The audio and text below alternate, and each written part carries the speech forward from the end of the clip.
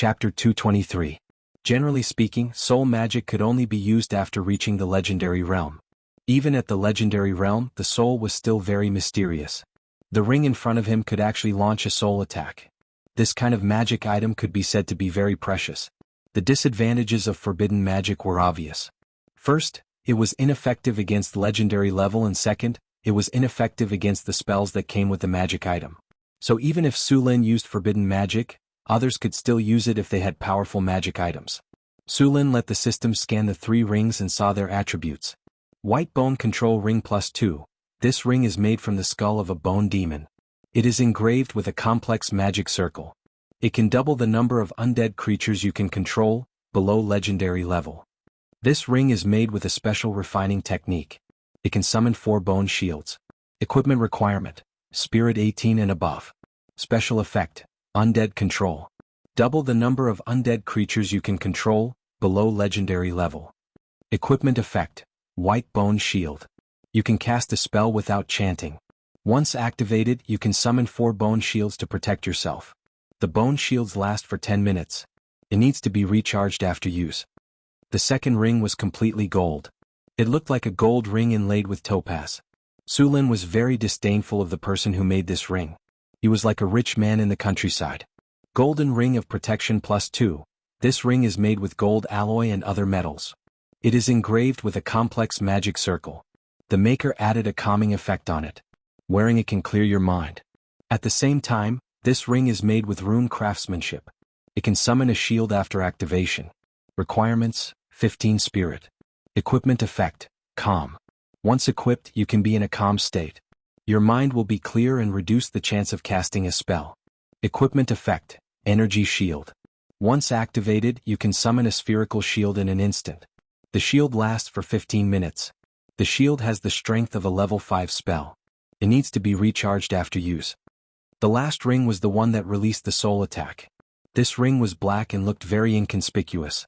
However, this ring was the most valuable of the 3. Soul Impact Ring +2. This is a ring made by a legendary wizard. It is engraved with his most prized spells, but this ring is actually his practice. It can increase one's resistance to soul spells, and at the same time, it is engraved with a soul spell.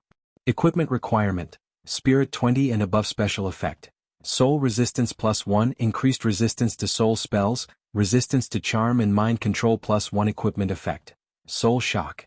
Upon activation, instantly unleash a soul shock within a 30-yard radius. All creatures within this range will have to undergo a soul test. If the soul test fails, the target will be fainted. This spell ignores all defensive effects other than the soul. Requires charging after casting. After seeing the attributes of the 3 rings, Su Lin was even more surprised. This necromancer was too rich. Any of the 3 rings in front of him could be sold for hundreds of thousands of kinner, and the most valuable one, the soul ring, could even be sold for millions of kinner. This ring was simply invincible for people below the legendary level. The soul domain was a domain that only legendary people could enter. Before entering the legendary level, unless one had a special talent, the soul strength would not be too high.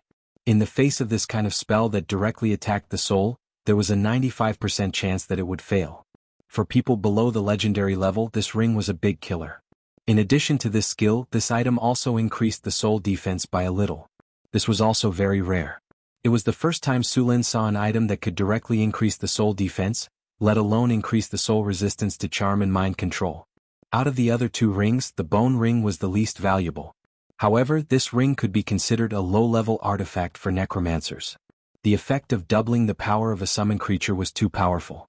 The biggest problem for necromancers was the number of undead creatures they could summon. Undead creatures never relied on quality to win. They relied entirely on their scalp-numbing numbers. The necromancer that Su Lin killed was also unlucky. He should have been building his own undead army, but before he could finish, Su Lin had bumped into him. Otherwise, there would be more than 100 undead creatures, less than 200 of them. If it was a month or 2 later, Su Lin would have to face an army of undead creatures. At that time, unless he brought all the troops of North Town City, it would be very difficult to kill the necromancer. According to the real value, the bone ring was more valuable than the gold ring.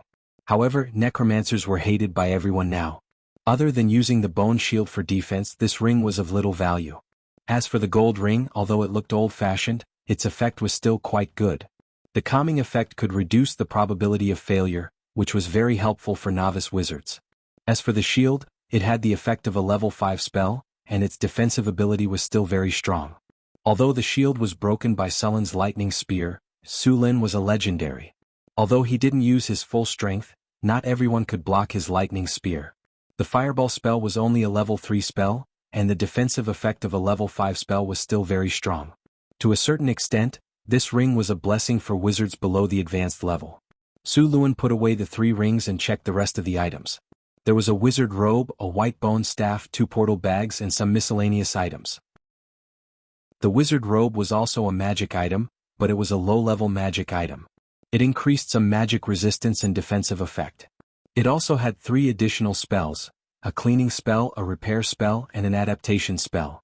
The bone staff was more valuable. It could reduce the difficulty of casting spells and increase the power of spells. Unfortunately, the appearance of the bone staff was too bad.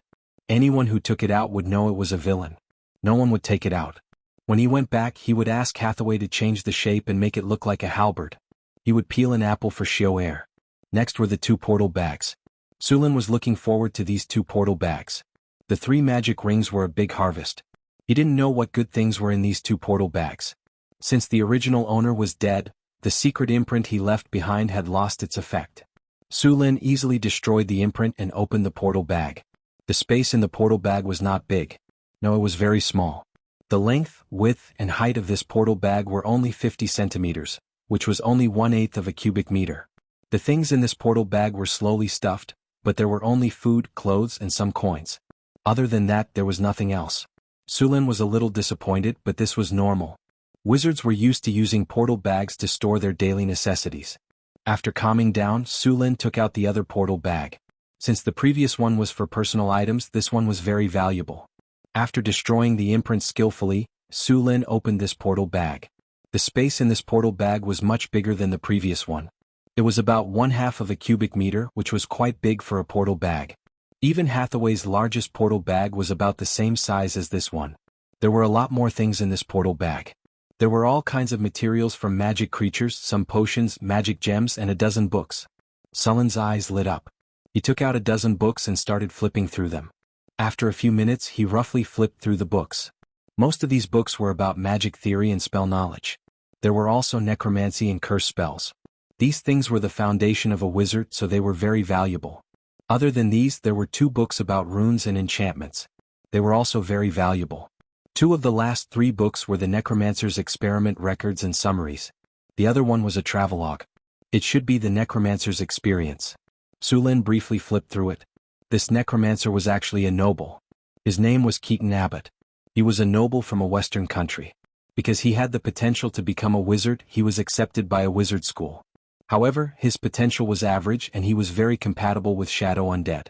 These 2 schools were not popular, so he was not taken seriously in the academy. However, during one of his adventures, he accidentally discovered the inheritance left behind by a necromancer. The bone ring and soul ring were found here. Keaton, who had obtained the necromancer's inheritance, naturally couldn't help but learn necromancy magic. At first, everything was normal.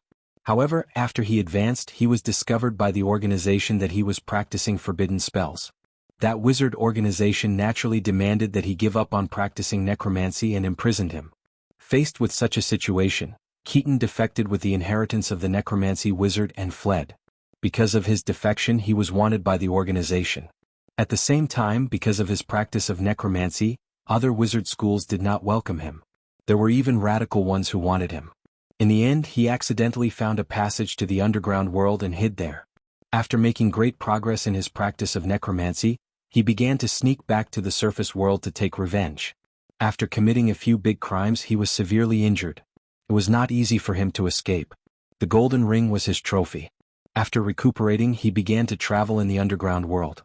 This desolate underground world was a tunnel that he accidentally discovered, which led him to this place. In the records of this notebook, several drow cities were marked, but they were all very far from here. At the same time, Su Lin had a preliminary understanding of the drow in the Underdark. Chapter 224. Other than the 3 rings, the necromancer's most precious items were the books. Including the ones Su Lin found in his laboratory, there were more than 30 books. However, most of them were about necromancy and voodoo, and some were about magic theory. Other than that, there were books about alchemy, potioneering, golem making, anatomy, and a lich reincarnation spell. This lich reincarnation spell was a witchcraft ritual that could reincarnate a necromancer into a lich. It was said that this was a choice that many powerful necromancers made when their lives were about to end. The minimum requirement for the lich reincarnation spell was to be a grade 3 necromancer. They were usually necromancers or warlocks, but there were also some priests. Building a lich reincarnation spell circle required a lot of resources, including rare magic materials, high-quality gems, gold, and so on. If a lich was successfully reincarnated, it would turn into an undead creature and retain all of its memories and spells. After reincarnating into a lich, it would no longer be restricted by its lifespan. This gave it plenty of time to research spells and experiment. It could be said that every lich was a top-tier necromancer. They were powerful and controlled a lot of necromancy spells. It wouldn't be surprising if a team of death knights appeared in a lich's territory. There might even be a bone dragon. Liches would create a lot of magic items in their long lives. It could be said that liches were basically rich. The necromancer that died at Su Luan's hands was collecting all kinds of resources for the lich reincarnation spell. Although he looked very young as a rogue necromancer, it would take at least a few decades for him to gather all kinds of materials for the lich reincarnation spell circle. Su Lin casually flipped through the book and threw it into his storage space. Su Lin had never thought about reincarnating into a lich. After all, liches didn't have a penis. After collecting the spoils of war, the other battlefields were almost finished. Under the ambush of the Grey Dwarves, the group of skeleton warriors didn't cause any trouble at all. It didn't take long for them to be wiped out. Apart from some soul crystals, there was nothing else. He had exterminated the necromancer and reclaimed the gemstone mine. He had also obtained a large number of soul crystals and magic books. His only regret was that he hadn't received much EXP. He was still a long way from leveling up. By the time they reoccupied the gem mine, it was already late. Everyone rested in the gem mine for the night. The next morning, after leaving a group of miners behind, Su Lin led the rest of the people to another mine. Su Lin had been to this mine before. It was the place where he had discovered the harpy. It was the largest mine of the Grey Dwarves. It produced iron ore, copper, lead, tin, and gold ore. It was a rare mixed mine, and its output was very high. This was also why the Duergar didn't give up on the mine even when the harpies attacked. When they set off again, there were only about 100 people left in the group. After passing through 3 tunnels and 2 underground caverns, the team finally arrived at their destination. There were some underworld monsters in the mine, but they were quickly cleared out by the Grey Dwarves. After the mine returned to normal, Su Lin prepared to deal with the harpies. This time, Su Lin didn't want a group of monsters coming to cause trouble every 2 or 3 days. Not only would they cause casualties to the Grey Dwarves, but they would also affect the production. If it weren't for this reason, Su Lin would have to wait a while before considering the harpies. Now that the Grey Dwarves had joined Northtown City and the mine had returned to production, the harpies could appear at any time. Before, the Grey Dwarves weren't strong enough, so they could only passively defend. Su Lin wasn't helpless against them. Moreover, the harpies could also be used as an air force. During battle, they could carry a few kilograms of stones and throw them down from the sky. Even a 1 kilogram stone would cause more damage than arrows and javelins. Even the Grey Dwarves' iron armor couldn't withstand such an impact. In addition to flying in the air and throwing stones, the harpies could also throw Molotov cocktails and other things. They could also take advantage of the night to cross the city walls and directly open the gates. If he really had an air force, it would be very useful on the battlefield. "My lord, the harpies are active in the area ahead." A drow scout quickly walked to Sullen's side and said in a deep voice. Su Lin waved his hand and said, "Stop for now. Send someone out to investigate." Then a dozen or so scouts flashed and merged into the surrounding darkness. The harpies lived in an underground cavern that was even larger than the one occupied by the Grey Dwarves. The harpies' nest was on a cliff, surrounded by an underground river. The underground cavern was lush with vegetation, and there were a lot of fluorescent mushrooms, and other plants growing in it. The entire underground cavern was their habitat. Opening the strategic map, a rough topographic map appeared in his mind. The underground cavern where the harpies were entrenched was dozens of kilometers away from the Grey Dwarfs' territory, but various tunnels crisscrossed, and the shortest distance was more than 100 kilometers. Many areas around the map were still black, and would only be shown after exploration. As far as Su Lin knew, there weren't many tribes living in this underground world. There were no other tribes except for the Kobold tribe, the Grey Dwarf city, the Goblin tribe and the Tauren tribe. Many places were occupied by various monsters. On the strategic map, the current area was marked with the image of a harpy, indicating that there were harpies nearby. The other explored areas were marked with hook horrors, and some were marked with underground salamanders. After a rough look, there were no less than a few hundred of them. There were thousands of harpies here. Although the strength of a single harpy was not strong, about the same as a human militia, their ability to fly made them very difficult to deal with. Coupled with their huge number, they could now be said to be the overlords of the underground world. Even the reckless and irritable Tauren tribe was not willing to provoke them. Soon, the scouts reported the collected information. At this time, more than half of the harpies had gone out to look for food, and only a few harpies stayed here. After confirming the situation, Su Lin knew that the opportunity had come. Although the harpies had a large number of harpies, they had a common queen, a high harpy. As long as the high harpy was controlled, the whole harpy tribe would be controlled. Su Lin did not let the drows go with him.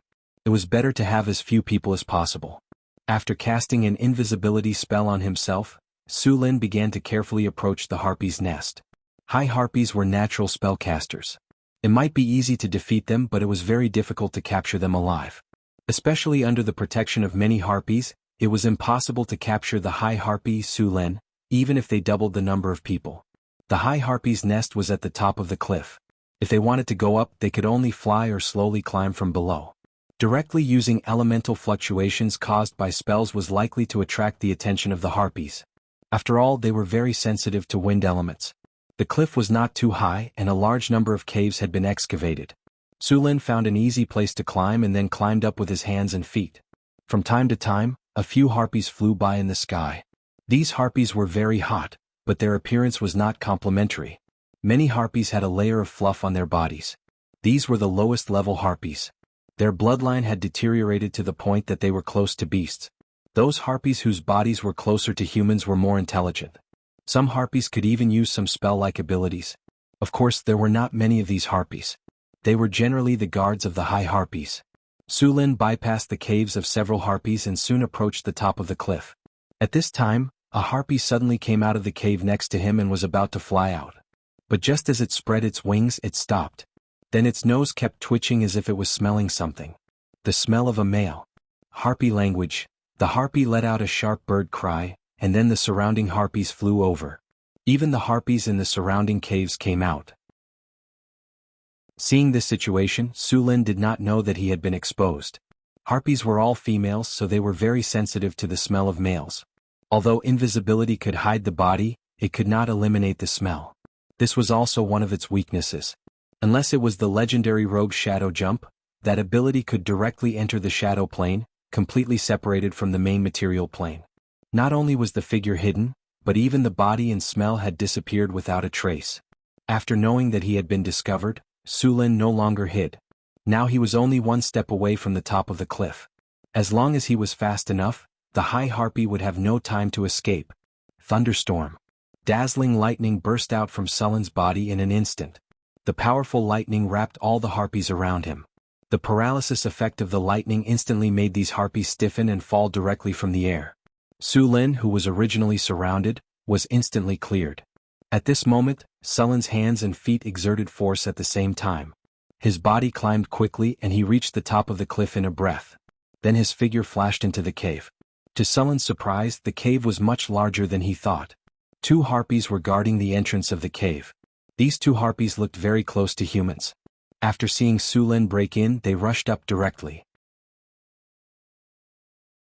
Chapter 225.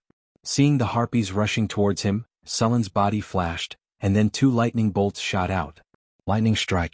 The blue lightning struck the 2 harpies in an instant, and the lightning surrounded them, causing their bodies to twitch uncontrollably. Su Lin did not care about these 2 small fries and directly rushed inside. Passing through the front hall, just as he was about to rush in, a strong wave of elements suddenly appeared, and then a fireball flew over. Su Lin did not have time to think, and a pale golden light shield instantly appeared in front of him. It was the energy shield carried by the golden ring. The orange-red fireball hit the energy shield and exploded instantly. The energy shield only flickered a few times before returning to normal. Taking advantage of the explosion of the fireball, Su Lin did not retreat, but rushed directly into the cave. Then at a glance, he saw the wine-red long hair and an unusually beautiful face, and a pair of wide wings behind the graceful and charming body. She had a tall and slender figure, sharp ears, and a gorgeous appearance. If one ignored the wings on her back, she would look like a fairy from the legends. A high-level harpy. They used to be the servant of the goddess of wind, a divine creature. They were born in the middle and later period of the ancient gods, and believed in the god of wind. They were a divine creature created by the god of wind's descendants, but since the disappearance of the ancient gods and the fall of the demigod-level harpies, there were very few of them. The divine power in their bodies was very little, and had even completely disappeared. Otherwise, this high-level harpy would at least have the strength of a legendary. With the help of the explosion of the fireball, Su Lin also saw her appearance clearly. It was a beautiful face with a strange charm. Her facial features were exquisite, and her eyebrows were picturesque. Her eyes were also light red, and her ears were long and narrow. Her wine-red hair fell to her waist, and her skin was as white as jade with a faint layer of luster. Just one look at her made Su Lin want to touch her gently. Her waist was slender, and one could vaguely see the outline of her muscles under her skin. She looked healthy and strong, but her overall curves were perfect, matching her tall and slender figure very well. From her graceful swan-like neck, to her perfectly round and beautiful breasts, all the way to her slender waist, and then to her perky and firm buttocks and slender and straight legs, the entire curve was perfect. The wings on her back were faintly discernible in front of her, and the wide wings were white without a trace of impurities. She was wearing a dress made of feathers, and there was no fluff on her body like other harpies. She was looking at Su Lin with a vigilant expression. At this time, wind blades had already appeared around her body. After Su Lin rushed in, she pointed her finger and all the wind blades flew toward him. At such a close distance, the wind blades flew very fast, and Su Lin had no time to dodge at all. More than a dozen wind blades had already hit the energy shield. The pale golden energy shield flickered continuously, and circles of ripples appeared on the shield. Seeing this situation, Su Lin directly threw a forbidding spell at the high-level harpy. The high-level harpy, who was controlling the wind blades to besiege Su Lin, suddenly felt a layer of shield around her body, isolating her from the elemental energy around her.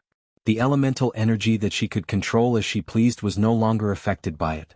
The wind blades besieging Su Lin dissipated quickly after losing their elemental energy, and the energy shield in front of Su Lin, which was already in danger, also recovered. After losing her ability to cast spells, the harpy was shocked. Before she could react, Sullen's sword had already stopped at her neck. At this time the group of harpies behind finally arrived, and when they saw Su Lin they were about to pounce on him. "Make them stop, I know you can understand me." Su Lin raised his sword slightly and touched the chin of the high-level harpy in front of him. "Stop." Language of the harpy, a clear and melodious voice sounded, and the harpies that were rushing up immediately stopped. Su Lin looked at the harpies and then said, "Make them retreat." The high-level harpy was unwilling, but she had no choice but to lower her head. Her life was in the hands of others, so she could only make the harpies retreat outside the cave. "Okay, now we can talk." Su Lin looked at the high-level harpy and said, "What is your name?" "Alex Windtalker." Alex looked at Su Lin with dissatisfaction and said, "Is there anyone like you who rushes into a lady's room and points a sword at her neck to talk?" His melodious voice sounded very comfortable. "Sorry you have so many people. If I didn't do this, I would only be caught by those harpies if I wanted to get close to you." Su Lin shrugged and said, "Okay, we can talk about this later. Now let me introduce myself. My name is Su Lin, the Lord of Northern City. You probably haven't heard of me, but I am also the Lord of Orlando City. Those gray dwarves have already submitted to me and now you are my captive. I'll give you two choices," Su Lin said with a grin. "One is to submit to me, and the other is to force you to submit to me. You have two choices." Hearing Sullen's words, Alex was so angry that his chest kept heaving up and down. The curve that was originally C+ had risen directly to D, which was very magical. "How is it not two choices?" Su Lin said righteously. "One is you taking the initiative and the other is me forcing you. These are two completely different positions. Although the result will be the same, you can choose a different process. Moreover, the taste of the two processes will also be different. For example, if you take the initiative, we will cooperate more tacitly and get along very well. If you choose to be forced, then it will seem more expectant. Moreover, I have many ideas that you can try." "Alex?" Cough cough. You choose one. Sulin waved his sword. I surrender, Alex said expressionlessly. However, he thought to himself that as long as he didn't sign a contract, he could still escape after surrendering. Now he had to get rid of this shield on him first. Ding. Hi Harpy, Alex Windtalker has applied to join your faction. Do you accept? The familiar system prompt sounded in his ears. Accept. After Sulin agreed, the name Alex appeared in the hero column of the original system interface. Opening Alex's attributes, Sulin checked her loyalty. As he expected, Alex's loyalty was only a pitiful 30 points. Such a low loyalty meant that she could betray him at any time, but Sulin would not give her the chance. Such a beautiful and capable high harpy who was also a spellcaster was simply too good to be a maid. She completely met his requirements for a maid, beautiful, capable, and durable. He took out the self-created hero template that he obtained last time from the storage space and used it directly on Alex. He had already used it on the succubus Chris last time, and there was no problem at all. Using it on Alex now was not a problem. Sulin took out the light ball, and then gently tapped it on Alex's doubtful eyes. After choosing to use it, the light ball instantly turned into countless starlight and merged into Alex's body. What is this?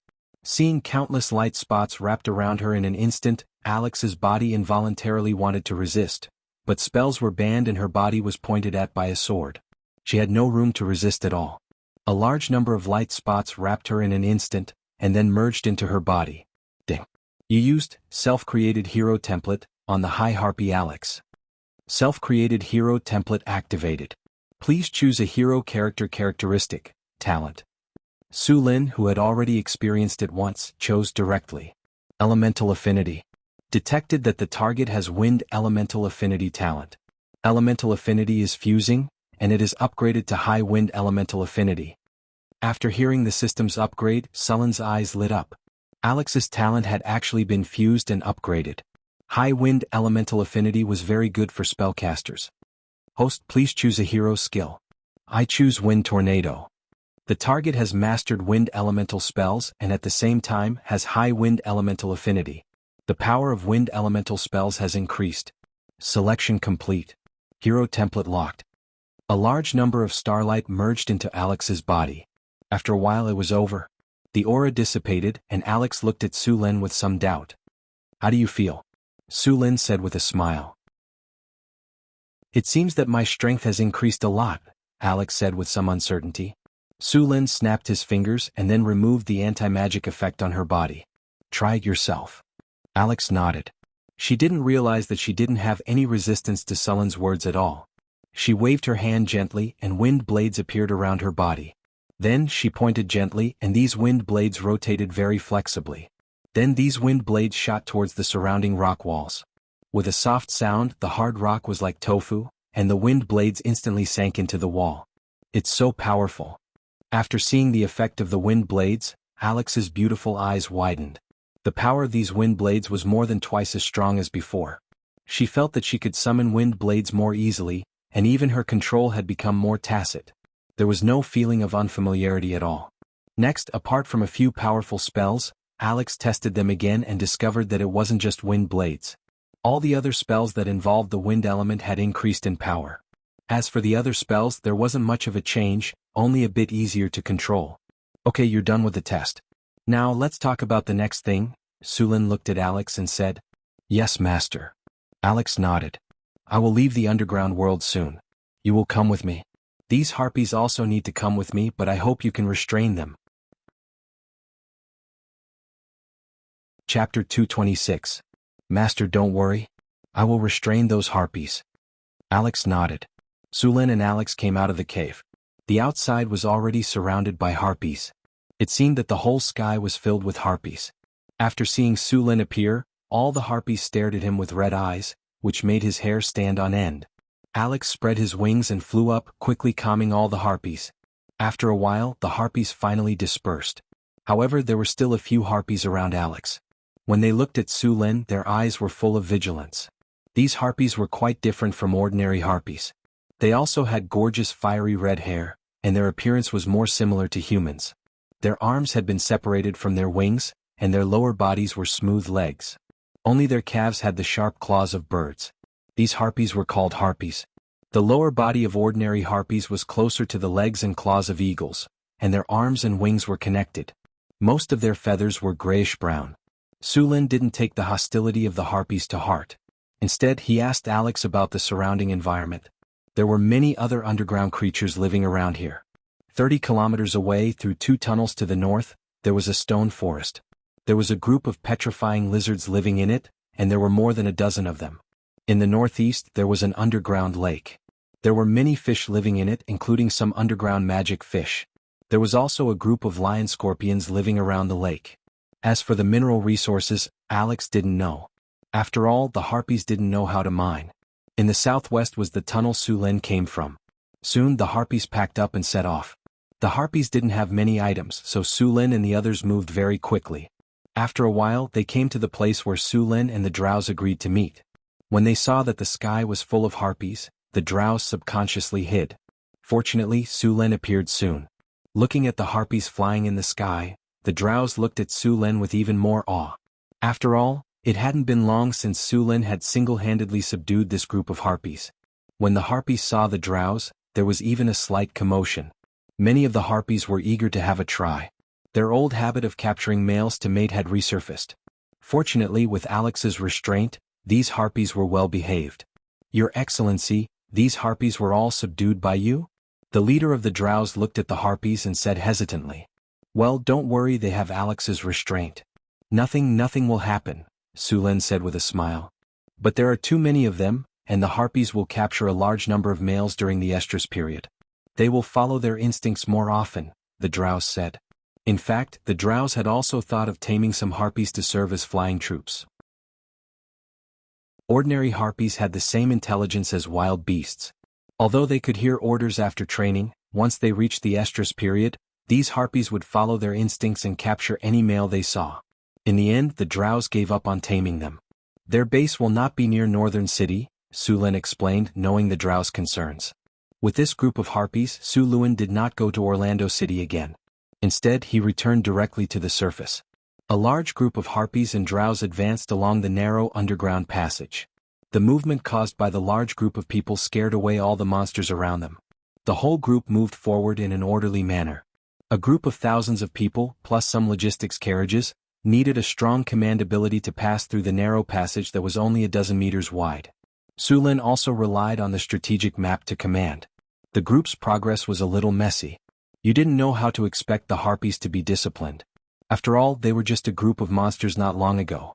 The drow soldiers were orderly and had cold faces. It could be said that they had the best military discipline in Northern City. Next were the half-elves, and the worst were the barbarians and centaurs. The barbarians were a matter of character, and the centaurs were a matter of racial requirements.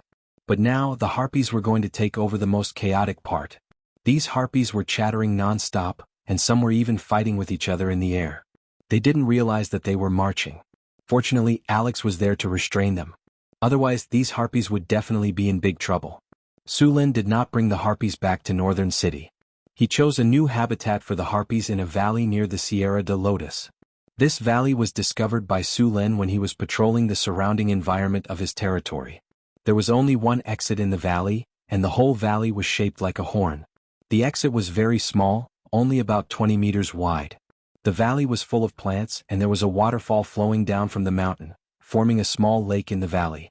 Because it was in the valley, the temperature was not too low even in winter. Although it was not suitable for building a town, it was still good to build a nest for the harpies. After Alex joined Northern City, the entire harpies were also included in the system of Northern City. All the harpies added up to a total of 3,156 harpies. There were only a little more than 100 harpies, and the rest were all harpies. Of course, the harpies were different. They were divided into normal and elite leaders. It was easy to tell them apart by looking at the human characteristics on their bodies.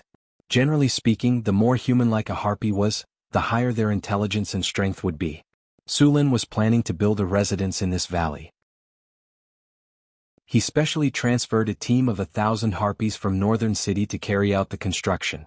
Sulin's plan was a large eagle fort, which was remodeled from a mountain. Less than 2 days after Sulin left Northern City, the remaining Grey Dwarves could no longer endure life without vodka. It was fine if they did not enjoy it before, but after enjoying it once and then cutting it off, the Grey Dwarves had a greater right to express their feelings. Therefore, a few days later, these stubborn Grey Dwarves who would rather die than surrender appeared in the construction team of Northern City. Su Lin wanted to build the Eagle Fort, so Chris directly sent them over with the other craftsmen. The Grey Dwarves were very experienced in excavating mountains. The construction of the Eagle Fort was based on the mountain. They hollowed out the inside of the mountain and then built a large number of lofts. The construction process was not difficult. With the dwarves who were masters of excavation, it only took a week to complete the construction of the Eagle Fort. They even carved many mythical statues on the Eagle Fort as decorations. These statues were the legendary ancient god Wind God, and some demigod harpies. They were basically the religion of the harpies. The Eagle Fort's appearance was not very extravagant. It was completely carved out of rock. Su Lin checked the attributes of the Eagle Fort and found that it was really a good building. Eagle Fort, an important building built by the cooperation of a master dwarf and a master craftsman. It is the habitat of the harpies. Harpies who live here for a long time have a chance to evolve their bloodline. Growth plus 10, cleanliness plus 12, indestructibility plus 14, health plus 8, comfort plus 13, warmth in winter and coolness in summer plus 12, enlightenment plus 5, evolution plus 3. Although the overall attributes of the Eagle Fort were not high, or even low, the attributes it gave surprised Su Lin. The Eagle Stronghold had a total of 8 attribute bonuses.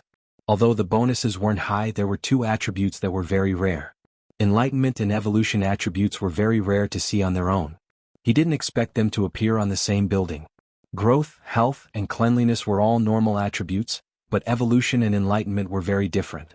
Both of these attributes could change the attributes of a tribe. Enlightenment could increase intelligence, turning the beast-like harpies into intelligent creatures. Evolution could evolve their bloodline, allowing them to evolve into advanced harpies. Although the success rate was pitifully low, there was still a chance for them to evolve into harpies. After adding the harpies to the Northern City system, Su Lin could also recruit harpies. At the same time, the harpy soldier tree had also appeared. According to the system statistics, there were over 3,000 harpies in Northern Battlefront City.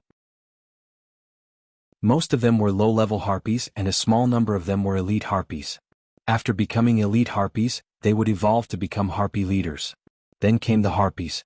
These harpies were the guards of the advanced harpies and the elite harpies. Elite harpies were very similar to advanced harpies. Every time they evolved, their intelligence, body, and attributes would all increase. When the harpies evolved into elite harpies, they would be a completely different species compared to the harpies at the beginning. What surprised Su Lin even more was that the elite harpies had already mastered elemental abilities. Although their power was limited, if all the harpies evolved into elite harpies, the Northern City would be able to dominate the wasteland with just these elite harpies. There was no need for an ordinary army at all. Just the Air Force alone could easily crush the enemy. Of course, the process would definitely be very long. Although it was not too difficult for a harpy to evolve in the early stages, and the experience required was almost twice that of a human, after evolving into a harpy, the experience required to evolve again would skyrocket to a very shocking number. It was not that easy to evolve into an elite harpy. But then again, the difference between an elite harpy and an elite harpy was huge. It was equivalent to a bloodline evolution. Chapter 227. Both Alex and the harpies were very satisfied with Sulin's Eagle Fort. Su Lin had recruited all the harpies as soldiers. Luckily, the harpies weren't very intelligent, so they were very easy to trick. They didn't need to be paid at all. All they had to do was provide them with food. Once their intelligence increased and they became harpies, Su Lin would have to pay for it. Alex arranged the harpies and let the other harpies take care of them. He then left the Eagle Fort with Su Lin. However, as the queen of the harpies, she had to stay here for a few days every month. She also had 2 harpy guards with her. There was no need to worry about the safety of the Eagle Fort at all. The 3,000 harpies could do anything they wanted unless a legendary wizard or an adult dragon set their eyes on this place. However, the harpies didn't have any precious magic materials, gold, or gems on them. Those powerful figures wouldn't do such a thing. But even so, Su Lin still set up a scout post outside the valley and built a wall at the entrance of the valley. The entrance of the valley was only more than 20 meters wide. After the wall was built, the whole valley could be called a small fortress. As for the harpies' habit of catching males during their mating season, Su Lin had already seen it in the system's introduction. As long as they became harpies and gained intelligence, this situation would gradually disappear. After gaining intelligence, they would no longer act like beasts. When they returned to the northern city, Su Lin hosted a welcome party for Alex in the Lord's castle. All the heroes under Sullen's command in the northern city attended the party. The development of northern Battlefront City was on the right track, and the necessary rules were slowly being established. There was no doubt that Su Lin had the highest status in the northern city. After him were Chris and Hathaway. One of them was in charge of the city, while the other was in charge of the magic items in the northern city. Then there were the leaders of the various races such as Boulder, Johnson, Karina, Aiton, Grace, Sheriff Harrison, and the Little Mare Mission. Now there was Alex, and she had the largest army of all of them. This made her status skyrocket.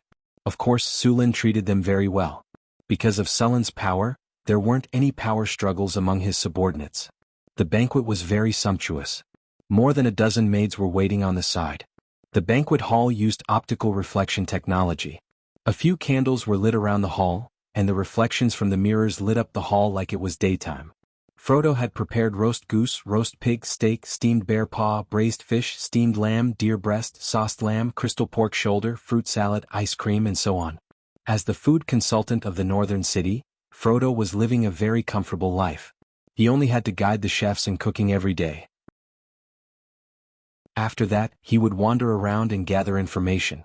The variety of dishes made the people who hadn't seen much of the world feel like country bumpkins. After all the food was served, Su Lin raised a glass of rum and said, "Is everyone here? Then let's welcome Alex into the big family of the northern city. From now on we are all family. Cheers." Su Lin said with a smile. "Cheers." Everyone raised their glasses in unison. "Then let's start the banquet." Clang, clang, clang. Su Lin knocked on the silver bell beside him. A group of maids stepped forward and opened the lids on all the plates. A rich aroma of food instantly spread out. The most eye-catching thing was the roast lamb in the middle of the table. Su Lin told Frodo about this dish last time when he was bragging about it. It was to clean a turtle dove and remove its internal organs. Then the turtle dove would be smeared with pepper and salt from inside out. Next, the turtle dove would be put into the stomach of a goose. After that, the turtle dove would be washed clean and sewn together. Next, the goose was stuffed into the stomach of a sheep. The sheep was skinned and its internal organs were removed. The goose, a carp, and the prepared spices were put in together. After that, the whole sheep was roasted over a slow fire according to the method of roasting a whole sheep. When it was time to eat, only the turtle dove would be eaten and the rest would be thrown away. Of course it would be a waste. Su Lin was not that extravagant. Even so, the people of this world were shocked. Even the nobles of this world did not develop their food to such an extent. Looking at the dumbfounded expressions of the people around him, Frodo's body swayed, and he had an arrogant expression. "I made this dish according to the Count's instructions. I want this. Give me a piece. It's delicious." Just as Frodo was about to explain the origin of the dish, the others could not wait to dig in. You. Frodo was so angry that he could not speak. Boulder cut off a leg of the lamb and took a bite. Johnson did not hesitate and took the other leg. The rest of the roasted lamb was divided among the others. Su Lin did not touch the lamb. Instead, he leisurely took the roast goose from the roasted lamb. Then he separated the roast goose and stuffed it with a type of wild water bird. It tasted delicious. He skillfully cut the birds and geese into pieces and distributed them to the others. Compared to Boulder and Johnson, the others were much more elegant. Apart from the whole roasted lamb, the other dishes were also delicious. In the face of these delicacies, everyone let go of their reservations and ate heartily. Alex's table manners were very bold. He held a crystal pork shoulder in one hand and an ice cream in the other. The soft, fragrant pork shoulder was paired with all kinds of spices. The drink was made with honey and white sugar. It was paired with a variety of colorful fruits and cream ice cream. Alex almost swallowed his tongue as it was his first time tasting such food. Even Hathaway and Chris, who had tasted it a few times, were quick to enjoy the food. Every physical profession was basically a glutton, so Frodo had prepared a large portion of food. But even so, there was not much left in the banquet. With Boulder and Johnson, the two gluttons, Su Lin estimated that even if there was another roast lamb, they would still be able to finish it. After the feast, everyone went back to their rooms. Su Lin also brought his maids to exercise after the meal. Especially the newly joined Alex, who had a pair of white wings. With the two of them working together, Su Lin even became a sky rider. The rising sun pierced through the darkness and dispersed the mist in the air. The northern battlefront city had also awakened from its slumber. The merchants had already opened their shops for business. The workers also started to work under the orders of the foreman. The city gates opened and caravans began to slowly move out. Caravans came and went every day in the northern battlefront city. Since last month, caravans from the southern provinces had also appeared here. The most popular product among the southern caravans was rum. The second most popular product was the various furs produced in the northern wilderness. As for white sugar, because the white sugar trade was monopolized by other caravans, they could only buy some from other caravans. The planting area of sugar beets in the northern battlefront city had expanded once again. During this period of time, the northern battlefront city was not only carrying out large-scale infrastructure construction, but also reclaiming more land. A large number of goblins, serfs and refugees were driven to reclaim land. The original 10,000 mu land outside the northern battlefront city had now expanded to 40,000 mu. However, there was still a lot of land outside the northern battlefront city that had not been reclaimed. In addition to reclaiming land, according to Sullen's plan, the irrigation facilities outside the city were not neglected. In order to irrigate the land, the brick kilns were used to build water supply canals. The water supply canals extended in all directions. A large number of canals were branched out from the main water supply canals. All the canals were equipped with gates. As long as the gates were opened, the river water would flow into the canals and irrigate the farmland.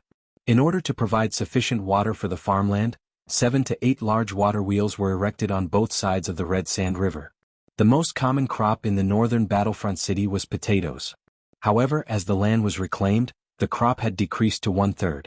The crop that was growing the fastest was sugar beets. As the raw material for the two leading industries in the northern battlefront city, sugar and rum, the demand for sugar beets had also increased. All the wild sugar beets had been dug up. Only a large number of sugar beets could barely keep up with the consumption. Just last month, the first batch of sugar beets in the northern battlefront city had just ripened. Sugar beets had a growth cycle of over 300 days. If it weren't for the harvest altar in the northern battlefront city, fermented farm manure, and the careful cultivation of the half-elven druids, the sugar beets would have taken at least 2 months to ripen, even if they were worth the harvest altar. In fact, ever since the sugar was produced in the northern battlefront city, the caravans that came to the northern battlefront city for trade had been secretly listening to the sugar production process in the northern battlefront city.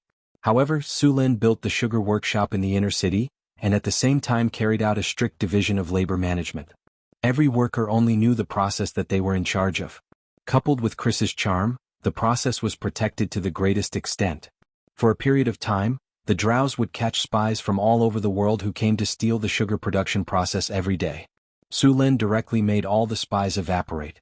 He also gave a warning to the most outrageous caravans.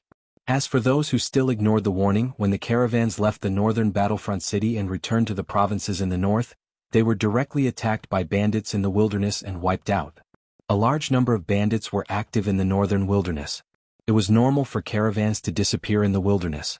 Su Lin specifically ordered the army to clean up these bandits. With a few lessons learned from the past, and with the tighter defense of the inner city, those who coveted the sugar could only temporarily put down their greed. However, although they didn't get the sugar production process, many caravans secretly got a lot of sugar beet seeds and wanted to go back and plant them. Chapter 228. Su Lin didn't care much about the spread of sugar beet seeds. Even if they got the seeds and successfully grew sugar beets, the juice they extracted from the beets would still be bitter brown sugar. The raw material for sugar in the south was sugar cane, which was very similar to sugar cane in Abel's past life. Those people thought that the reason why Northern Town could mass-produce sugar was because the raw material was different, so they paid a lot of attention to sugar beets. They even sent many people to secretly learn how to grow them.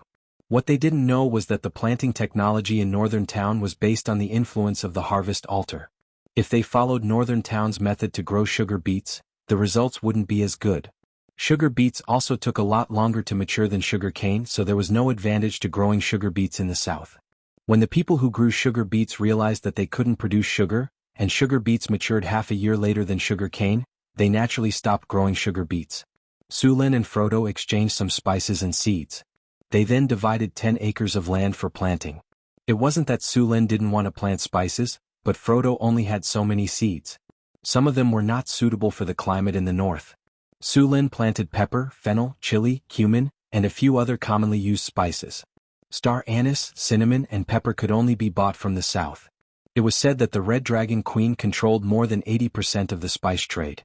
There were a few islands in the south that were filled with spices, and they were called Spice Islands. The spice trade made a lot of money every year, and it made the surrounding countries jealous. They all wanted a piece of the pie, but they were afraid of the Red Dragon Queen's power and her army.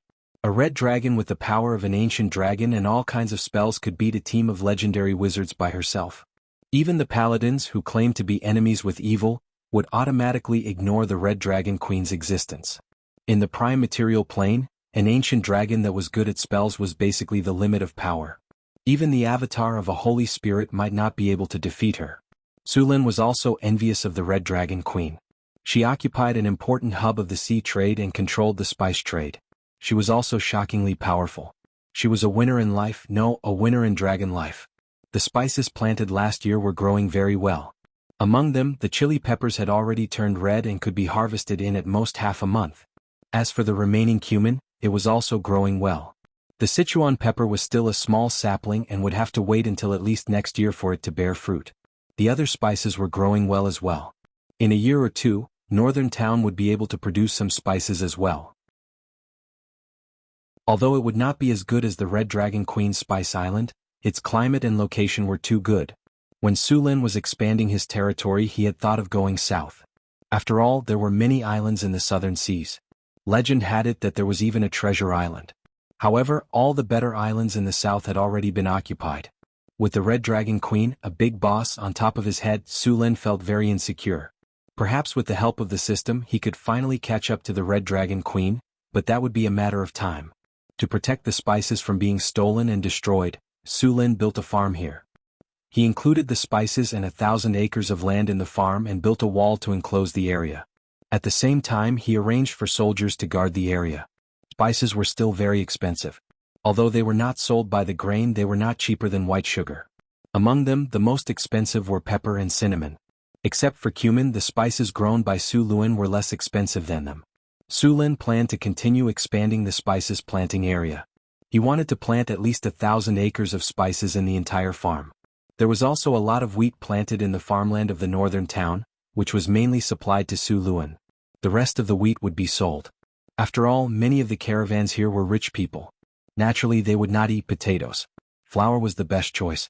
The rest of the land was planted with barley, oats, soybeans, and some other grains. Some of them were used to make wine and some were used to feed livestock. Of course, some were used to extract oil. There were not many kinds of vegetable oil in the world, and the most popular was olive oil. However, the quantity of olive oil was too small and the price was not cheap, so Sulin found a substitute: soybeans. He was going to plant soybeans to extract oil. Besides, soybeans could be used to extract oil and feed livestock. They could also be used to make tofu. Although he had forgotten how to make tofu, he could study it slowly. Perhaps he would be able to taste the tofu pudding from his previous life again. He had not tasted that smooth and refreshing taste in a long time. When that time came, he would have a bowl of sweet and a bowl of salty tofu. He would drink one bowl and pour the other. The number of farmlands in northern town increased by the day. Whether it was in his previous life or in this world, food had always been very important. Northern town had always had a large number of immigrants. A large amount of food was needed to feed these people. After patrolling the farmlands, Sulin went to the academy he had set up to take a look. The academy now was very different from when it was first established. In the beginning, the scholars stayed here because of Sulin's threats. After living here for a while, they realized that other than their personal freedom being restricted, they were treated much better than they were in the northern provinces. Most importantly, Sulin gave them too much money. On average, a scholar would receive 150 kinnur per year. In addition to their benefits, which included sugar, rum, flour, tea and so on, they would receive more than 300 kinnur per year. Such good treatment made the scholars, who originally thought that this was a bitter and cold place and were ready to make a fortune, completely overturn their understanding of this place. One had to know that when they were in the northern provinces, although they were nobles, they were mostly just messing around to make a living. Therefore, after getting used to this place, apart from teaching literacy and arithmetic, these scholars began to teach other subjects. Of course, most of the officials who came to study here only learned the basics and left. There were also some who took time to study here. After taking a look at the academy, although it was good enough to teach basic knowledge, there was still a shortage of teachers. Sulin planned to continue hiring scholars at high prices. As for how the merchants managed to convince the scholars to come, he did not care. As long as they came, they would not be allowed to leave until they were taught for a few years. Of course, Sulin would pay them a high salary. In addition to the lack of manpower, the academy also had a shortage of books. They could only rely on the books that the scholars brought with them. Sulin had already sent Xion's merchant group to buy these books. It was estimated that they would be done by the time they returned. Another problem was paper. There was no cheap paper in the academy. The price of a piece of parchment was much higher than that of a piece of sheepskin. These students were still learning how to write using sandboxes and wooden slips. The papermaking workshop in the northern town had been experimenting with making a sturdy, cheap paper that could be used to write smoothly. Sulin heard from them that they had made some progress. The paper they used before was too soft and absorbent, so it could not be used to write at all. After following Sulin's instructions, these craftsmen used several kinds of trees to make paper. After leaving the academy, he went directly to the papermaking workshop. Since the workshop started producing paper, paper had become very popular. After all, not all nobles like to share the same thick hemp rope or the same wooden stick. As soon as paper was introduced, it was widely praised by the nobles. Since Su Luan built the papermaking workshop last time and produced a batch of paper, the papermaking workshop had expanded a lot after this period of production. The number of craftsmen inside had doubled. Half of them were producing toilet paper, and the rest were experimenting with new materials. The raw material for papermaking had been changed from wood to tree bark. There were also many other materials such as linen. After a period of experimentation, the craftsmen had divided the papermaking process into several steps. The first step was steaming, which was to cook the raw materials into a paste. The second step was hammering, which was to beat the cooked raw materials repeatedly. Finally, the pulp was made into a pulp, which was then fished out layer by layer. At this time, the paper had already taken shape. As long as it was dried, it would be paper. Although the process looked simple, it was not easy to obtain a piece of paper. After dozens or even hundreds of experiments, the workshop finally made a barely usable paper after changing the bark of various trees and plants in the northern wastelands. This paper used the bark of a common tree in the wastelands as the raw material. It was made with linen and several other materials. In the end, the paper was not pure white. Instead, it was slightly yellow. In his previous life, no one wanted this kind of paper. The color was yellow, the paper was rough, and the paper was somewhat thick. Although there were many shortcomings, the price of this paper was relatively low. Moreover, there were not many problems with writing. It was completely usable. After the papermaking workshop successfully produced this kind of paper, Sulin heard a system notification. Congratulations to the host. The papermaking technique has been successfully broken through. The mastery of papermaking technique has been upgraded. Papermaking technique, using tree bark, linen, fishing nets and other materials after steaming, hammering, copying and drying paper that can be used to write. Territory civilization progress plus 10, territory culture plus 10, learning ability plus 5. Chapter 229. After the breakthrough in papermaking technology, Sulin immediately began to arrange for people to copy books. If the school in northern town wanted to expand, they would need a large number of books. As for printing, the quality of the paper was passable, but printing was not enough. Poor paper quality, printing ink, and so on were all problems. They could only copy by hand. However, this was not a difficult task for the scholars. After all, before printing they had to copy by hand. After the papermaking workshop produced the paper, half of it was sent to the Lord's castle, and the rest was sent to the school for them to copy books. In the past, books were made on parchment. Generally, books could not write many words and they were very heavy. The cost was also high. Now that they had changed to paper, the content of a dozen parchment books could be easily written in one book. The first batch of paper was not a lot, but after the first batch was produced, the second batch of paper was produced much faster, and the quantity would increase several times. Most of the paper from the Lord's castle was sent to the city hall for recording and reporting data, as well as various official documents. Northern Town School. After seeing a cart of yellowed paper being sent to the school, the scholars were very curious about this paper. Soon, a steward came forward to hand over the papers. Mori, this is the paper that the Lord asked us to send. Confirm the quantity, then move it back. A middle-aged man came over and said, Is this the paper that the Lord mentioned? The man named Mori walked over and picked up a piece of paper. The Lord asked us to use this paper to copy books. But this paper is much thinner than parchment. If we can really write on it, the content of a book will be several times more than parchment. Why do I feel like this paper is not easy to preserve? Who knows? How can the few of us refuse the Lord's orders? Everyone, this is something that His Lordship has specially sent to the Academy for us to copy the books. Let's just do it. Everyone get moving. First, move these papers down. Imole called out to everyone. With the efforts of the many students, the papers were quickly moved to an empty room. Paper is easily damp, make sure to keep it dry when storing. After the paper was distributed, the scholars quickly began to use the paper to copy books. While using the paper, the scholars discovered the convenience of the paper. Although the paper was easily damaged compared to the parchment, it was still widely praised by the scholars. Sulin was holding a handwritten copy of a book that had just been completed. The book had been bound according to his requirements, and it was no longer a roll of parchment. The surface of the book was a little rough and looked very simple, but it was much more convenient than the previous sheepskin scroll. Guards. Sulin put down his book and shouted at the door. Sir, what are your orders? A guard asked respectfully. Tell Imole that in the future the books will be made in this style. These books can only be read in the academy. Without my permission, they are not to be taken out of the academy and are not to be damaged. Violators will be punished severely. Also, inform Imole to build a library in the academy specifically to store all kinds of books. Yes. The guard accepted the order and left. With the appearance of paper, the education in the academy became much easier. In the past, only the teachers had books, but now, almost every student had one. With the books to record, the students' learning speed had increased a lot. After dealing with the matters at the academy, Sulin began to pay attention to other things. The number of slaves in his territory had been increasing recently, especially after the Harpies arrived. Sulin had asked Alex to lead the Harpies to train their soldiers. They had attacked the goblins, kobolds, gnolls, and orcs in the wilderness. Northern Town City had obtained a large number of slaves. The orcs had suffered heavy casualties in the battle. Even their chief had died in the battle.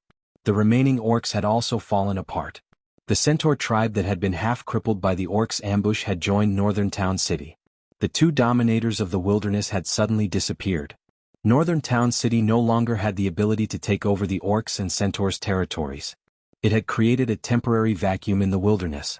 The smaller tribes in the northern wilderness had begun to migrate here to fill up the empty space. It was a once-in-a-lifetime opportunity for these smaller tribes. In order to fight for the grasslands, plains, and other living spaces, there had been a few tribal wars in the wilderness. Sulin had sent out the army of Northern Town City and the new Harpies to train their soldiers and capture more slaves. Following the military activities of Northern Town City, the number of slaves in the territory soon exceeded 10,000. Most of them were goblins and kobolds, followed by gnolls and orcs. The army of Northern Town City had also suffered losses when they were clearing out the other tribes.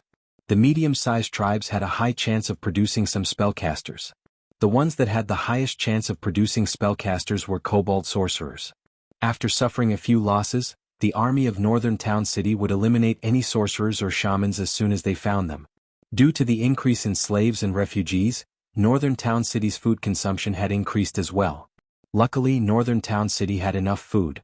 With the harvest altar, they did not have to worry about food shortages. After a year of development, Northern Town City had become quite famous in the northern provinces. Many bankrupt farmers and merchants had started to come to the city. The population of Northern Town City had grown rapidly. Excluding the slaves, Mirror Lake City, and Centaur City, Northern Town City now had a population of over 22,000. With sufficient labor resources, Sulin sped up the construction of the Arc de Triomphe. Because of the construction of the Mirror Lake City and the Centaur City, about half of the slaves had been transferred to the Northern Town City. Now, after a large number of arrests, the number of slaves had skyrocketed, and the construction of the entire Northern Town City had accelerated. The Arc de Triomphe was the second most spectacular building in Northern Town City.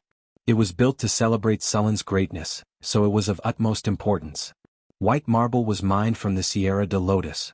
They were transported to Northern Town City by camel beasts and polished by stonemasons before they could be used. The pieces of marble were polished until they were smooth and flat. They were then dragged over by slaves. Each piece of marble weighed over a ton. Some of the bigger ones even weighed over 3 tons. The middle gate of the Arc de Triomphe was 10 meters wide. The smaller gates on both sides were 6 meters wide. The Arc de Triomphe was built on Sunrise Street, the main street of northern town city. After passing through the Arc de Triomphe, one would reach the central square. The gate was 19 meters tall. After the Arc de Triomphe was completed, it would be the tallest building in northern town city, second only to the Harvest Altar. The inner walls of the gate were carved with lifelike reliefs. These reliefs depicted Sullen's victories against his enemies. From the gnolls to the Cryopteris, the trolls, the orcs and so on, the many battles. After some artistic embellishment by the master sculptors, even Su Lin felt like he was watching an epic. With enough manpower, the construction of the Arc de Triomphe was very fast. Karina and Grace had to cast all kinds of spells to help with the construction.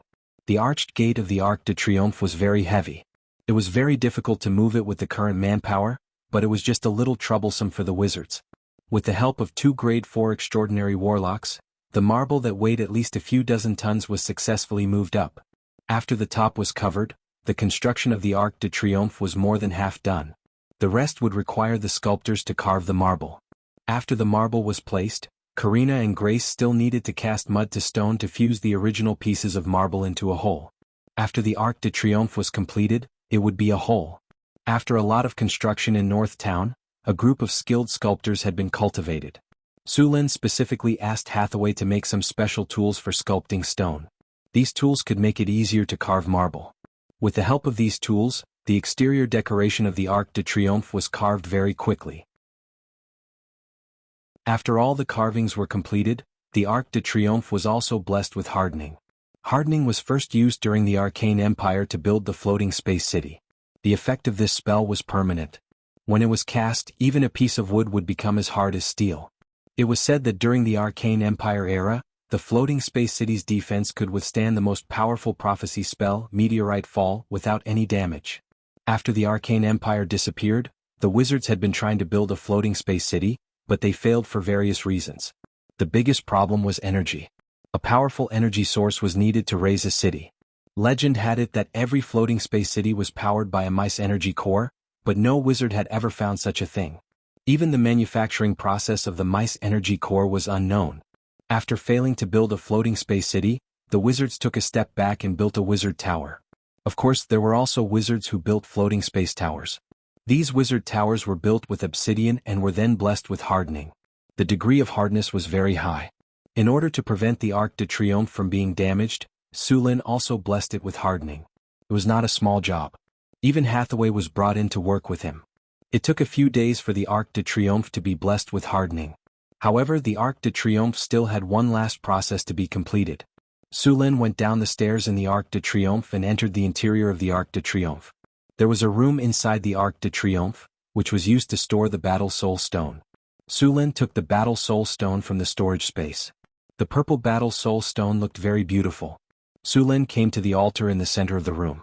He took a deep breath and placed the Battle Soul Stone on the base of the altar.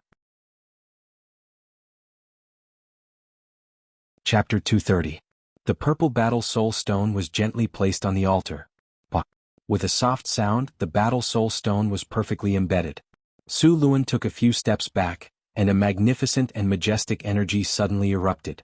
There was a faintly discernible sound of fighting. Soon, the sound of fighting gradually disappeared and was replaced by an impassioned battle song. Su Lin seemed to see a majestic army shouting and marching to the battlefield on the beat of drums. A magnificent door appeared above the altar. 2 hero spirits stood quietly at the door.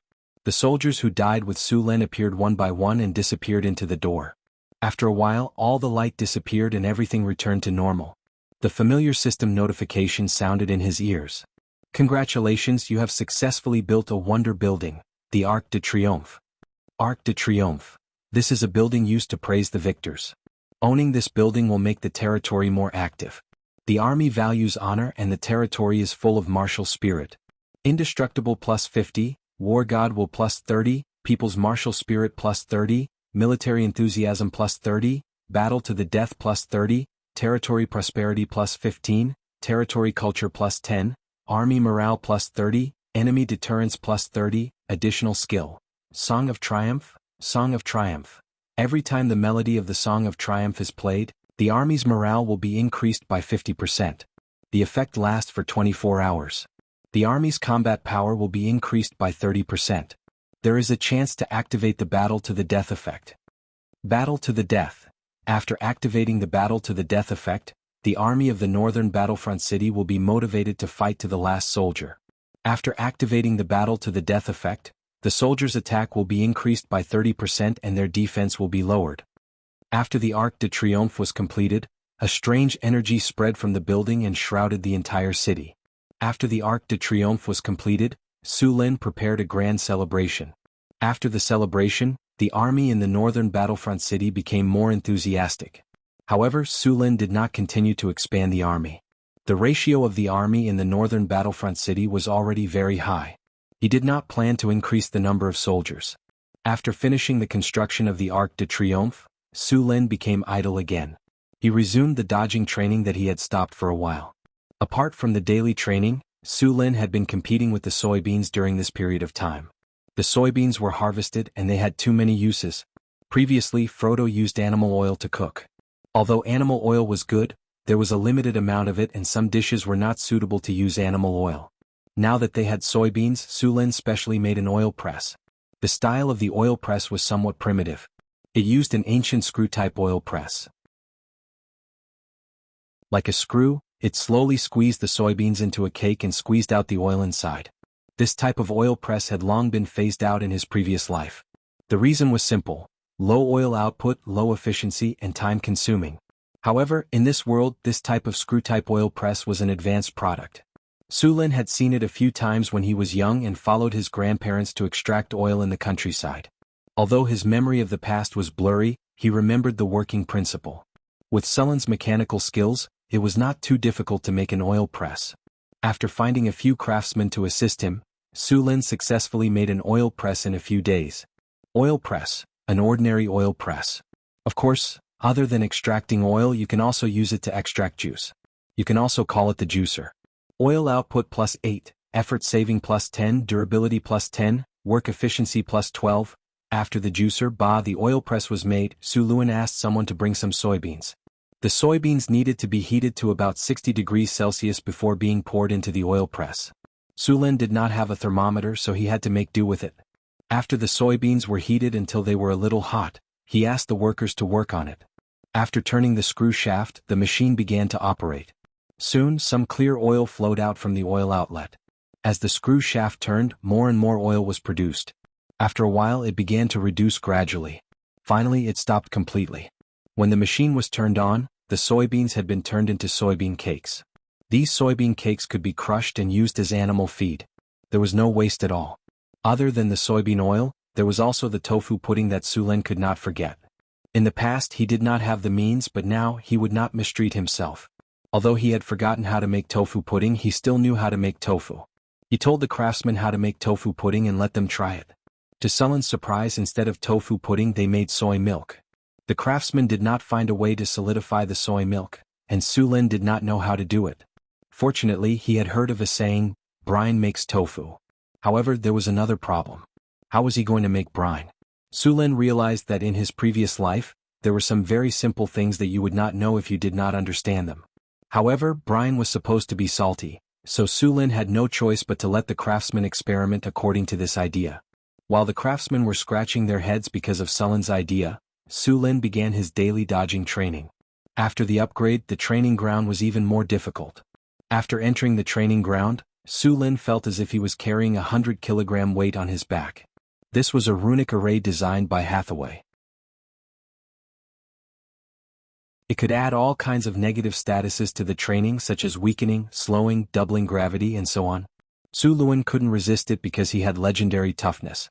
Moreover, his constitution was very high. If he resisted it, these spells would most likely fail the test of toughness, and the result would be a huge drop in the training results. After various debuffs appeared on his body, he activated the training ground and arrows shot out rapidly.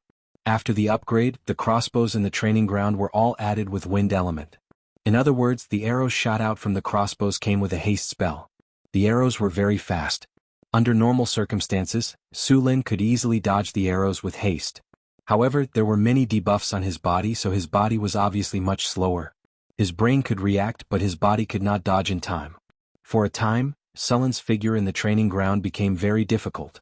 This situation was because the brain had not adapted to the body. However, after dodging for a while, Sullen's control of his body finally improved. Although his speed did not increase, his dodging was not so difficult. After adapting to the training, Sulin began to increase the difficulty. The arrows he used to attack changed from 5 to 7, and there was also a pair of machetes. Sulin was once again in a difficult situation. The difficulty of the training ground increased little by little. After about an hour, the training ended. At this time, Sullen's training clothes were already in tatters. Although Sullen's performance was not bad at the beginning, as the difficulty increased, another mace would be swung at him as soon as he dodged the axe. Before he could dodge, more than a dozen arrows would block his dodging space. If it were not for his strong constitution, he would have been lying on the ground. However, although he looked miserable, Sulin also gained a lot of benefits. During the training just now, Sulin had turned off the system notification. After the training was over, he checked the system log. Congratulations, host. You have obtained the information of jump dodge after the hard training. Your jump dodge experience has increased. Congratulations, host. You have obtained the information of intuition dodge after the hard training. Your intuition dodge experience has increased. Congratulations, host. You have obtained the information of flexible dodge after the hard training. Your flexible dodge experience has increased. And the last line made his eyes light up. Congratulations, host. Your jump dodge experience is full. You have obtained the talent, jump dodge. Congratulations, host. Your flexible dodge experience is full. You have obtained the talent, flexible dodge. Sulin was a little surprised to get 2 dodges at one time, but it was a pity that he did not get intuition dodge. Intuition dodge could be said to be the strongest among the basic dodges. After mastering intuition dodge, it was just like the literal meaning. He did not need to see it with his eyes and could only rely on his intuition to dodge. This talent was also the most difficult to get among the basic dodges. After intuition dodge, there was proficiency in intuition dodge. It was even more difficult to get this talent. Even if there were powerful rogues, there were very few who could master this talent. This kind of person had a very strong intuition for danger, and it was also very difficult to sneak attack them. Of course, proficiency in intuition dodge was not the most powerful talent. After entering the realm of legends, some people would get the sixth sense talent similar to supernatural powers. This talent was a bug. It seemed to have some ability to predict the future. It was said that the gods generally had this sixth sense talent. As for the more advanced, super sixth sense, this was already a legendary talent. People who had this talent could be regarded as little experts and dare to venture into all kinds of dangerous areas. However, this talent could not be obtained through postnatal training. Even the upper level, sixth sense talent was innate or naturally awakened after entering the realm of legends. After going through various commandments and completing many practices, it was possible to further strengthen the sixth sense talent. For other professions, it was completely dependent on luck. Sulin did not think that far yet. He now wanted to max out his basic dodges and get proficiency in intuition dodge. Although it was still not as good as the sixth sense talent as a legendary powerhouse, it was almost enough. After all, he was not a rogue. He basically relied on dodging to survive. Although he did not have the sixth sense talent, he had the legendary battle reflex. Coupled with parry, the effect was not bad. Chapter 231. After the Arc de Triomphe in Northern Town City was completed, many workers and slaves were free. As a black-hearted capitalist and an evil slave owner, there was no way he would let his workers rest. The next day he announced the construction plan for the city. The first thing he needed to do was to upgrade the granary. The granary in Northern Town was very simple and crude. After all, they did not have a lot of food. However, due to the harvest altar, the food production had skyrocketed. Northern Town's granary was now full. In order to preserve the food, some of the granaries were taken out for storage. However, they could only be stored temporarily. After all, potatoes were not easy to preserve. Without a professional granary, the potatoes would sprout easily. Potatoes were different from other crops. The sprouted potatoes were poisonous. Once they sprouted, they would be inedible. The granaries in North Town City were built underground. The space above ground only took up a third or even less. This kind of underground granary had a low internal temperature, which made it easier to preserve the food. Since it was located in the underground, even if a fire broke out, only the top layer of the food would be burned down. The food buried in the underground would be fine. Su Lin attached great importance to the granaries. He specifically found an official from the basic level to be in charge of the granaries. He also set up a strict management and inspection system. He did not want a fire dragon to burn the granaries, or soldiers from the dead to borrow food, like in ancient times. The granaries in northern town were built in the northwest, close to the Red Sand River. The aqueduct was close too. Once a fire broke out, it would be solved in the shortest time possible. A granary could store around 10 tons of food. Su Lin planned to build 20 to 30 granaries. The food they stored would be enough to feed northern town for 3 years. These granaries were the reserve granaries. They would not be used under normal circumstances to prevent wars and other disasters. Apart from the strategic reserve granary, northern town also had a normal granary. This granary was used to provide food for northern town. As for the strategic reserve granary, it would not be used unless it was purchased at a low price. Even if the food became moldy after a long time, it would be sent to the winery to be brewed. With 1,000 craftsmen and even more slaves, the granaries in the North Town city were built very quickly. A standard granary had a diameter of 8 meters and a depth of 6 meters. The granary was located in a relatively high area in the North Town city. The ground was dry and hard, and there was a layer of bricks inside the granary. The bricks were covered with chaff and hay to prevent moisture. In order to build this granary, Su Lin had read a lot of information and asked those experienced craftsmen. Then he started the construction. After all the granaries were excavated, they were dried with firewood. The next step of construction was not started until there was no more moisture. The interior of the granary was paved with a layer of bricks. The sand from the Red Sand River was washed, dried, and placed into the granary. Together with the chaff and hay, the granary took 7 days from start to finish. When the last door was put in, the granary was considered complete. Excellent granary, indestructible plus 23, durability plus 24, fire plus 28, moisture resistance plus 26, insect and rat repellent plus 25, mildew reduction plus 25. As it turned out, Su Lin's granary was quite good. All the granaries in the future were built according to this model. After establishing the standard, Su Lin asked the craftsman to build according to this standard. Then he went to Hathaway's laboratory. The books and materials he got from the necromancer last time had been given to Hathaway, along with some potions he got from the necromancer. Today Hathaway informed him that those potions had been identified. He went to Hathaway's lab. Now Hathaway's lab was several times bigger than before. The functions inside were more complete. When Su Lin came in, a clay golem opened the door for him. Hathaway's lab was no longer the same as before. There were 6 clay golems alone. These golems were in charge of all kinds of basic work in the lab. Sometimes they would also help Hathaway with some dangerous experiments. Hathaway, have these potions been identified? Su Lin looked at the various bottles on the test bench next to him and asked. These bottles were no different from when Su Lin sent them. Yes. Hathaway nodded gently. She didn't raise her head. She was holding a carving knife in her hand and was carving a dragon skin armor. A mysterious runic array quickly formed in her hand. Then Hathaway snapped her fingers. All kinds of materials that had been mixed flew out of the box next to her. These materials quickly fused under the control of magic. Then, as if they had a life of their own, they fused into the dragon skin armor that had been completely engraved with runes. The aura dissipated and the runes shone brightly. Then the brilliance faded, and the dragon skin armor returned to its previous ordinary appearance. Strong Gale Dragon Skin Armor plus 3. Indestructible plus 10, Light and Flexible plus 8. Spell Resistance plus 10, Acid Resistance plus 10, Spells, Haste, Bull Strength. Once a day. Additional effect. Deterrence, originated from the innate ability of dragons. Although your own creatures don't have a powerful dragon deterrence like a real dragon, their majesty is still a great deterrence to lower creatures. When the dragon skin armor was made, part of the Euron's deterrence effect was retained.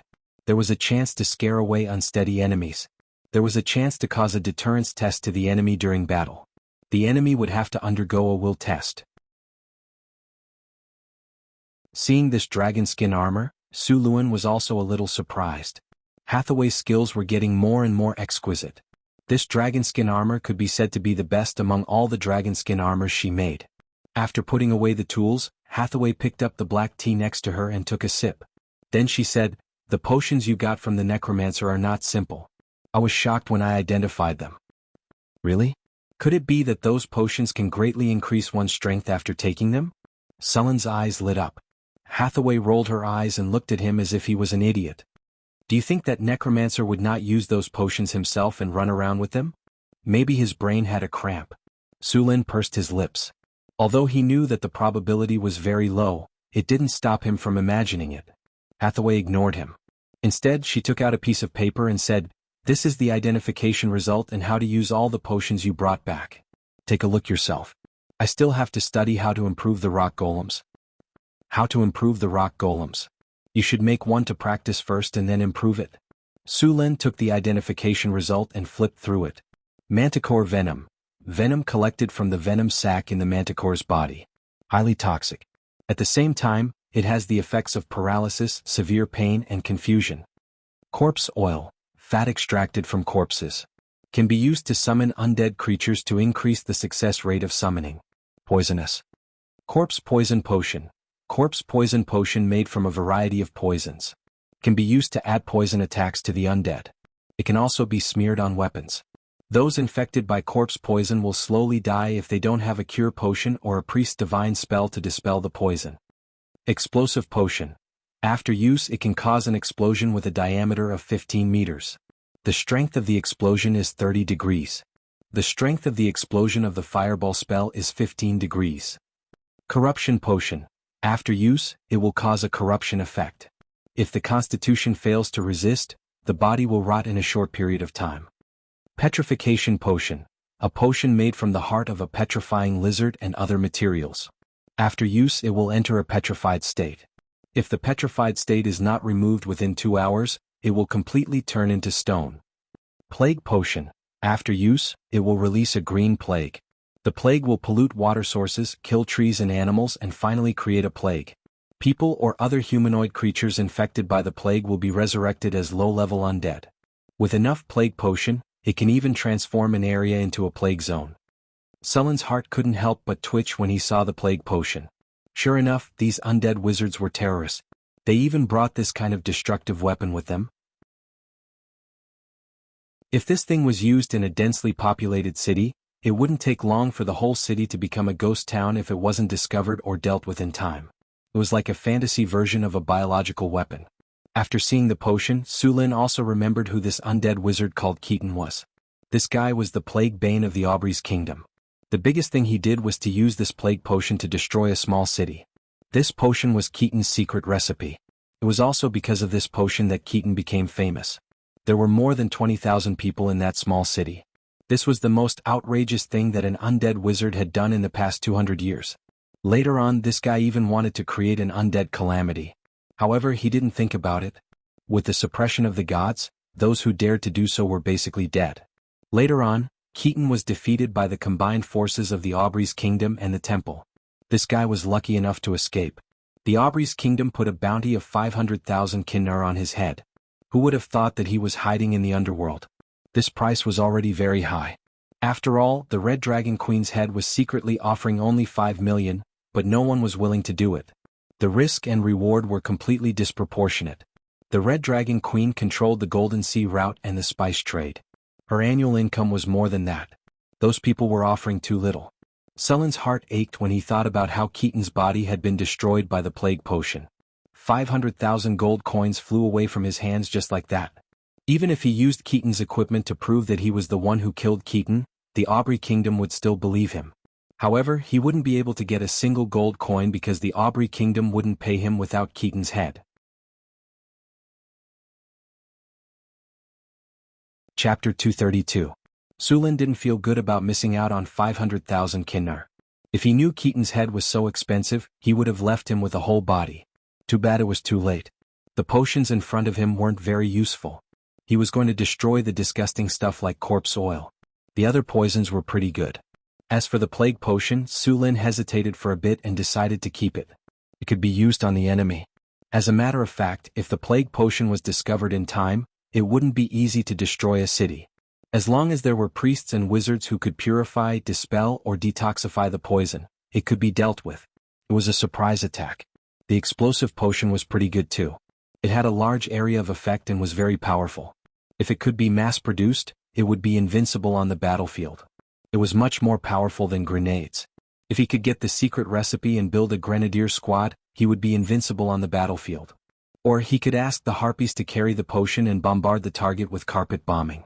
The effect would be enough to flatten a city. Su Lin picked up a bottle of explosive potion and asked, "Hathaway, can you derive the recipe for the explosive potion?" "The recipe for the explosive potion? That's a bit difficult. I'm not sure how long it will take," Hathaway replied as she flipped through the book, "but the cost of this explosive potion isn't cheap. You'll have to be prepared if you want to mass-produce it." "Don't worry, it's just money. Northern Battlefront City is full of money now," Su Lin said generously. After annexing Orlando, the Grey Dwarf, Northern Battlefront City had more than 10 million Kinner residents. On top of that, they were earning a few $100,000 every month. It wouldn't be a problem for them to buy a duchy. "Alright, I'll do it. But I suggest you recruit a few alchemists and wizards. I have too much work to do right now and my time is limited," Hathaway said. Su Lin looked at Hathaway's lab and nodded. "You do need to recruit more alchemists and wizards. It's just that Northern Battlefront City is too secluded right now. It's not well known among wizards. I'm afraid it's going to be hard to recruit wizards," Su Lin said with a headache. Although the Northern Citadel was developing well, there weren't many people who came to join. Even those scholars were forced by Su Lin. "Do you have any good suggestions?" "Most wizards are short on money. Hire them with money." Hathaway felt a little helpless. Many wizards were otakus. If they were not doing experiments, they were doing research or they were meditating and practicing spells. The only reason they were willing to serve the nobles was money. "Alright, that's all we can do." Su Lin felt a little helpless. In fact, he had something that could attract a large number of wizards, and that was mithril. As long as he spread the word, a large number of wizards would come knocking on his door in less than a month. However, if that happened, Su Lin might not even be able to keep his silver mine. "Then I'll go first." Su Lin put away the potion and was ready to leave. "Wait, I'm going to make a stone golem. Can you help me?" Hathaway said. Su Lin had experienced the power of a stone golem in the trial space before. Each one of them weighed a few tons and had thick skin. Although they were a little slow and had no magic attacks, they were still very useful on the battlefield. Otherwise, wizards wouldn't have made them into a regular army. As for the stronger steel golems, Hathaway still couldn't make one. They required a large amount of soul crystals to be activated.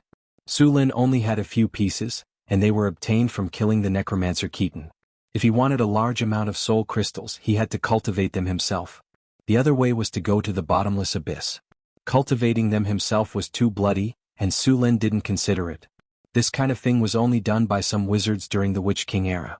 Later, the Witch King era disappeared and this kind of thing was listed as a taboo. Now, the only way he could think of to get a large amount of large soul crystals was to go to the bottomless abyss. As long as it was an elite-level demon, one could obtain a large piece of soul crystal after killing it. If one killed a high-grade demon, one could obtain a legendary-level soul crystal and even the divine power of the demon. Of course, it was very difficult to do so. The Arcane Kingdom once invaded the abyss, and those powerful arcanists drove the floating space city into the abyss. It caused the fall of several abyss demons. It was also in those wars that the gods began to fear the power of the arcanists. As for cultivating large soul crystals, this kind of thing was the devil's forte. They would lure greedy people through contracts, and then use various methods to lure the contractor to fall and set up various traps. It was said that after suffering, there was even a chance to get a legendary soul crystal. Of course, this statement had not been confirmed. However, the devil lured people to fall, let them be immersed in their own desires and then harvest their souls. The probability of getting a high-quality soul crystal was very high. It was said that the method of cultivating soul crystals during the Witch King era was learned from the devil. There were many materials for the rock golem, from the general granite golem to the top obsidian golem. The difficulty of construction was different, and the price was also very different. An ordinary rock golem cost 50,000 to 60,000 kinnar, while an obsidian golem cost almost 100,000 kinnar. The obsidian golem's magic resistance and physical resistance were not comparable to the general rock golem. In terms of magic defense, even the steel golem was not as good as it. The rock golem that Hathaway built was an ordinary granite golem, and the soul core only needed a medium-sized soul crystal. Su Lin had more than 30 of this level of soul crystals, all of which were contributed by the necromancer. Speaking of which, this necromancer was really a good person. Not only did he give them EXP and equipment, but he also gave them books, knowledge, and materials. He was simply the captain of the transport team. The materials for the rock golem were now available in the northern battlefront city. The high-quality granite was directly sent to the quarry, and then the carvers would carve it. The process of making a rock golem was not too complicated, and it was not too difficult for the two who already had experience in making clay golems. The creation of the rock golem could be divided into 3 parts. The first part was the construction of the body parts. This step could be done by taking them apart. Fortunately, the northern battlefront city had a large number of carvers, and Su Lin was relieved to let them carve it. The second part was the assembly of the body parts. This step was like piecing together a toy model, completely piecing the rock golem together. Of course, when piecing together they had to pay attention to the runic array inside the rock golem. The third part was the casting and activation. This part required Hathaway to cast the spell. She had to activate the soul center of the rock golem, and at the same time she had to activate the life construct. In fact, Su Lin had considered whether he could set up a production line for rock golems in the future. As long as the production line was started, he could mass-produce rock golems like an assembly line. He was not the first to have this idea. In the era of the floating city, in addition to a large number of wizards living in each floating city, there were also a large number of rock golem legions. These rock golem legions were produced using the assembly line method. This was also why the arcanists in the era of the Arcane Empire could rely on the rock golem legions to beat the demons who had always relied on the human wave tactic to the ground. After all, the birth rate of demons really could not keep up with the production rate of rock golems. A rock golem was about 3 meters tall and needed about 3,000 pounds of rock. After carving, the weight would be slightly reduced. Of course, there were also some large rock golems that weighed up to several tons. The main craft of making a rock golem was carving, and it required the use of magic essential oils and runic matrices. The carving craftsman would solve the problem of carving. As for the runic matrices, they needed Hathaway to carve them. After carving the runes, they also needed to use gemstone powder, magic alloy, and other materials to completely integrate them into the body of the rock golem. This step was also very important. Gemstone powder and magic alloy could be said to be the most expensive things in the rock golem, apart from the soul crystals. Su Lin optimized and modified some parts of the rock golem according to the principles of mechanical control. Finally, the rock golem was assembled. After the assembly was completed, it needed to be activated with the soul crystals and cast the spell to activate the life of the construct. Although all this was very simple, Su Lin and Hathaway were busy for 5 days to make a rock golem. The two of them went back and forth between the Lord's castle and the laboratory almost every day. It took 3 days just to carve the runes and improve and optimize the energy transmission system, and 2 days to carve and assemble. The carving of each part of the rock golem was done strictly according to the dimensions given by Su Lin. The head, torso, and limbs were all made separately. The advantage of this was that even if the carving was broken, it was easy to replace. All the parts of the rock golem were made into standard parts, and it was more convenient to assemble the rock golem. After the parts were made into standard parts, it was very easy to repair the rock golem. If a part was broken, it could be replaced directly. As long as the soul core was not damaged, the rock golem would not die. This was also the preparation that Su Lin made in advance to try to build a rock golem factory in the future. After the final assembly was completed, Hathaway took a medium-sized soul crystal and began to activate the rock golem. She also cast the spell to activate the life of the construct. Su Lin had not figured out how to replace these steps.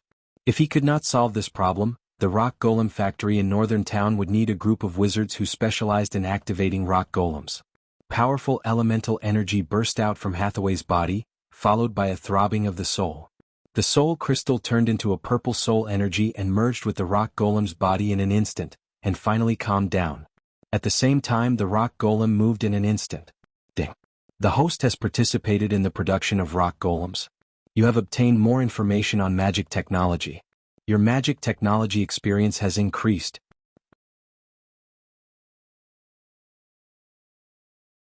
Chapter 233. Northern Wasteland. It was already midsummer. Even though Northern Wasteland City was located in the north of the continent, the weather was still very hot. Su Lin was lying in his room with 2 small wind elementals acting as electric fans. The wind blew gently, and there was a fruit platter on the table next to him. There were all kinds of fresh and juicy fruits on the fruit platter. Just looking at them was enough to whet one's appetite. Su Lin was lying in a rocking chair. The 2 maids, Angela and Annie, were massaging his calves and shoulders. Chris was sitting at the side. She picked up a tender cherry and put it in her mouth before feeding it to Sulin. Sulin opened his mouth and ate the cherry. He hugged Chris and took a bite. This was what life was like. Northern Wasteland City had been developing well recently. It was also because of this that Sulin had the time to enjoy the luxurious life of a feudal noble. "My lord, there's an urgent military situation." Just as Sulin was enjoying his luxurious life, a guard reported from outside the door. "Come in," Sulin said lazily. Angela and Annie's massage was too comfortable. His entire body felt soft and relaxed. "My lord, there's a large-scale battle in the Sierra de Lotus in the north. It's speculated that both sides are powerful magic beasts." "Have you confirmed what kind of magic beasts it is?" Sulin asked. "The reconnaissance team has already sent people to investigate. There's no news so far." "I see." Sulin waved his hand. There had been a few news reports about high-level magic beasts recently. Sulin was also curious. After this year, the high-level magic beasts in the northern wasteland seemed to have entered the active period. Under normal circumstances, high-ranked magic beasts had their own territories. They would divide their territories, and under normal circumstances, these high-ranked magic beasts wouldn't easily leave their territories. But now, there were continuous fights between high-ranked magic beasts. Aside from this, when Sulin was building Mirror Lake City, he discovered that it wasn't just magic beasts, even wild beasts were becoming restless. Winter wolves rarely appeared in the northern city, but there were 5 of them last time. Even the patrolling army often reported that there were wild beasts attacking the territory. This was very unusual in Sulin's eyes. Under normal circumstances, wild beasts would not attack humans, especially human armies. Under normal circumstances, those wild beasts would avoid human armies. Things like this rarely happened unless there was a lack of food in the winter. The starving wild beasts had no other choice but to attack the territory to obtain food. It was summer now, the time when the plants in the northern wasteland were the most lush. The water and grass were abundant, and wild beasts were multiplying. It was the time of the year when food was the most abundant. During this time, wild beasts would not provoke humans. But now, there were wild beasts attacking human territory. Sulin thought for a while but couldn't figure it out. He was a bit annoyed. After saying goodbye to Hathaway, Sulin went to the lab to find Hathaway. If there was anyone in the territory who had the most knowledge, it would probably be Hathaway. Karina and Grace were a bit behind. When he arrived at the lab, Hathaway was drawing on the lab table. Sulin glanced at the drawings. There were stone golems of different sizes on the drawings. These stone golems had been separated into different parts. At the same time, the composition and runes on them were a bit different. At the same time, there were some golems that Sulin had never seen before. They should be the ones recorded in the book that Sulin obtained from the necromancer. "What kind of golems are these?" Sulin asked curiously. The golems on the drawings were very different from the stone golems. They didn't have the heavy feeling of the stone golems. On the contrary, they had smooth lines and looked very agile. Their hands were sharp claws and they also had a pair of wings. "These are gargoyle golems," Hathaway explained. "This kind of golem is a variant of the rock golem. Unlike ordinary golems, gargoyle golems have the ability to fly and don't have the weakness of ordinary rock golems. Gargoyles move very quickly." "They can fly?" Sulin asked in surprise. "Yes, they are flying golems." Hathaway nodded. "And these golems are very different from the stone golems. Normal stone golems aren't made as professional combat units. The stone golems made by wizards are multi-purpose golems. They can help their masters with their work, and they can also fight in critical moments. These gargoyle golems are different. They are completely made for combat, so they are called battle golems." "Battle golems? How are they fighting?" Sulin asked with great interest. "Not bad. Their attack power is close to that of the stone golems, but their defense is a little lower. If they fight with the stone golems, they can't do anything to each other. If they fight with the obsidian golems, the gargoyle golems are no match for them. However, these golems were designed to fight against air units." After hearing Hathaway's explanation, Sulin also understood the characteristics of these gargoyle golems. First, they were more expensive than stone golems, but less expensive than obsidian golems.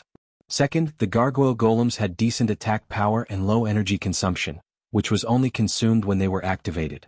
The dormant gargoyle was like a normal stone golem, so it didn't consume any energy. Third, they could fight against air units, which was the original intention of the gargoyle golems. Ordinary golems, from clay golems to stone golems to steel golems, basically didn't have the ability to fight against air units. They could only do so after special modifications. The gargoyle golems were specifically designed to deal with air units. Most wizard schools had the technology to create ordinary golems, but after the modification of the basic golems, there was a big difference. Each school had their own technology to create golems. For example, the armor golem looked like a knight's plate armor. It was flexible and fast, and its cost was lower than that of the stone golems. There was also the skeleton golem, which cost even less. The gargoyle golem was a special type of golem in the necromancer school. The cost of this golem was only half of the obsidian golem, and it also used some knowledge of the necromancer. Because it used obsidian as its main body, the gargoyle golem had high magic and physical resistance.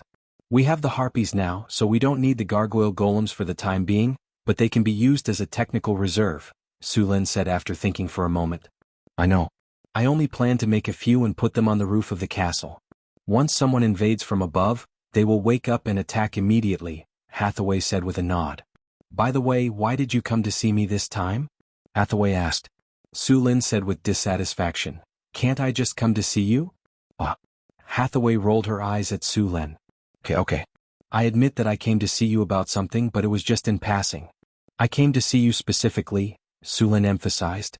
Hathaway looked at Sulin without saying anything.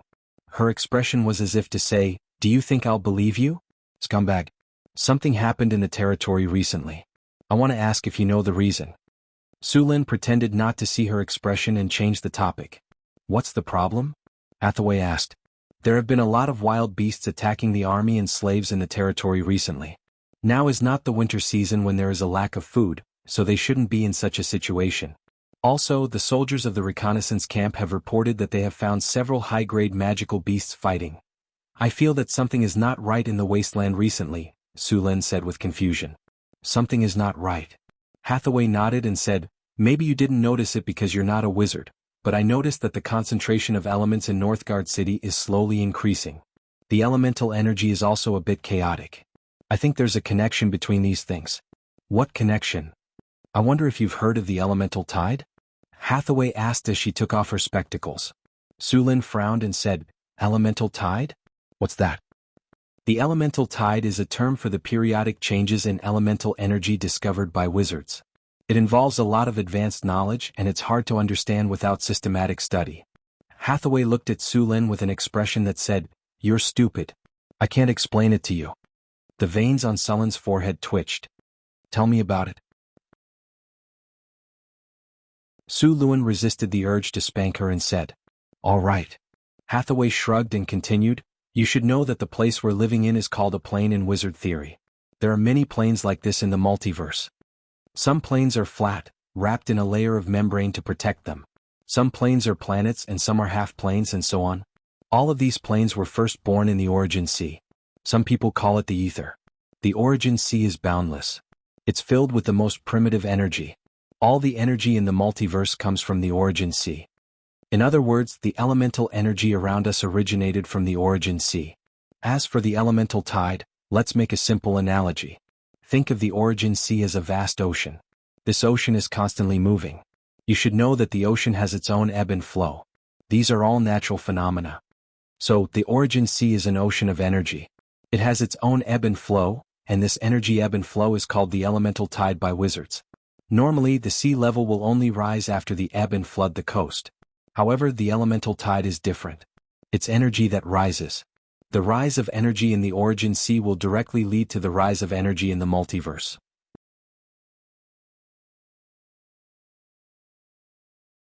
Chapter 234. So, in the multiverse, there will be an increase or decrease in the concentration of elements. At the same time, the distribution of the energy is not uniform.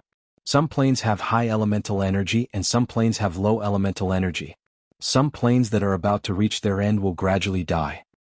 You're saying that our world is experiencing an elemental tide? Sulin asked. Not so stupid, Hathaway praised, looking like a child that could be taught. Sulin looked at the little witch with his spear. The elemental tide cycle is very long. Half of the time, it's 500 to 800 years. Sometimes, it can even last for thousands of years. The time is not fixed. If it lasts for so long, how can you be sure that it's caused by the elemental tide? Su Lin was a little curious. And it's only happening to beasts and high-level magical beasts. Why doesn't it happen to humans? Hathaway looked at Su Lin with a look of disdain. As early as a few decades ago, the wizards predicted that the elemental tide was about to start. After all, it's been a few hundred years since the last elemental tide. As for the beasts and magical beasts, it's because they are more sensitive to elements than humans. Many beasts may look like normal beasts, but who knows if they have the blood of magical beasts. These beasts can easily mutate during the elemental tide and evolve into magical beasts. Magical beasts are born to control elements. In terms of their sensitivity to elements, even wizards can't compare. Didn't you learn a domain? Open your domain and feel the changes in the elemental energy in your domain. You should find something. Su Lin nodded, then slowly closed his eyes and activated his lightning domain. He did not move the elemental energy around him. Instead, Su Lin opened up his huge spiritual network and began to feel the elemental energy around him. Soon he found that the elemental energy around him was a little different. The elemental energy in the outside world was a lot denser today and it was very active. He could also clearly feel that the consumption of energy when he used his domain had decreased. There are many benefits to the elemental tide. For example, it will make it easier for wizards to cast spells, and the number of ordinary people with the potential to become a wizard will also increase. Other than these benefits, the disadvantage is that the magic beasts will become more powerful, and their numbers will also increase. The elemental tide is fair to everyone, including magical beasts. The requirement to become a wizard was very high. If he wanted to become a wizard, he had to have at least 18 points of spirit. Of course, as a child with the potential to become a wizard, there would need to reach at least 12 points. Then, according to the training method of wizard apprentices, there would reach 18 points when they reached adulthood. Under normal circumstances, the apprentice would be trained between the ages of 8 to 14. Only those who had a will of 12 points would have the opportunity to become a wizard. It was said that during the period of the Arcane Empire, the arcanists had a magical weave. As long as one's mental strength reached 15 points when they reached adulthood, they could become an arcanist. The magic net greatly reduced the threshold for becoming an arcanist, which led to the number of arcanists in the Arcane Empire being 100 times more than the current wizards. The huge number of arcanists created the glorious civilization of the Arcane Empire. Su Lin slowly opened his eyes. Just now he had felt the difference in the world.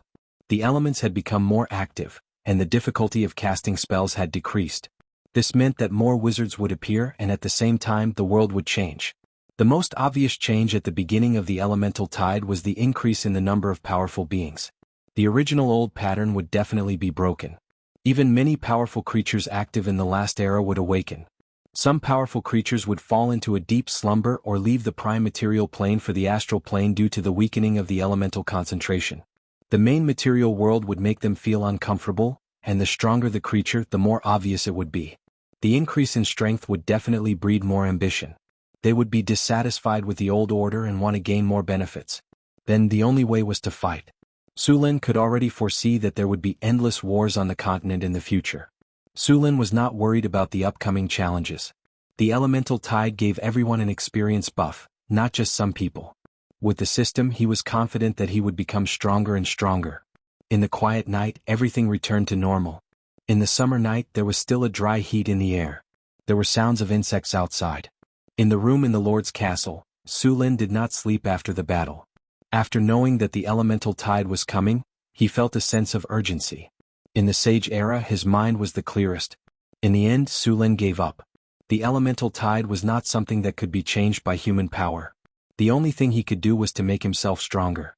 He could not change the changes in the world, so he had to occupy an advantageous position in this change. After thinking it through, Su Lin no longer hesitated. He hugged the soft body beside him and found a comfortable position to fall asleep. When he woke up the next day, Su Lin felt refreshed. Hathaway and Alex had not woken up yet. The little succubus Chris had already left. Su Lin got dressed under the care of Angela and Annie. After getting used to the feudal aristocratic life of being served by others, it felt great. After a simple breakfast, Su Lin did some simple exercises. Then he started his work for the day. During this time, the summer grain had started to mature. The wheat planted in the northern city could be harvested. A portion of the wheat would be sent to the city lord's castle. The other portion would be sold. In addition to purchasing the summer grain, Su Lin went to the military camp. During this time, the army in the northern city did not engage in any large-scale battles. However, there were continuous small-scale battles. Some of the spearmen had finally been promoted to the spear guard. Now, there were only 2 formation breaker soldiers in the northern city. If he wanted to obtain more soldiers, he would need a large number of spear guard soldiers to undergo training. The training method of the formation breaker soldiers was crueler than that of the spear guard soldiers. After a period of training, they would be arranged to try to advance. If Su Lin could recruit 700 formation breaker soldiers, he could completely rely on the formation breaker to defeat the orc army like the last time he encountered the orc invasion. Now, the strength of the soldiers in the northern city had begun to develop into a high-end combat force. With the beginning of the elemental tide, the enemies they would encounter in the future would become stronger and stronger. In the face of such enemies, the effect of ordinary soldiers was infinitely close to zero. Moreover, the population of the northern city limited Sullin's ability to use the human wave tactic. Since he could not gain an advantage in numbers, he could only crush them in terms of quality. As long as he had enough time, Su Lin was confident that he could obtain more spear guard soldiers and formation breaker soldiers. However, while Su Lin was training, more and more attacks began to occur in the territory. In order to ensure the safety of the territory, Su Lin began to send more people to the territory. At the same time, he took the initiative to eliminate the potential dangers around the territory. In order to let more spear guards become spear guards, Su Lin personally led the spear guards to clear out all kinds of monsters. The Thorn Forest was the name Su Lin gave to the area because there were a lot of low shrubs growing in the forest. According to the scouts, there seemed to be magic beasts appearing here. In fact, the stronger a beast was, the faster it would evolve into a magic beast.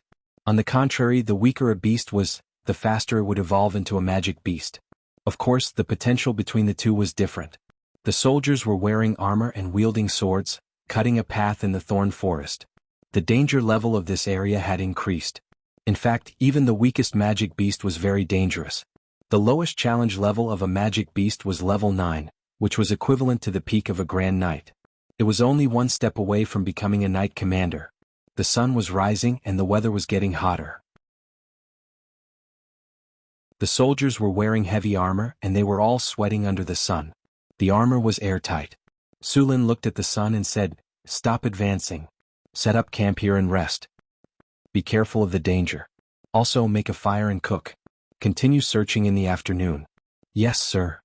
The soldiers breathed a sigh of relief and began to find a cool place to rest. Although they were resting, none of the soldiers took off their armor. Even their weapons were placed where they could easily reach. They were ready to fight at any time. On the other side, some of the soldiers began to set up camp. According to the requirements, even if it was a temporary camp, it had to be protected. This was a special requirement in the training of the Northern Town Army. Fortunately, they had brought a lot of tools, so they set up camp quickly. Some of them set up camp, while others began to collect firewood, cut trees, and dig up some wild vegetables and mushrooms. Many of the soldiers in the Northern Town Army had undergone wilderness survival training. After all, the barbarians lived in the wilderness all year round. They had a lot of wilderness survival skills. Although they couldn't read and couldn't even write their own names, they were like fish in water in the wilderness. They didn't have to worry about starving to death. Even in the wilderness, they could identify the size and species of animals based on their footprints. With such ability, Su Lin naturally wouldn't let it go. Therefore, the Northern Town Army included wilderness survival training. If someone from the previous world saw this, they would instantly understand that Su Lin was planning to train all the soldiers according to the requirements of the special forces. The construction of the camp was very fast. At the same time, smoke rose from the kitchen. The soldiers took out the dry food they had prepared and poured it into the pot. Then they added some wild vegetables and mushrooms. Soon the aroma of the food filled the air. Just as everyone was about to eat, a scream suddenly came. Su Lin didn't even think. His body turned into a shadow and rushed over.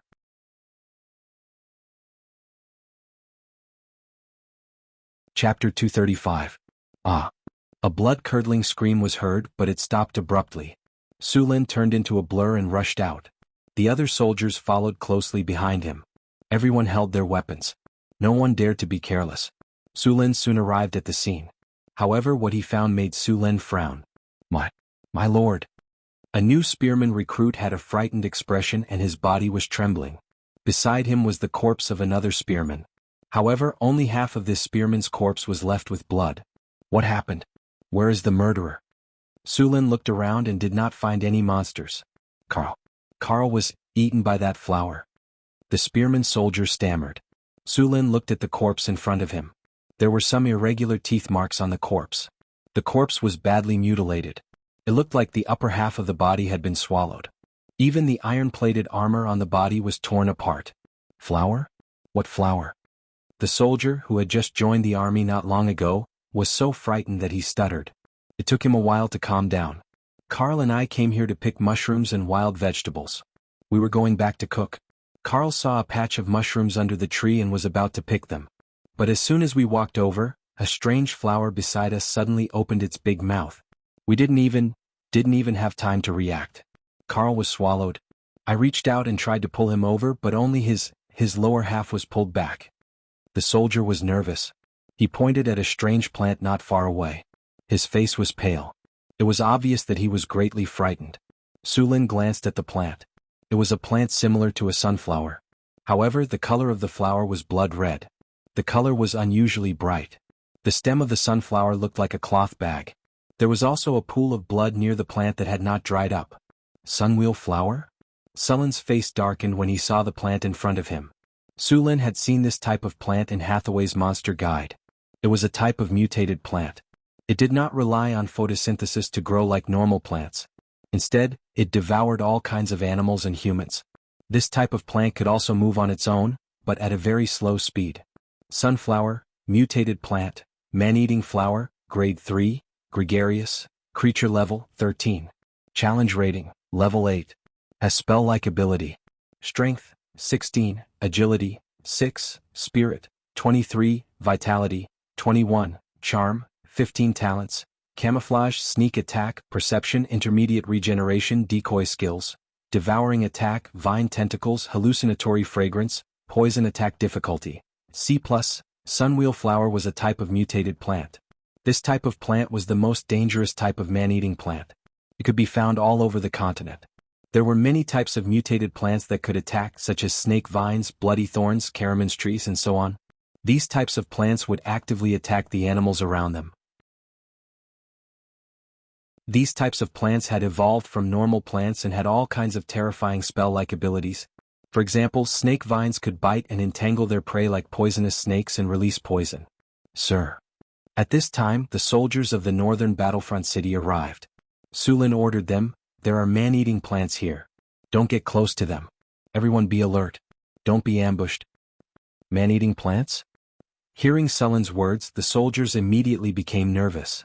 They looked around the plants and scanned the area. Kate looked at the body on the ground with a grim expression. "Sir, what kind of plant is this? It swallowed a person in one bite." As a hero that Sulin had discovered from the army, Kate's strength was not outstanding. However, he had sharp instincts on the battlefield and was very suitable to be a commander. Sunwheel flower. Sulin uttered a name. "Sir, how do we deal with these plants? Why don't we just set this place on fire and burn it all down?" Kate whispered. "We brought some kerosene this time. It shouldn't be a problem to set this forest on fire." The surrounding forest was so quiet that it made people's hearts palpitate. The forest in front of him gave him a very dangerous feeling. Sulin shook his head. "It's useless. These plants are very resistant to fire. Their roots are underground. If you want to burn them, you'll need a lot of kerosene." Sunwheel flower's ability was not only to ambush and swallow people, but also its fragrance. This kind of plant's fragrance had a very strong hallucinogenic ability. It could make people fall into hallucinations unknowingly and then be controlled by the plant. Sometimes, the number of people was not an advantage for this kind of plant. Sulin flipped his palm and a sharp sword appeared in his hand. He then moved his body and rushed toward the sunwheel flower. This kind of man-eating plant had a special characteristic, which was that it would become very lazy when digesting its prey after swallowing. At this time, as long as they didn't attack, they wouldn't attack again under normal circumstances. Moreover, when they were digesting food, the reaction of these man-eating plants would also be reduced. Experienced adventurers would prepare some cattle, sheep, and other animals for them to devour. When they were full, they would suddenly attack. As a grade 3 plant, they were very strong. Although they were only rated C+ in the Monster Guide, if you were careless, the consequences would be unforgettable. No, there might not be a future. This kind of plant's rating was because they had very obvious weaknesses. As long as you knew their weaknesses and made a corresponding attack plan based on their weaknesses, there were still many ways to deal with them. However, as plants they had one thing in common. Their most fatal weakness was the underground part. Su Lin tiptoed and quickly rose up. The sharp sword in his hand slashed toward the sunwheel flower in front of him. The flower-shaped parts on the surface of the man-eating plant were its feeding and digestive organs. The bulging thing that looked like a bag was the body of the Northtown city soldier. As Su Lin expected, when Su Lin attacked, the sunwheel flower's reaction was much slower. When Su Lin's sword stabbed into the stem, the sunwheel flower suddenly attacked. A large number of vines shot out from the ground. Su Lin's sharp sword cut horizontally. It was a plant, but it felt like cutting rubber with a knife. The vines broke and bright red liquid flowed out of the cracks. It looked like blood. These vines were very strong. Although they had been cut off, they kept twisting after falling to the ground. It felt like the tentacles of an octopus were cut off. Whoosh. At this moment, the huge mouth that looked like a sunflower suddenly opened. The huge mouth opened ferociously. Inside the huge petals of the sunwheel flower, there were densely packed dagger-like teeth. If you were bitten by these teeth, you would immediately be torn into pieces. Inside the petals there were things like blood vessels. Those were channels used to transport nutrients. At this time, the body of the soldier inside was already beyond recognition. At the same time, a bloody smell came mixed with the smell of acid. It was the digestive fluid secreted by plants to digest their prey. Su Lin stabbed a few times, causing some damage to the petals. However, these were not fatal. At the same time, a large number of root-like things suddenly broke out of the ground and surrounded Su Lin. Sword skill, sweep sword skill, cut iron. 2 streaks of sword light shot out from the sword. The power of the sword light was so great that it directly cut the surrounding plant roots into 2. The roots were cut off, causing severe pain to the sunwheel flower. The sunwheel flower's mouth also involuntarily twisted. Then, the huge petals suddenly opened like a bloody mouth and bit Su Lin. However, although it was fast, it was far from enough compared to Su Lin. How could it be bitten? He slid left and twisted his body. Not only did he avoid the sunwheel flower's attack, but he also took the opportunity to backhand the sunwheel flower's roots. The roots, which were as tough as dragon skin, were not cut off. Su Lin moved quickly. He did not withdraw the sword in his hand. Instead, he followed the trace and cut directly. Faced with high-speed cutting, the sunwheel flower's tough roots could no longer withstand it. The ferocious mouth was directly cut off. Even so, the sunwheel flower's mouth did not show any signs of death. Instead, it kept twisting and struggling on the ground. Immediately afterward, a large number of roots broke out of the ground and madly besieged Su Lin. These roots directly formed a circle, encircling Su Lin in the middle, and then wrapped around him in an instant. There were also many barbs on these roots. If one was wrapped around by them, they would definitely be torn into countless pieces. Thunderstorm spell. Strong lightning burst out from Su Lin's body. As the power of lightning was the most likely to trigger negative effects, under such dense lightning, all the sunwheel flower's roots trembled in an instant. Many of the roots were directly electrocuted into charcoal. The strong electric current flowed along the roots into the sunwheel flower's underground part. Even the sunwheel flower's underground part was constantly trembling from the electric current. Not far away, there was a bulge on the ground that was neither big nor small. Seeing this, Su Lin's eyes flashed with lightning. Lightning spear. Powerful lightning gathered in Su Lin's hand in an instant, forming a spear completely made of lightning. Then he waved his arm. The lightning spear instantly pierced the air, then pierced the soil and instantly sank into the bulge. A muffled sound of thunder came from the ground under his feet, like winter thunder. Then, the trembling roots on the ground instantly lost their support and fell down one after another. A large amount of lightning jumped back and forth on the ground, and it took a few seconds for it to slowly dissipate.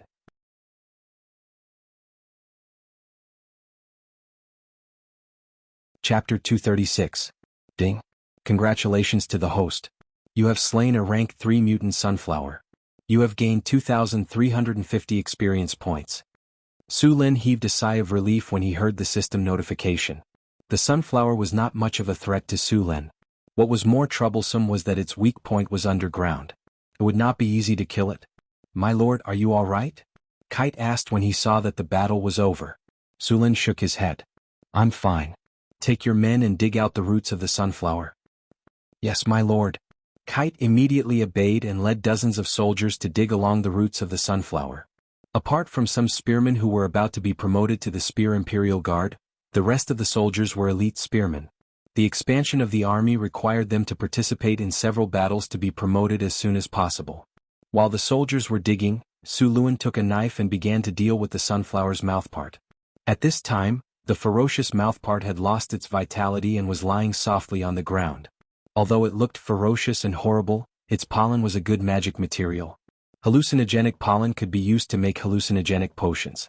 It was also added to many potions such as the Azure Potion. It was a potion used to increase the will of the user. After taking it, the user would see a lot of illusions. The user had to get rid of all the illusions in order to increase the will of the user. It would increase the user's will by about 1 or 2 points. Originally, Su Luan didn't know much about these materials. It was Hathaway who forced him to write them down, so that he wouldn't miss them if he didn't know what they were. Su Luan took a small knife and was about to cut the sunflower's mouthpart. However, as soon as the knife came close, the sunflower, which had no signs of life, bit at Su Luan. However, Su Luan was already prepared for this situation. He flipped his palm and a thunder ball instantly appeared in his hand. Then the thunder ball collided with the sunwheel flower's mouth, and a powerful thunder power instantly erupted. The sunflower's mouthpart kept trembling and twitching. In the end it stopped moving. The sunflower's mouthpart was similar to that of a poisonous snake. Even if it was dead, its head would still attack people who came close. After the lightning attack, the sunflower's mouthpart was completely dead. Su Luan then started to collect the pollen. Although the sunflower looked like a flower, it was not. Its pollen was in a pouch above its mouthpart. Su Luan searched for a while and cut open the sunflower's mouthpart. He found a pouch the size of a fist on the wall. It contained the sunflower's hallucinogenic pollen. After finding the pollen, the rest of the mouthpart was cut open. The corpse of the North Town City soldier that had turned into chunks of flesh was taken out too.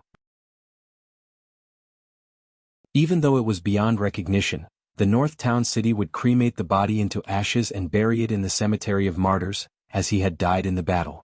Although it was time-consuming, it was very important for the soldiers. It also gave the North Town City soldiers a belief that other armies did not have. In this era, the dead soldiers would be buried on the spot. If they were lucky, they would leave a tombstone. If they were unlucky, there would be nothing left. Moreover, the death pensions of the soldiers were often embezzled. Of course, most of the time there was no pension at all. Only after winning a battle would the nobles be merciful and take out an extremely small portion of the spoils of war as pension. It was different in the North Town City. All the soldiers who died in the battle would receive a pension. If they made contributions, the pension would be more. Normally, the North Town City's pension would be 5 times the annual salary of the soldier, and it would be paid in one lump sum. The payment of the pension was very strict, and Su Luan kept a close eye on it. He didn't want the pension not to fall into the hands of the soldiers' relatives, but to be pocketed by others. Once such a scandal occurred, it would be a great blow to the reputation of Northern Town. Apart from the pension, the North Town City also treated the families of the martyrs well. For example, the families of the martyrs would not have to pay taxes on their land for 10 years. At the same time, the orphans of the martyrs would be accepted into the school under construction in the North Town City. At the same time, the city hall would send officials to the families of the martyrs every year. The North Town City Army was the most loyal army in the world. The soldiers moved quickly. The root of the sunwheel flower was slowly exposed under the digging. Although Su Luan already knew that the sunwheel flower had a large part underground, he was still shocked. The mouth of the sunwheel flower above the ground was only 1/5 of the mouth of the sunwheel flower underground. As the soil was constantly cleaned, the roots of the sunwheel flower were soon exposed. In the center of the roots of the sunwheel flower was a huge sarcoma, which was the vital part of the sunwheel flower. There was a huge hole in the sarcoma-like thing, and the blood inside had already dried up. However, Su Luan did not care about that. Instead, he began to look for something on the sarcoma-like thing. Soon, Su Luan found an egg-sized red gemstone. It was the most valuable part of the sunwheel flower. Wizards called it the blood essence stone. The stone itself was poisonous. It could cause paralysis and hallucinations. As long as the poison was neutralized, it could be used to make a potion that could permanently increase one's lifespan. A single sunwheel flower could increase a person's lifespan by 10 to 15 years. This was why it was so valuable in the black market. As soon as it appeared, it would be snatched up immediately. Although this world was a fantasy world, for those below the legendary level, their lifespan was still an insurmountable problem. As long as they reached the legendary level, even a warrior could live up to 200 to 300 years old. Wizards could even live up to 1,000 years. However, most of the legendary warriors did not live to 300 years old. As warriors who fought on the front lines, every one of them had fought their way through mountains of corpses and seas of blood. Injuries were nothing out of the ordinary. However, if they were injured too much when they were young, their lifespan would be affected. The Blood Essence Stone had no effect on legendary wizards. They had better treasures like the Fountain of Youth, Water of Life, and other miraculous items that could greatly increase one's lifespan. However, for nobles, this kind of life-extending potion was very tempting. After all, not many nobles would think that their lifespan was too long. This kind of potion was not very useful to Su Lin. Although he was also a warrior, he was also a wizard. When he reached the legendary level, he had awakened his domain power. Even if he lived according to his normal lifespan, he would still live longer than legendary wizards. Su Lin did not plan to use it himself. Instead, he planned to let Hathaway make the potion and sell it. If this thing appeared in the auction house, he was sure that the nobles would give him a satisfactory price. After putting away the Blood Essence Stone, Su Lin ordered the soldiers to burn the roots of the Sunwheel Flower and then ordered the army to withdraw from the forest. If there were more mutant plants similar to the Sunwheel Flower in the forest, these soldiers would not be able to do much. Therefore he planned to explore alone. After ordering Kate to defend the camp, Su Lin entered the forest alone. This forest was very strange. There were not even many insects. Although the plants looked lush, there was a sense of eeriness. At this time it was already a little dark and the light in the forest was even worse. Su Lin blessed himself with an invisibility spell, and then went around from the side. As he passed through the thorny forest, there were many strange trees and flowers around him. Their bodies were obviously larger than ordinary plants, a bit like an ancient primitive forest. Su Lin deliberately touched these plants a few times with something, and the whole plant moved a little, but these plants did not attack. Maybe these plants did not need to eat yet. Su Lin even found a plant similar to a willow tree. The plant had many vines that swayed with the wind.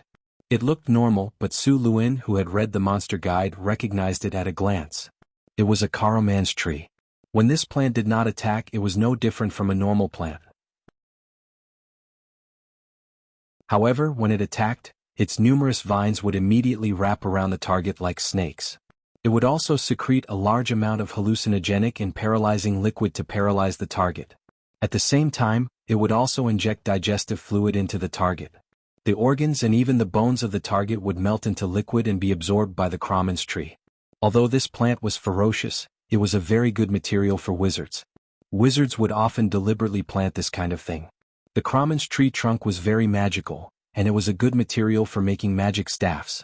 The hallucinogenic fluid it secreted was also a supplementary material for some magic potions. Su Lin looked at the Karaman's tree in front of him and frowned. He muttered, "A Karaman's tree? Is it wild or planted here on purpose?" After hesitating for a while, Su Lin did not attack the tree. Instead, he carefully went around it. After going around the Karaman's tree, Su Lin continued to go deeper into the forest. Soon, a large field of lavender flowers appeared in front of him. After quietly approaching, Su Lin realized that this field of flowers did not seem to grow naturally. Instead, it seemed to be artificially cultivated. Although the flowers were not trimmed, he could still see some traces left behind. After getting closer, Su Lin also recognized the flowers planted in this field of flowers. These purple flowers were all datura flowers. Su Lin felt that these flowers were alive.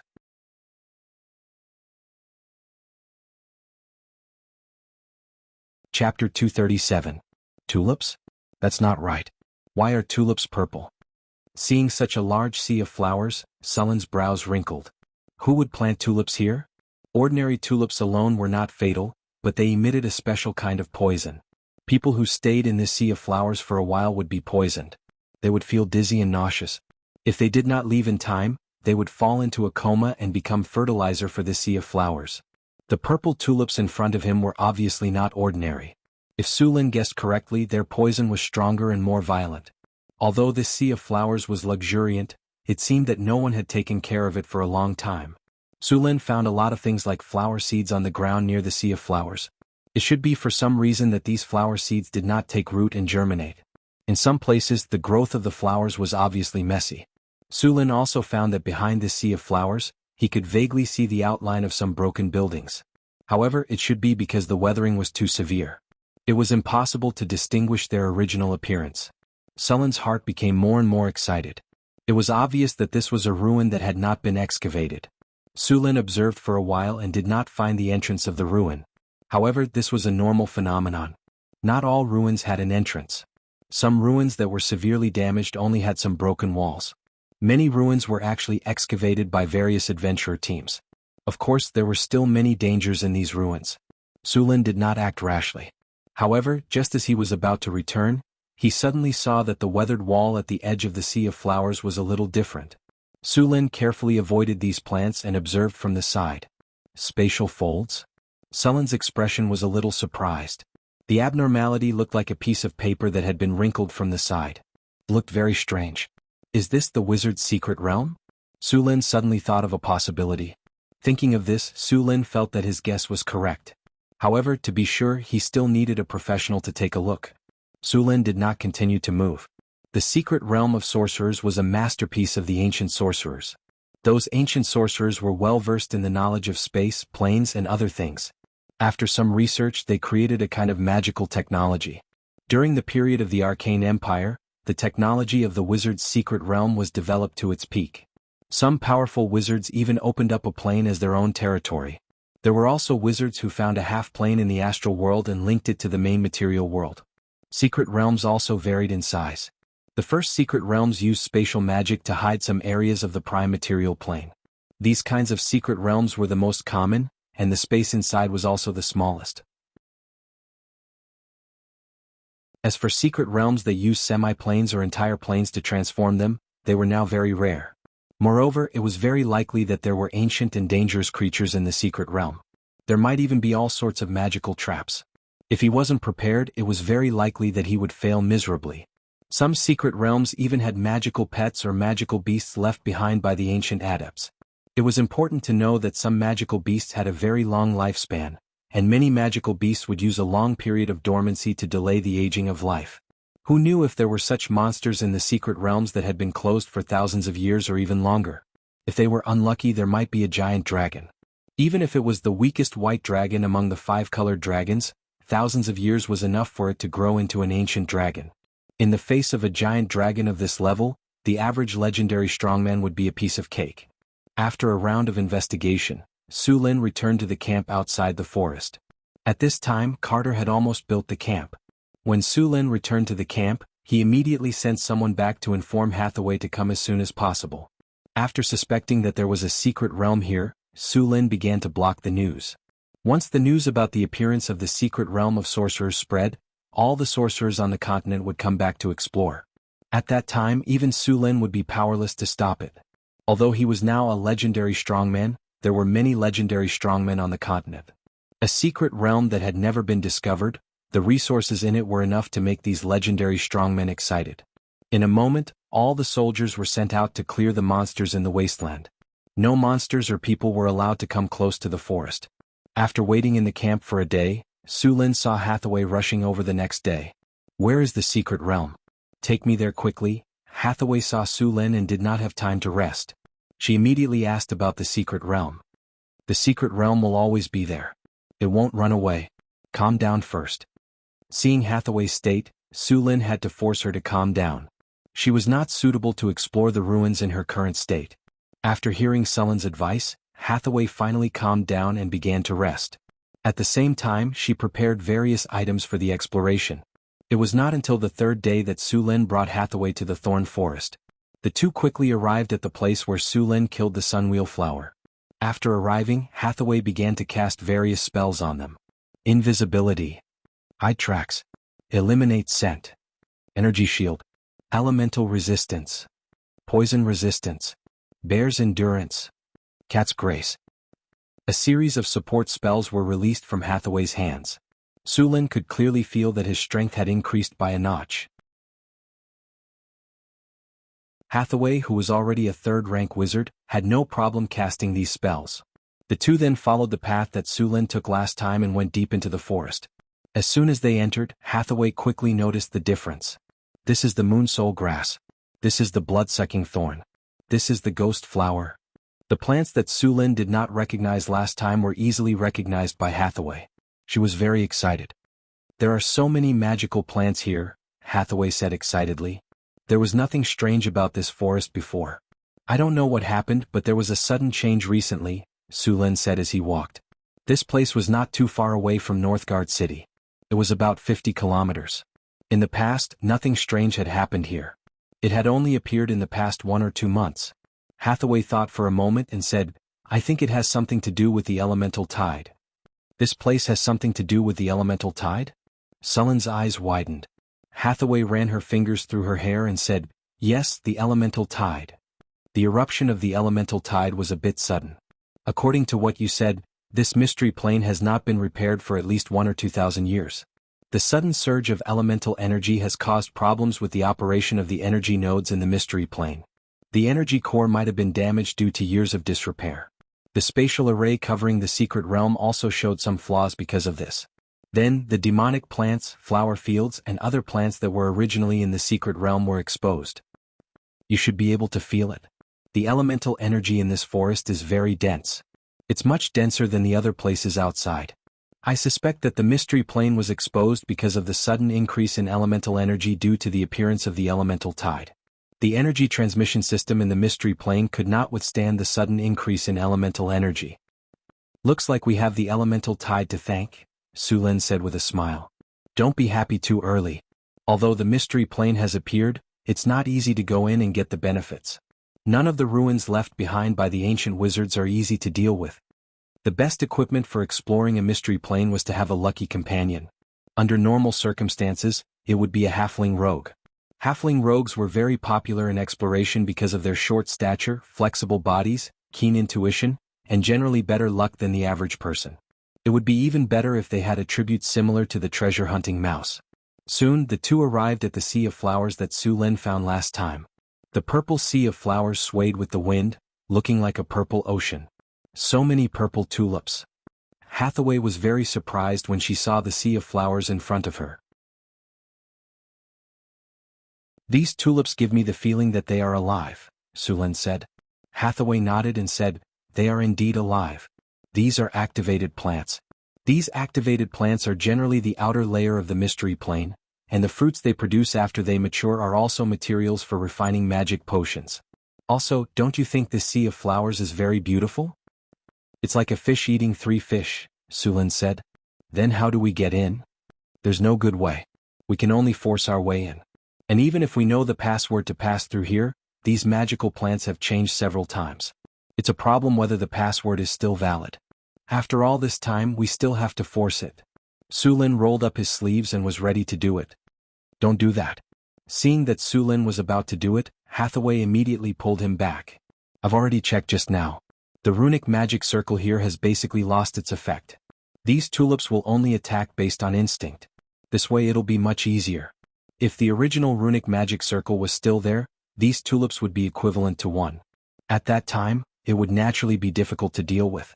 After Su Lin and Hathaway cast a defensive spell, they entered the sea of flowers.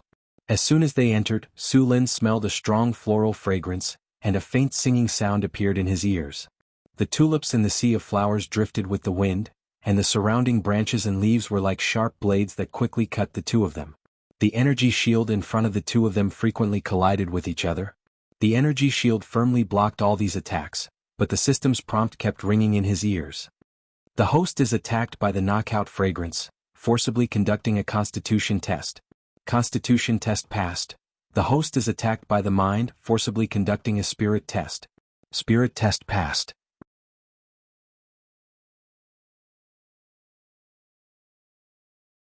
Chapter 238. Sullen's body was already tall, and with Hathaway's support, the attacks launched by the surrounding purple tulips didn't pose too much of a threat to the two. Su Lin brandished his sword and kept cutting off the branches and leaves of the purple tulips. After being attacked, the attacks of the purple tulips weakened a lot.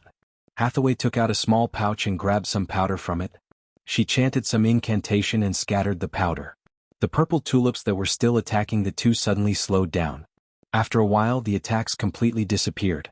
The surrounding purple tulips were like drunkards, swaying and not moving. What is this? Sullen's eyes lit up. This is hypnotic powder. Alright, let's leave quickly.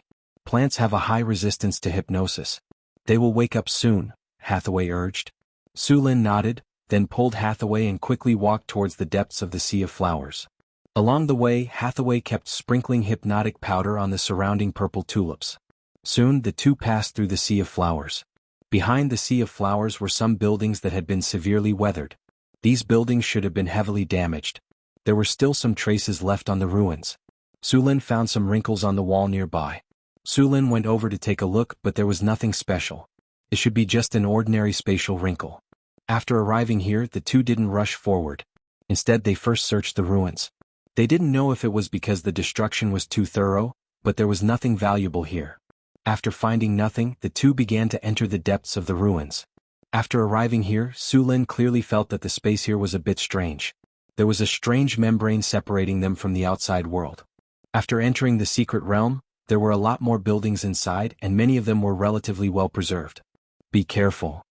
Although it seems that no one has been here for a long time, some runic magic circles are still operating normally. Don't touch their defense mechanism, Hathaway said after observing for a while. Su Lin nodded gently, then asked, Hathaway, can you tell what period this secret realm is from? Looking at the style of these buildings, some of them seem to be from the later period of the Arcane Kingdom. However, the secret realms of the later period of the Arcane Kingdom are generally based on half-bit walls or artificial bit walls. Secret realms like this that fold space directly are rarely used. The difficulty of building a secret realm that uses this kind of space-folding technology is much lower, and the value inside will be much lower, so you have to be mentally prepared. But it's not without benefits. If the level of the ruins is low, the level of danger inside will naturally be low. Even if we find those secret realms made by semi-planes or even planes, we can only look at them. Secret realms of that level are very dangerous. Hathaway, do you know how to use the space-folding technology? How about we also build a secret realm in North Town? Su Lin looked at the secret realm in front of him and said, the technology of creating a secret realm has been lost. Maybe some large wizard schools still have it. Our school doesn't have the information about the construction of a secret realm. Moreover, it costs an astronomical amount of money and resources to build a secret realm. Hathaway shook her head and said, then see if you can try to control this secret realm. This secret realm doesn't look small, and the degree of damage isn't too high. It would be better if it can be repaired. I'll try. Hathaway looked at the secret realm. She was also very interested in it. Su Lin looked around, then walked to a relatively intact building not far away. The materials used in these buildings looked very ordinary, but after so many years, they were still not completely damaged. It was obvious that the hardening spell had been cast on them. Su Lin gently pushed the door open. A huge cloud of dust flew into the air. He quickly took a step back and summoned a wind elemental to sweep the dust away. The house was empty. Aside from a pile of decaying furniture, there was nothing else. There were no monsters or corpses inside either. Just as Su Lin was about to turn around and leave, he suddenly seemed to have discovered something. He went directly to one of the walls, reached out and gently knocked on it a few times. A hollow sound came from the wall. There's something in there. Su Lin's eyes lit up. He immediately picked up the long sword and stabbed it into the wall. Then with a gentle stroke, the wall was pried open. There was a hole in the wall and there was a small locked box in it. Su Lin picked up the box and looked at it.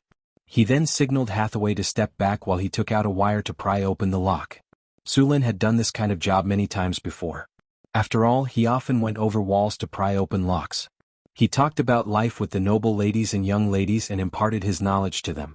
His lock-picking skills had long been practiced to first class. Some of the old thieves were not as good as him. Not only was he good at picking locks, but he was also very good at picking the heart locks of the noble ladies and young ladies. He used to be the guardian knight of several young ladies. It's locked. Let me open it, Su Lin said confidently. Gotcha. Gotcha.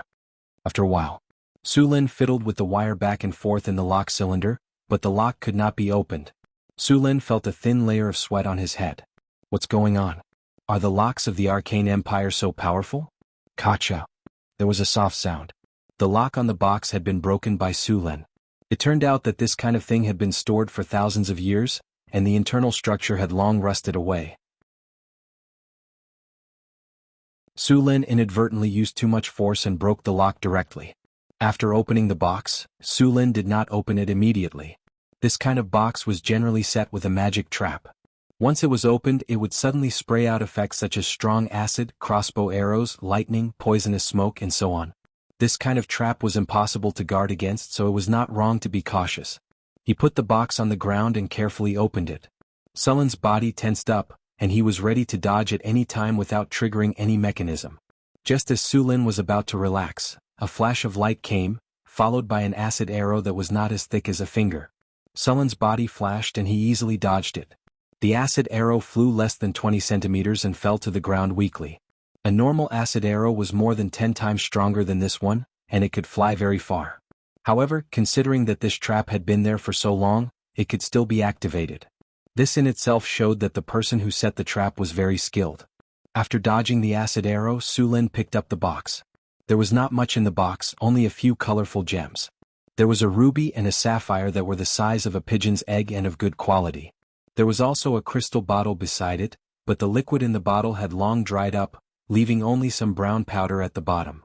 "Here you go." Su Lin handed the ruby and sapphire to Hathaway.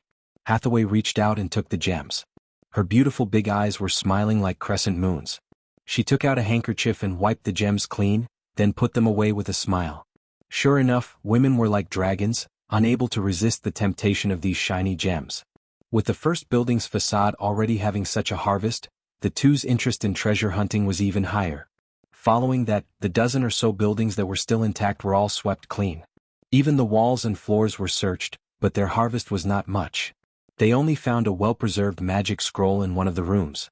There were 5 hexagram symbols on the left side of this magic scroll, indicating that this magic scroll recorded a level 5 spell. A level 5 spell was still very valuable.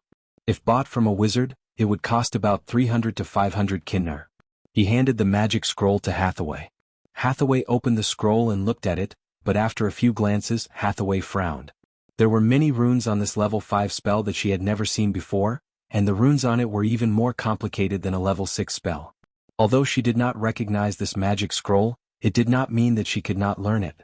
As long as she learned these new runes and released them, she would be able to master this spell. The only problem was that it would be more difficult to learn. After harvesting 2 gems and a level 5 spell scroll, Su Lin and Selena left the ruins of the building and continued to go deeper into the secret realm. Soon the two arrived near a farmland. At this time, the farmland had long been deserted, and only some plants grew sporadically in some places. After getting closer, Hathaway's eyes lit up.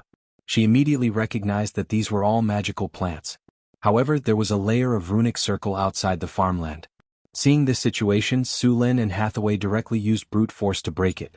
Fortunately, the runic circle had not been maintained for a long time, and its power had dropped to the extreme. Hathaway hit it with a fireball and the runic circle kept flickering. After a few consecutive fireballs, finally with a soft sound, the runic circle flickered a few times and dimmed completely. Without the runic circle, Su Lin and Selena entered the farmland. This farmland should have been used to grow all kinds of magical plants. Later, maybe because of war or other reasons, all the magical plants here were harvested. Those magical plants that were still growing now should be the seeds that accidentally fell during the harvest. These seeds later took root and grew in the farmland.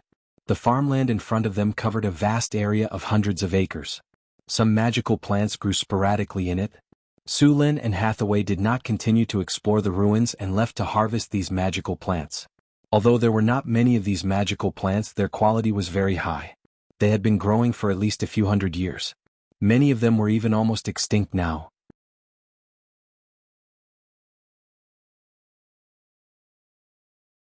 Chapter 239. Around these farms, Su Lin also found some broken crystal pillars with many runes engraved on them. After careful identification, Hathaway found that the runes engraved on them were used for scouting, monitoring, and changing the surrounding environment. In the era of the Arcane Empire, the Arcanists could use spells to monitor the growth of the magic plants at all times, and change the surrounding growth environment according to the needs of the magic plants. Su Lin even suspected that this work didn't need anyone to intervene. Under these crystal pillars, Su Lin also found energy channels used to transmit magical energy. However, many of the channels were broken, and the energy inside was almost dry. Intruders detected. Intruders detected.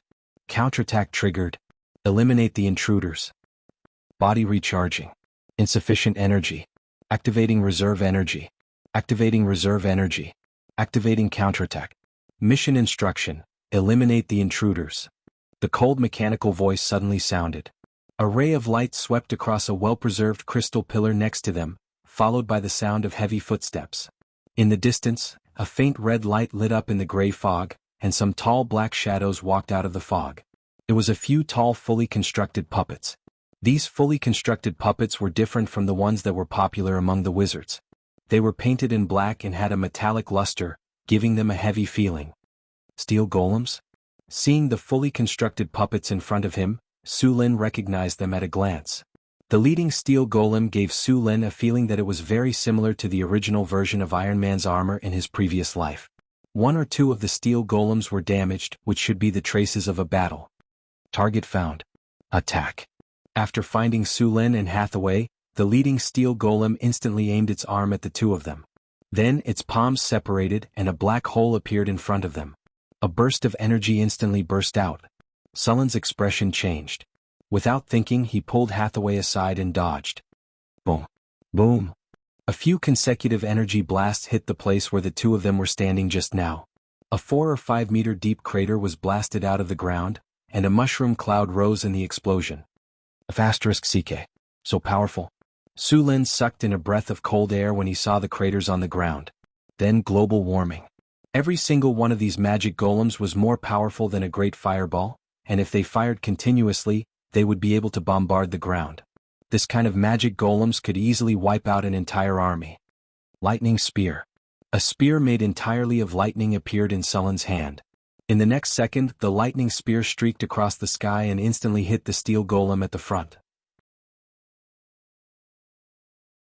The powerful lightning energy melted the steel golem's chest into molten iron, and a large amount of lightning energy instantly burst out.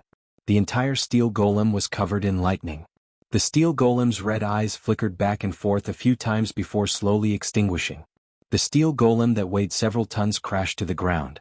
The other steel golems turned their arms and fired their energy cannons at the two of them. High-risk target detected. Prioritize high-risk target. The remaining steel golems all aimed at Su Lin and fired energy cannons one after another. Seeing this situation, Hathaway's hands flickered and released spells one after another. Slow. Energy shield. Haste. Chain of fireballs. A flash of light enveloped the steel golems, and the already somewhat slow steel golems became even slower. A translucent energy shield rose from Sullen's body, and his already fast speed increased again. 5 fireballs appeared next to Hathaway. In the next second, these fireballs drew an arc and hit 3 steel golems. The flash of light dissipated, and to the two of them's surprise, the golems were actually unharmed, only a little damaged on the surface of their steel. What a high magic defense. Su Lin slid, his figure flashed and went around the golem from the side. Then he took a big stride forward and slashed at the golem's leg joint with the sharp sword in his hand. Clang. The sound of metal clashing rang out. The steel golem's body shook slightly, and a deep sword mark appeared on its leg joint. Sullen's feet moved quickly, and he dodged the steel golem's sweep. In the next second, his body had already turned to the other side. At the same time, the sharp sword in his hand didn't stop at all, and he kept slashing at the steel golem's leg. Sparks flew and soon the steel golem's leg joint became scarred. Crack. With a soft sound, the already scarred joint could no longer withstand the attack and suddenly broke. The steel golem that had lost a leg could no longer maintain its balance, and its heavy body fell to the ground with a bang. Freezing beam. 3 Hathaway took advantage of the moment when Su Lin was fighting with the golem and quickly summoned 3 icy blue rays. The blue rays instantly hit the 3 steel golems, and the steel golems, which had already been slowed down by the slow spell, became even slower. Su Lin didn't let go of the opportunity. With a sweep of the sword in his hand, he cut off the leg joints of the 3 steel golems. After losing the ability to move, these steel golems all became targets. Soon Su Lin easily cut off their energy centers. After losing the energy centers, the red eyes of the steel golems flickered a few times and slowly extinguished. Su Lin breathed a long sigh of relief and threw away the long sword in his hand that had turned into a sawtooth. Damn, these golems are really hard. Next time I must change to a better weapon. Without a suitable weapon, this thing is like dismantling a mech with bare hands.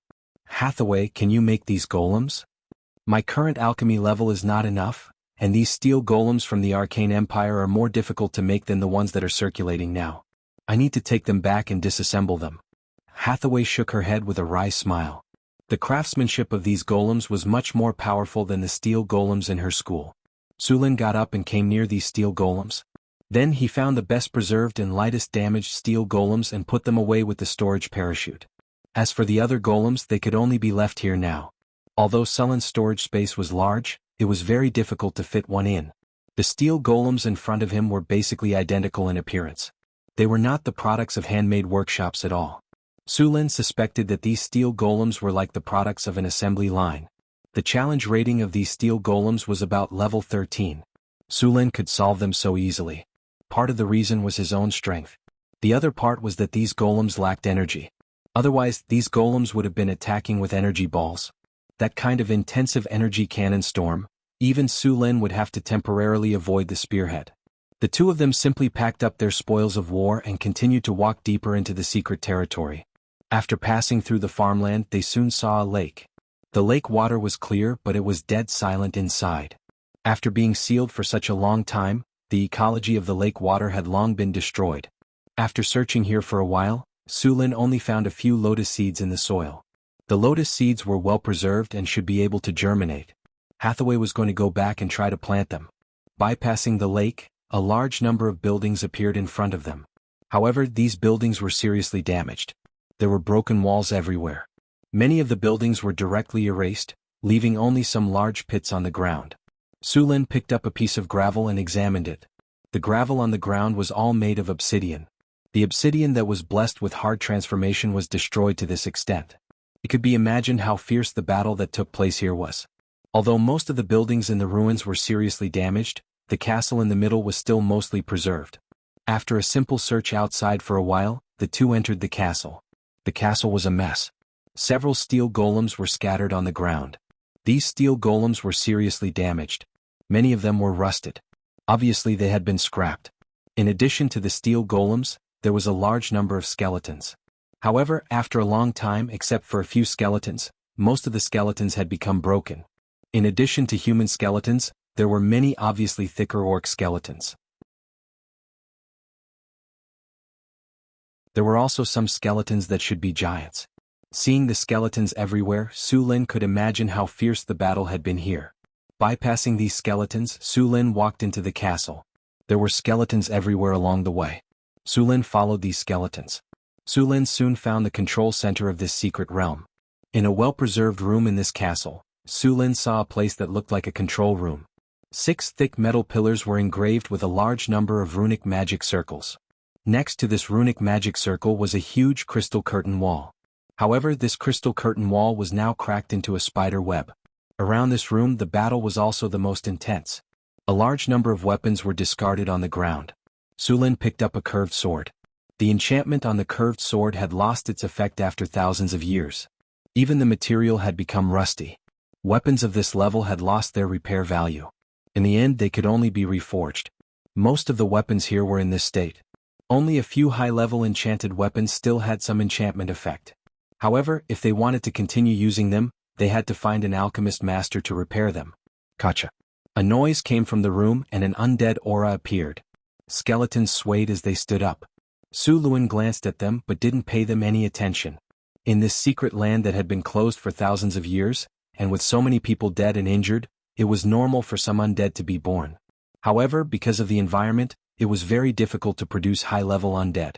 Some low-level ghosts and skeletons were easily dealt with.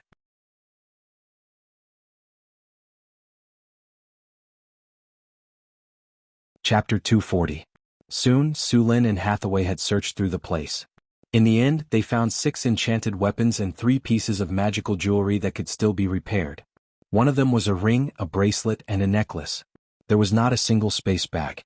After thousands of years, the enchantments on the space bags would lose their effectiveness. If they were lucky, the items inside would fall out. If they were unlucky, they would be destroyed when the space collapsed. The 3 pieces of magical jewelry were made of good materials. If not, the magical light on them would have dissipated long ago. However, the fact that they could be preserved for so long meant that they were of good quality. Sulin, look what I found. Hathaway shouted in surprise at this moment. Sulin quickly put away the items and looked over. He saw Hathaway waving at Sulin excitedly with a crystal ball in her hand. What is this? Sulin looked at Hathaway strangely. The control center of the arcane realm. This is the control center of this arcane realm, Hathaway said loudly. Suluan was overjoyed. He didn't bother to pick up the scraps anymore and ran over quickly. This is the control center of the arcane realm? Suluan asked as he took the crystal ball from Hathaway. This crystal ball was not much different from an ordinary crystal ball. However, there was some strange energy in it. This is the control center made by the Arcanist. After it is activated, it can control the entire arcane realm. However, the energy here has been cut off for a long time. If we want to activate it, we need to reconnect the energy, Hathaway explained. Where is the energy source of the arcane realm? The energy source of this arcane realm should be the elemental pool. Such an important facility should be placed in the safest place. If I'm not mistaken, it should be in this castle. We've already searched the upper floors and did not find the elemental pool. Then it must be in the basement. The two did not waste any more time and immediately started looking for the passage to the basement. After some effort, the two of them finally found a room that led to the basement in an inconspicuous room. Through a long passage, the two of them arrived at the basement of the castle. The basement didn't suffer too much damage, and the crystal magic lamp on the wall was still emitting a faint light. Some damaged golems were lying on the ground.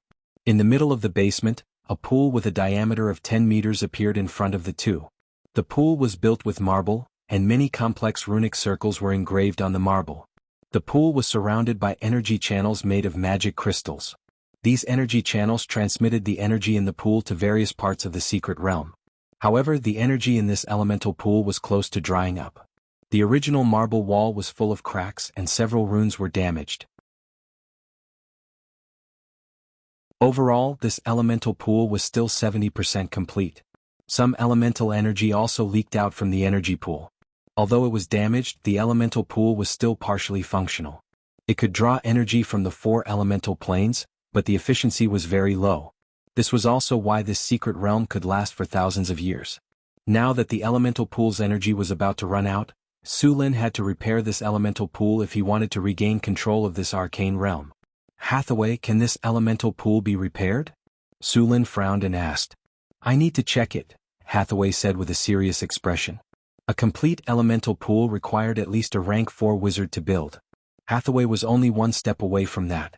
However, the elemental pool in front of them was still 70% complete, so it shouldn't be too difficult to repair it. The elemental pool was also the energy source of a wizard tower. Only a wizard tower with an elemental pool could be considered a true wizard tower.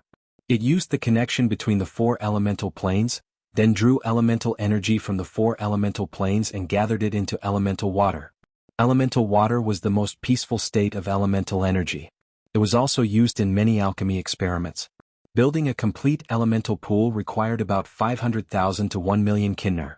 In addition to the basic marble, it also required 4 high-quality magic gems. 1 ruby, 1 sapphire, 1 emerald and 1 topaz. These gems were used to connect the 4 elemental planes. If the quality of the gems wasn't high enough, they would explode when they passed through elemental energy.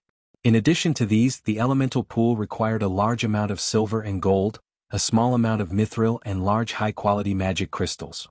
Large pieces of high-quality magic crystals had very good magic conductivity, so there was very little loss in the process of conducting magic energy. At the same time, magic crystals were very abundant in the material world. Wizards had even grasped the technology to make artificial magic crystals. Because magic crystals had the highest cost-performance ratio, they were used in large amounts. The surface of the elemental pool required a large amount of silver coating. Silver, gold, arcane dust, arcane steel, and star iron were used to carve the rune circle. The rune circle in the elemental pool was a large-scale energy-gathering circle. In addition, there were 4 rune circles used to connect the 4 elemental planes.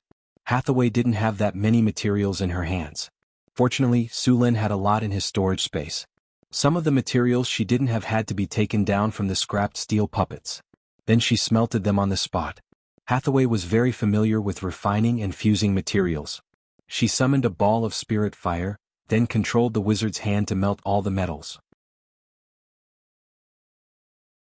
Finally, she smelted them together and obtained a ball of silver liquid with golden threads. Suluan repaired the damaged marble while Hesse didn't smelt the materials. Then Hathaway began to control the wizard's hand and used a carving knife to repair the damaged runes on the elemental pool. Strands of silver wire were extracted from the molten metal and then carefully engraved on the marble wall. The runic array of the elemental pool required a very high degree of precision. According to the saying in his previous life, it was accurate to the micrometer. This level of intelligence relied on mental strength to carry out the operation. Hathaway's movements were very slow. She didn't dare to be careless. Sulin had been holding his breath for a long time.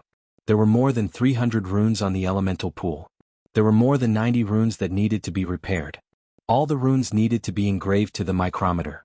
Hathaway repaired the runes one by one, and the molten metal continued to fill them up. After a few hours, the sky was already dark, and Hathaway finally repaired the last rune. As the runic circle was repaired, a light flashed, and the elemental pool that was still leaking no longer leaked out. In addition to these, the original 4 magic gems used to connect the 4 elemental planes also needed to be replaced. After thousands of years of operation, these gems had not been maintained. The connecting channel had become very unstable. There was a possibility that it could be interrupted at any time. Hathaway took out 4 red, yellow, blue and green gems of the same size and quality from her storage bag. She began to carve them with a carving knife. These gems needed to be engraved with symbols that represented the 4 elements. Compared to the elemental pool, the carving of these gems was much simpler. Soon, the 4 magic gems were carved into the shape of a rhombus. Each of the gems was engraved with a rune. Hathaway carefully replaced the original 4 magic gems in the elemental pool. The 4 new magic gems were successfully integrated into the 4 directions of the elemental pool. Buzz. There was a soft sound and the whole space seemed to vibrate slightly. Then, large amounts of energy appeared in the basement. Traces of strange energy flowed into the elemental pool.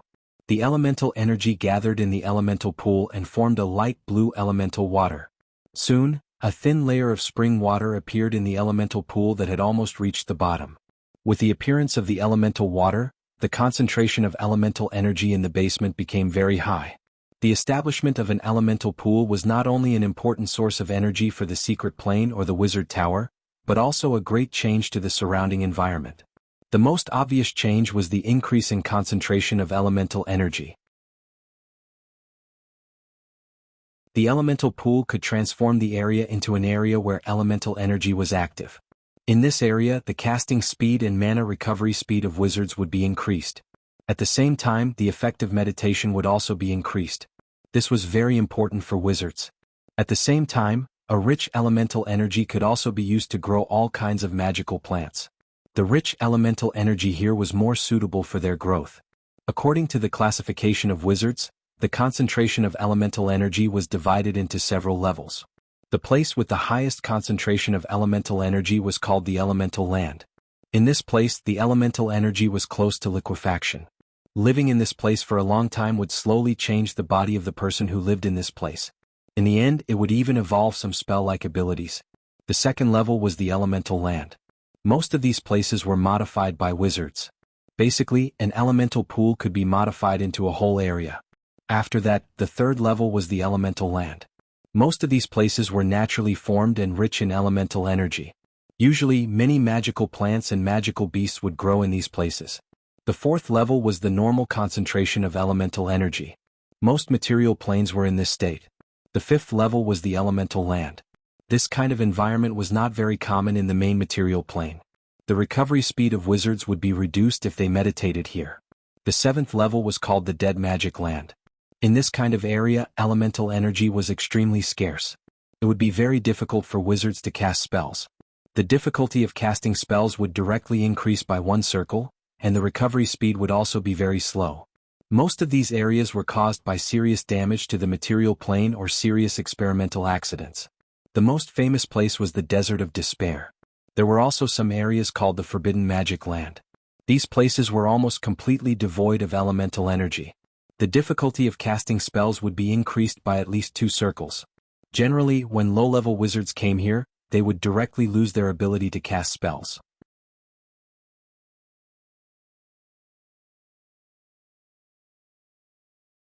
Chapter 241. The elemental pool has been successfully repaired. Your hero Hathaway has gained 42,000 experience points. Hathaway has leveled up. I found the opportunity to break through, Hathaway said in surprise. Sulin looked around and said, "You can break through here." The elemental pool is full of elemental energy. I'll guard outside for you. Don't worry about your safety. Hathaway hesitated for a moment and nodded. She would not let go of the opportunity to break through. Okay. Since she had decided to break through here, Hathaway did not hesitate and directly entered the elemental pool. Under normal circumstances, wizards would choose to break through in an area full of elemental energy. This kind of environment was very beneficial for them, especially for high-grade wizards. They would absorb a large amount of elemental energy when they were breaking through.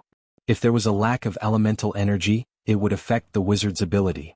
To put it bluntly, it was the increase of the power of the will and mana. Some powerful high-grade wizards would even trigger an energy vortex when they were breaking through. Therefore, wizards who had the right conditions would usually choose to break through in an area full of elemental energy. Some pragmatic organizations would even use the energy of the elemental pool. However, compared to Hathaway's current conditions, these were nothing. Although the elemental pool was not full yet, it was enough for Hathaway to break through. After the elemental pool was repaired, the elemental energy began to slowly gather. According to the energy level set by wizards, the elemental pool in front of them was a medium-sized one. It could store up to 200,000 to 300,000 points of energy. It could transform the entire secret plane into a place full of elemental energy. It could support the normal operation of the secret plane. At the same time, it could also support the daily training of 50 wizards, 50 steel golems and 120 stone golems. Hathaway began to meditate in the elemental pool. Soon, the surrounding elemental energy began to gather around her and formed an elemental vortex. A large amount of elemental energy entered Hathaway's body. Hathaway's breakthrough did not have any setbacks. She had already accumulated a lot of elemental energy, and with the abundant elemental energy provided by the elemental pool, everything went smoothly. When the elemental vortex disappeared, Hathaway's breakthrough also ended. Soon, Hathaway walked out of the elemental pool in high spirits. After completing the advancement, North Garrison City now had 3 4th-level spellcasters. In terms of high-level spellcasters, even Cult City had more than North Garrison City. Although he was happy that Hathaway had successfully advanced, he still had more important things to do. Sulin had to reactivate the control center of the sorcerer's secret plane and take control of it. This was the only way to control the sorcerer's secret plane. At the same time, he had to repair the secret plane as soon as possible. After becoming a grand wizard, Hathaway's power had greatly increased. Moreover, because she had repaired the elemental pool before, she had a deeper understanding of this place.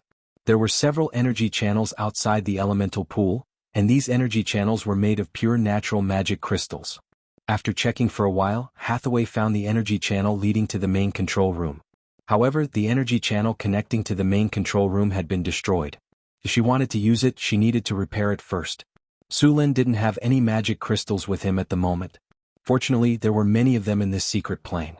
Sulin and Hathaway directly removed a section of the damaged energy channel. Then they used soul fire to melt and mold the channel. Finally, they engraved runes on it, and a section of the energy channel was completed. After replacing the newly created energy channel and checking that there were no problems, Hathaway opened the energy channel to the elemental pool. Light blue elemental energy directly entered the energy channel. The originally dim energy channel quickly emitted a faint blue light. The energy channel connecting to the main control room quickly lit up. Soon the entire channel was filled with elemental energy. Sulin and Hathaway confirmed that the energy channel was not leaking and that it was working well. Only then did they return to the main control room. At this time, the energy channel connecting to the central console in the main control room also lit up. The console surrounded by 6 metal pillars also entered a state of activation. However, it couldn't be activated because it didn't have a control center. Sulin and Hathaway looked at each other. Then Hathaway picked up the control center in the shape of a crystal ball and came to the console. She gently snapped her fingers and a light flashed. The originally complete console was instantly divided into several pieces. After a dazzling combination, a silver-white circular metal platform slowly rose up. Hathaway gently placed the crystal ball on the metal platform. Hum. With a soft sound, the entire console instantly emitted a faint blue light. The light lasted for about a few seconds and quickly disappeared. Then the crystal ball on the console began to slowly light up. Control center beginning to charge. Current progress, 20%, 30%, 80%, 90%, 100% charging complete. Beginning system self-check. System self-check complete. Control center beginning to activate. Activating. Please wait. Hum hum hum. With a low buzzing sound, the control center began to activate. The original crystal ball emitted a dazzling light. The entire control room was shrouded in a blue light. Activation successful. Control center detected damaged. System repair is in progress. Beep beep beep. The damage is too great. Repair failed. Starting backup program. System resetting. Please wait. System resetting successful. Honorable Arcanist, Northern Dawn Outpost Secret Realm, Tower Spirit number 1 at your service. Please set the level of authority. Hathaway set Su Lin and her to the highest level of authority. Tower Spirit number 1, check the environment of the Secret Realm and display the current state of the Secret Realm. After setting the level of authority, Su Lin directly ordered. Mission accepted. Executing. Please wait. As the mission proceeded, a wave of energy spread from the console and quickly spread throughout the entire Secret Realm. Su Lin looked at the Tower Spirit with some surprise. The appearance of this thing almost destroyed Sullen's worldview. In Sullen's view, this Tower Spirit was completely a high-end artificial intelligence. It was much more powerful than the artificial intelligence in his previous life. After asking Hathaway, Su Lin finally had a preliminary understanding of the high-level construct life Tower Spirits. Tower Spirits were artificial life created by Arcanists to help them control wizard towers and floating cities. Yes, life. There were many types of Tower Spirits. The most common type was the support type. Although they were at the legendary level, they basically had no combat ability. They had a huge amount of computing power and could perform all kinds of data analysis. They were not only used to manage wizard towers, assist in experiments, collect data for analysis, optimize and improve templates, and support in combat. Battle Tower Spirits focused on combat. They may have their own exclusive golems or could control a large number of weapons to fight. However, this did not mean that the Battle Tower Spirit was the highest level. On the contrary, the support type was the highest level. A Tower Spirit that could control a floating city was at least at the advanced legendary level. Could even be at the demigod level. Managing a large city, especially a floating city, was difficult. The computing power required was definitely at the astronomical level. Ordinary Tower Spirits would not be able to support it. The Tower Spirit in this secret realm was a support-type Tower Spirit. Its level was also at the legendary level. In other words, to make a legendary Tower Spirit like this, at least a legendary Soul Shard and then a Grandmaster Alchemist would be required to make it successfully. Most of the Tower Spirits in the Wizard Tower were auxiliary Tower Spirits. They could replace the Wizard to control the Wizard Tower when the Wizard Tower was out. They could also distinguish between friend and foe, and when the enemy attacked, they would directly activate the battle mode. If a Wizard Tower without a Tower Spirit had a challenge level of 13 to 15, then a Wizard Tower with a Tower Spirit would have a challenge level of 21 legendary.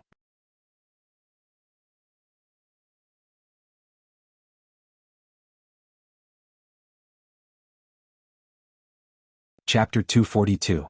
After checking the area that needed to be repaired, it was the area where Su Lin and Kate came in. Su Lin then checked the map of the entire mysterious realm. Su Lin could clearly see all the areas in the mysterious realm through the 3D map. Other than the plantation area, there were also the living area, the warehouse area, the production area, the entertainment area, and the central area. The central area was where Su Lin and Hathaway were now. It used to be inhabited by Arcanists, and the environment was the best. However, after the war, it was the most damaged area in the entire mysterious realm. Not many buildings were still intact. The warehouse area and the production area were also badly damaged. According to the original plan of the mysterious realm, there should be an alchemy workshop in the production area that could produce many magic items, potions, and so on. There was even a production line for golems here. However, the production area was now in ruins. The production line should have been destroyed a long time ago. As for the warehouse area, which stored a large number of materials and produced items, it was also in a mess. As for the things here, if they were not used up, then they were directly snatched away. Basically, there was nothing left. The entertainment area was not badly damaged, but there was basically nothing valuable here. The arena, the opera house, the health center, and so on were basically worthless. There was also a library here, but unfortunately, it was also destroyed. Although Su Lin had gained control of the mysterious realm, it was still in ruins.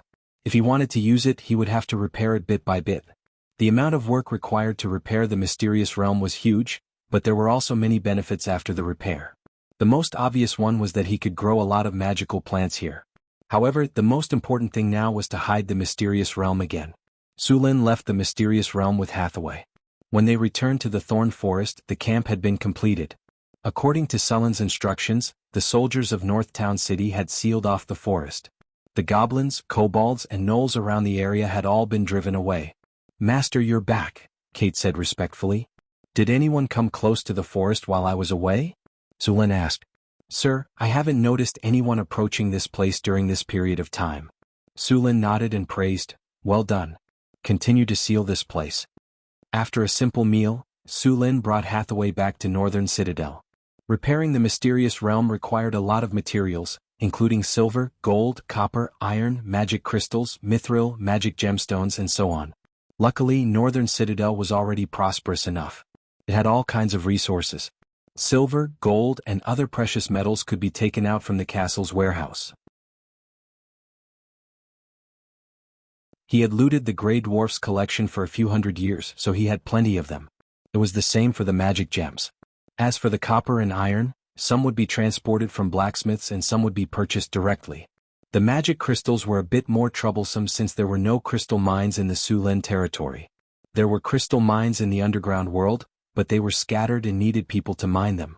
He didn't have a lot of mithril, but the silver mine that the Grey Dwarf Bach was mining did produce mithril.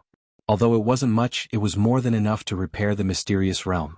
After spending 3 days preparing all the materials needed to repair the mysterious realm, Su Lin left the matters of Northern Citadel to Chris. He then brought Hathaway to the Northern Citadel again. There were all kinds of mutated plants in the thorn forest. Although the man-eating flowers and trees were dangerous, they also ensured the safety of the mysterious realm. Su Lin and Hathaway had already experienced this before, so they easily avoided the man-eating plants. They then used the hypnosis powder to pass through the sea of purple tulips and return to the mysterious realm. "Welcome back, Mr. Su Lin and Ms. Hathaway." Tower Spirit No. 1's voice rang out. "Tower Spirit No. 1, did anyone else enter the mysterious realm when we left?" Su Lin asked. "No." "That's good. Show me the blueprint." "As you wish." As Tower Spirit No. 1's voice rang out, a 3D image appeared in front of the two along with the blueprint. Hathaway cast a photographic image spell and stored the information in a magic crystal. Then the two began to repair the mysterious realm according to the blueprint. The first thing to be repaired was the ley line nodes. When the mysterious realm was first built, rune pillars were placed on all the ley line nodes to connect and organize the ley line energy. These rune pillars were the foundation of the mysterious realm's space-folding spell. This was the direct reason why the mysterious realm was damaged. According to the red dots on the 3D map, Su Lin and Hathaway quickly found a ley line energy node. These locations were originally classified as the mysterious realm's secrets, but they were easily found with the blueprint. Hathaway used her power of the will to search and soon found something strange. She then used her mana to search for the rune pillars. "Found it. It's 30 meters underground." Hathaway soon opened her eyes. "Get up and let me do it." Su Lin took out a small flag from his storage space. Then he waved it gently and directly summoned 2 wind elementals. Stone to mud. With a flash of light, the originally hard ground turned into mud. Then the 2 wind elementals entered the mud under Sullen's command. A large amount of mud was pulled out by the wind elementals. After the mud was extracted, Su Lin cast stone to mud again and let the 2 wind elementals work.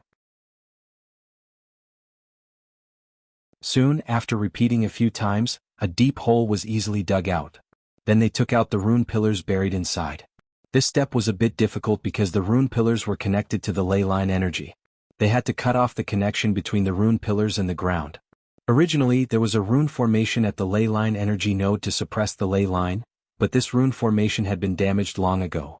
Hathaway could only make a rune formation herself. Fortunately, this kind of rune formation was not difficult for Hathaway. After setting up the rune formation, Su Lin moved the rune pillars. The ley line energy began to vibrate. Hathaway activated the rune formation. A yellow light flashed and then the ley line energy calmed down. Taking advantage of this opportunity, Su Lin immediately took out the rune pillars from the ground. This was a rune pillar about 3 meters long and 20 centimeters in diameter. There were many runes engraved on it, but because of the long time and lack of maintenance, many of the runes on this rune pillar had been blurred. It was the failure of these runes that caused the ley line energy node to lose its original function. After taking out the rune pillars, Hathaway cleaned up the rune pillars and then smelted them again. The rune pillars were made of an alloy called thorium. Thorium was a synthetic metal invented during the Arcane Empire. This metal had high plasticity, good magic conductivity, and stable properties. It was used in many places. The main metal of this alloy was silver. At first, it was to develop a metal that could replace mithril. However, the effect was far from what was expected, but it was still a good magic metal. Hathaway summoned psionic fire, then melted the rune pillars again and added some other materials. Thorium was a magic alloy that had been around for thousands of years. After inheriting part of the Arcanist's knowledge, although the wizards did not restore the original glorious civilization of the Arcanists, they also made breakthroughs in some fields. Thorium was one of them. After the rune pillars were melted, Hathaway operated the wizard's hand to shape the rune pillars. Sulin also summoned the wizard's hand to help. Finally, he released a frost beam to cool down the rune pillars. After the rune pillars were refined, the runes needed to be engraved again. The runes that needed to be engraved on the thorium pillars were backed up by the Tower Spirit No. 1. The Tower Spirit No. 1 had a lot of knowledge from the Arcane Empire in its database, which was basically about the secret realm. It was not an exaggeration to say that as long as one learned all the knowledge, one could build a new secret realm like this. When the Arcane Empire built the secret realm, they kept a backup of the secret realm's production technology and blueprints. These were originally reserved for the restoration of the secret realm. Now all of them were taken advantage of by Su Lin. Hathaway took out several items such as gem powder, gold, silver, grind water, and so on to fuse them. After the materials were fused, she took out a fine gold carving knife and began to engrave the runes on the thorium pillars. The fine gold carving knife was very sharp. Under the operation of the wizard's hand, it began to work quickly. Hathaway had memorized the runes that needed to be engraved on the thorium pillars very clearly. Once she started, it was done smoothly. Soon, the new runes were engraved and a rune pillar was completed. After a series of tests to meet the requirements, Su Lin and Hathaway once again put the rune pillars back to their original place, and then restored the ground to its original state. There was a flash of light, and the space magic circle, which had been somewhat scattered, began to stabilize. After seeing the effect of the repair, the two went to the next damaged earth vein node according to the repair drawings given by the Tower Spirit. There were more than 100 such earth vein nodes in the entire secret realm. This time, more than 20 of them were damaged. It would take a lot of effort to repair all of them. However, even if these earth vein nodes were all repaired, the space-folding rune array of the secret realm was still not completed. If the secret realm was regarded as a net, the earth vein nodes were the nodes of the net, and the energy channels were the network cables of the fishing net. Only when the fishing net was in a complete state could the entire secret realm be hidden in the space-folding rune array.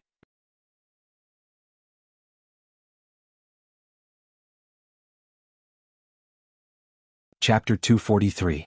The amount of work needed to repair the secret plane was very large, so the two of them had been busy for a while. However, this wasn't without benefits. For example, Sulin's wizard rank had increased. After repairing a large number of rune pillars, Su Luin's wizard knowledge and experience had increased. Although he would no longer be rewarded with attribute points when he leveled up, the number of spells he could cast had increased, and he had also learned some wizard abilities. After spending around a week, the two of them had finally finished repairing all the rune pillars. Next, they needed to repair the energy channel here. Compared to the rune pillars, the energy channel was much simpler. During this time, the Grey Dwarves had also dug out large amounts of magic crystals from the underground world. Actually, magic crystals could be artificially synthesized, but Hathaway didn't have time to make them. Although the crystal veins in the underground world were scattered, there were still plenty of magic crystals.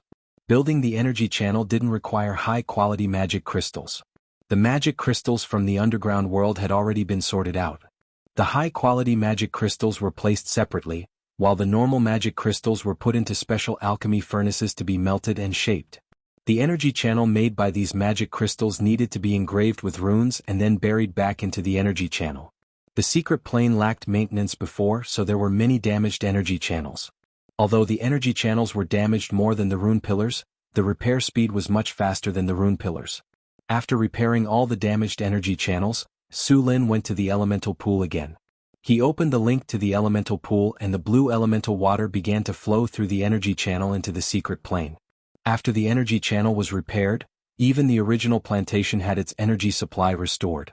The entire secret plane's energy network was connected. As the elemental pool's energy entered the rune pillars began to flicker with magic light, and the space around them began to wrinkle. If one stood in the air and observed, they would find that the sea of flowers in the forest had suddenly become distorted. Space began to distort and fold before finally disappearing. The large amount of purple tulips in the thorn forest seemed to have never appeared before and disappeared without a trace. As for the sunwheel flowers, caraman's trees, blood brambles and other mutant plants, a portion of them were still within the boundary of the secret realm and were kept in the thorn forest. Sulin didn't try to catch the mutated plants that had escaped to the outside world. These mutated plants could also grow in the outside world, and although a completely wild environment would prolong their maturation time, the magical materials harvested were slightly better than those cultivated by humans. After the space folding array in the secret realm was repaired, Sulin heard the sound of the system notification. Congratulations, host. You have completed the restoration of the secret realm. Your control over the secret realm has increased by 30%. Congratulations, host. You have participated in the restoration of the arcane realm and gained a lot of experience in magical technology. Congratulations, host. You have repaired the mystic realm. You are rewarded with 1 golden treasure chest. Secret realm, unnamed. A damaged secret realm passed down from the era of the Arcane Empire. After the elemental energy shock caused by the elemental tide, it was restored after some repairs. Concealment plus 10, elemental abundance plus 17, indestructible plus 15, energy circulation plus 18, secret realm output plus 18, space barrier. After seeing that the secret realm was recognized by the system, Sulin was also very happy. However, although he had gained control of the secret realm, many facilities in the secret realm had been damaged and needed to be repaired bit by bit. Similarly, the magical plants in the planting area also needed to be planted. Sulin opened the storage space and then opened the golden treasure chest. A flash of light, Sulin heard the sound of the system notification again. Congratulations, host. You have opened the golden treasure chest and obtained the skill teleportation array. Teleportation array. This skill is the product of the integration of the teleportation array skill after the system integrated the rules of the world. It can transfer any creature or item to a designated location. It can transfer up to 50 people at a time, and this skill can be made into a permanent array. After seeing this skill, Sulin's eyes widened. The effect of the teleportation array in the previous game was average, but after integrating the rules of this world, it directly became a teleportation array. This world also had teleportation arrays and teleportation spells, but group teleportation spells like this were generally the technology of large wizard organizations. Ordinary wizards only had teleportation spells, and at most they could bring a few people. This kind of group teleportation array was completely a strategic spell. It was very convenient to teleport to the enemy's rear or the front line. Of course, the premise was that the other party did not build a space isolation runic array on their territory. The teleportation array came at just the right time. Although the secret realm was completed, this secret realm was a little far from North City. It was more than 50 kilometers away and it was a little inconvenient to travel between the two places. Now that there was a teleportation array, it was possible to build a teleportation array in the secret realm, and then build another one in North City. In this way, North City and the secret realm would be completely connected. Other than the secret realm and North City, the underworlds Orlando City and North City could also be connected by a runic array. There was also the Harpy's Eagle Nest. With the teleportation array, Sulin did not have to worry about the problem of expanding his territory. At the same time, he did not have to recruit a large number of soldiers in all the cities. As long as North City had enough soldiers, they could directly send reinforcements to other places if they were in danger. They could even launch airborne attacks. However, all of this was based on the teleportation array. Sulin chose to learn the teleportation array right away, but the awkward thing was that he did not have any skill points. Without skill points he could not learn the skill quickly. However, that did not mean he could not learn it. Sulin could also choose to learn the skill through the skill scroll. The advantage was that he did not need skill points to learn the skill, but the disadvantage was that it would take a long time to learn. Of course, there was another way. The system sold a type of Styx as water in the shop. After using it, he could choose to forget one of his skills.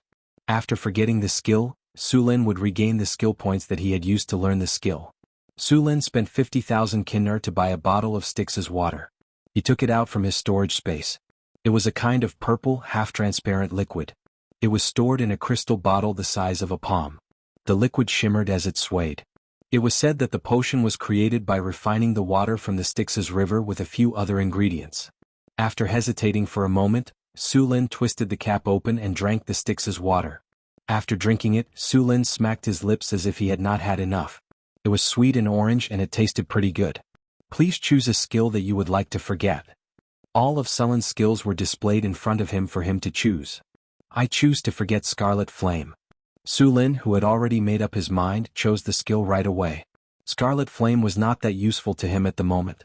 To put it bluntly, it was just a skill that could create a large area of fire. However, a fireball skill could be used to set a fire, so it was much more effective than Scarlet Flame. After Su Lin learned the fireball skill, Scarlet Flame could be retired. After choosing the skill, the Scarlet Flame skill on Su Lin's system panel gradually disappeared. At the same time, the knowledge about the Scarlet Flame skill also disappeared from his mind. At the same time, Su Lin gained one more skill point after the Scarlet Flame skill disappeared. After learning some teleportation, the skill point disappeared. Su Lin gained a lot of knowledge about teleportation. After learning teleportation, Su Lin started to check the things needed to build a teleportation circle. A teleportation circle needed a fixed rune circle and a lot of precious spatial materials. A teleportation circle would cost at least 1 million kinner. Even Su Lin was speechless at such a high price. However, it was worth it. With the help of the rune circle, North Town's control over the other cities would increase exponentially. Other than needing a lot of materials, a teleportation circle would also consume a lot of energy when it was used. Of course, this was not a problem in the secret plane. They could just build an energy channel from the elemental pool. The same was true for the teleportation circle in North Town.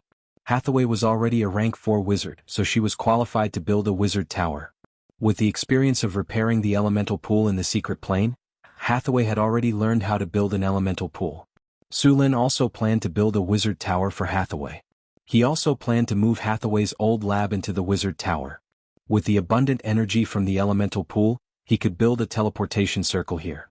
Other than using the energy from the elemental pool, there were other ways to activate the teleportation circle.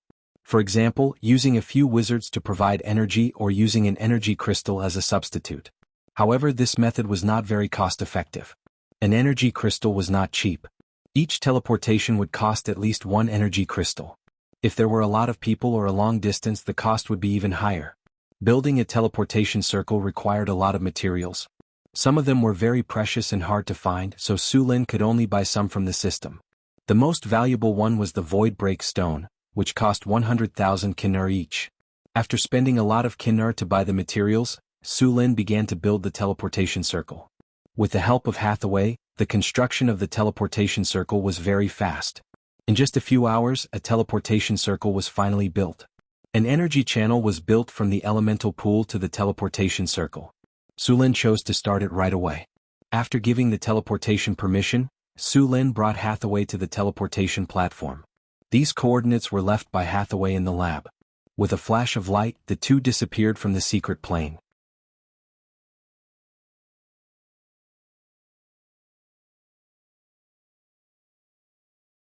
Chapter 244. Su Lin's vision blurred, and in the next second, he appeared in a hall. Su Lin looked at Hathaway in confusion. What's going on? Didn't they teleport to the lab? Why did they go straight back to the castle? The coordinates were wrong. Just a small error.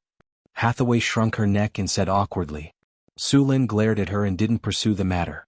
However, he had already decided that he would confirm the coordinates himself next time. The teleportation spell was very dangerous. It was convenient to teleport successfully, but the consequences would be equally serious if there was a mistake. For example, if they were teleported directly into mud or rocks, they would suffocate if they weren't strong enough, or they would be teleported to dangerous areas. In short, it was very dangerous if the coordinates were wrong. Sensing the spatial ripples in the hall, Chris quickly appeared here. Master, you're back. Chris was wearing a beautiful maid outfit, which accentuated her curvaceous figure. She had a different kind of charm. Although the maid outfit was a bit loose, it was obviously different on Chris. As Su Lin's spokesperson, Chris was the highest officer when Su Lin wasn't around. Sulin smiled and nodded, then reached out and patted her head. How's the development in the city? Did anything happen? Everything in the city is good. It's been developing according to your requirements. Mirror Lake City reported yesterday that they were a bit short on manpower, so I gave them the refugees we took in this month. Chris shook her head. Sulin smiled. Looks like Mirror Lake City is developing very well. North Town City is developing well now. You can give them more support. Chris nodded to show that she understood. By the way, I'll take you to a good place in a few days. Sulin winked and smiled. Chris was a bit confused, but she still nodded obediently. By the way, Master, there's a man who says he's a messenger from the Kingdom of Florence who wants to see you. I don't have time to see him now. Let him wait. Sulin waved his hand and prepared to go upstairs. After a few days of high-intensity work, although he didn't feel too tired physically, he was mentally exhausted and needed to rest. After a brief explanation, Sulin yawned and went back to sleep. After resting for a day, Sulin got up in high spirits. Sulin changed his clothes and went to take a look at the city. After a year of development, Northern City now had a population of 25,000. If you counted the goblins, kobolds, gnolls, orcs and other slaves, the population of Northern City had exceeded 40,000. It was considered a medium-sized city in the northern provinces. After all, there were only 3 large cities like Cult in the entire northern provinces. The streets of the city were straight, and all the roads were paved with a layer of stones or slabs. It would not be muddy when it rained, and there would not be dust when it was sunny. The streets were very clean. Even the horses that passed by had a bag hanging behind them, which was specially used to collect horse dung. Northern Town had very high standards for hygiene. If a horse urinated or defecated in the town, it would be charged to the owner. Not only would the owner be fined, but the owner would also have to do volunteer work. Later on, when the fertilizer factory in Northern Town began to produce, the horse dung would be collected. A bag of horse dung could be sold for 2 copper nars. Flower beds were built on both sides of the roads, where all kinds of green plants were planted. Flowers bloomed all year round. At the same time, there were fountains on the streets, gardens and plazas. The streets were full of people. Although it was busy, everything seemed to be in order. The taverns were buzzing with activity. The vodka produced in Northern Town was very popular in the north. Apart from soldiers on vacation, Grey Dwarves and guards from other caravans, the Grey Dwarves were also there. The Grey Dwarves loved to drink the most. Vodka was a strong liquor, and ordinary people could not drink much of it. The Grey Dwarves were very satisfied with their current lives.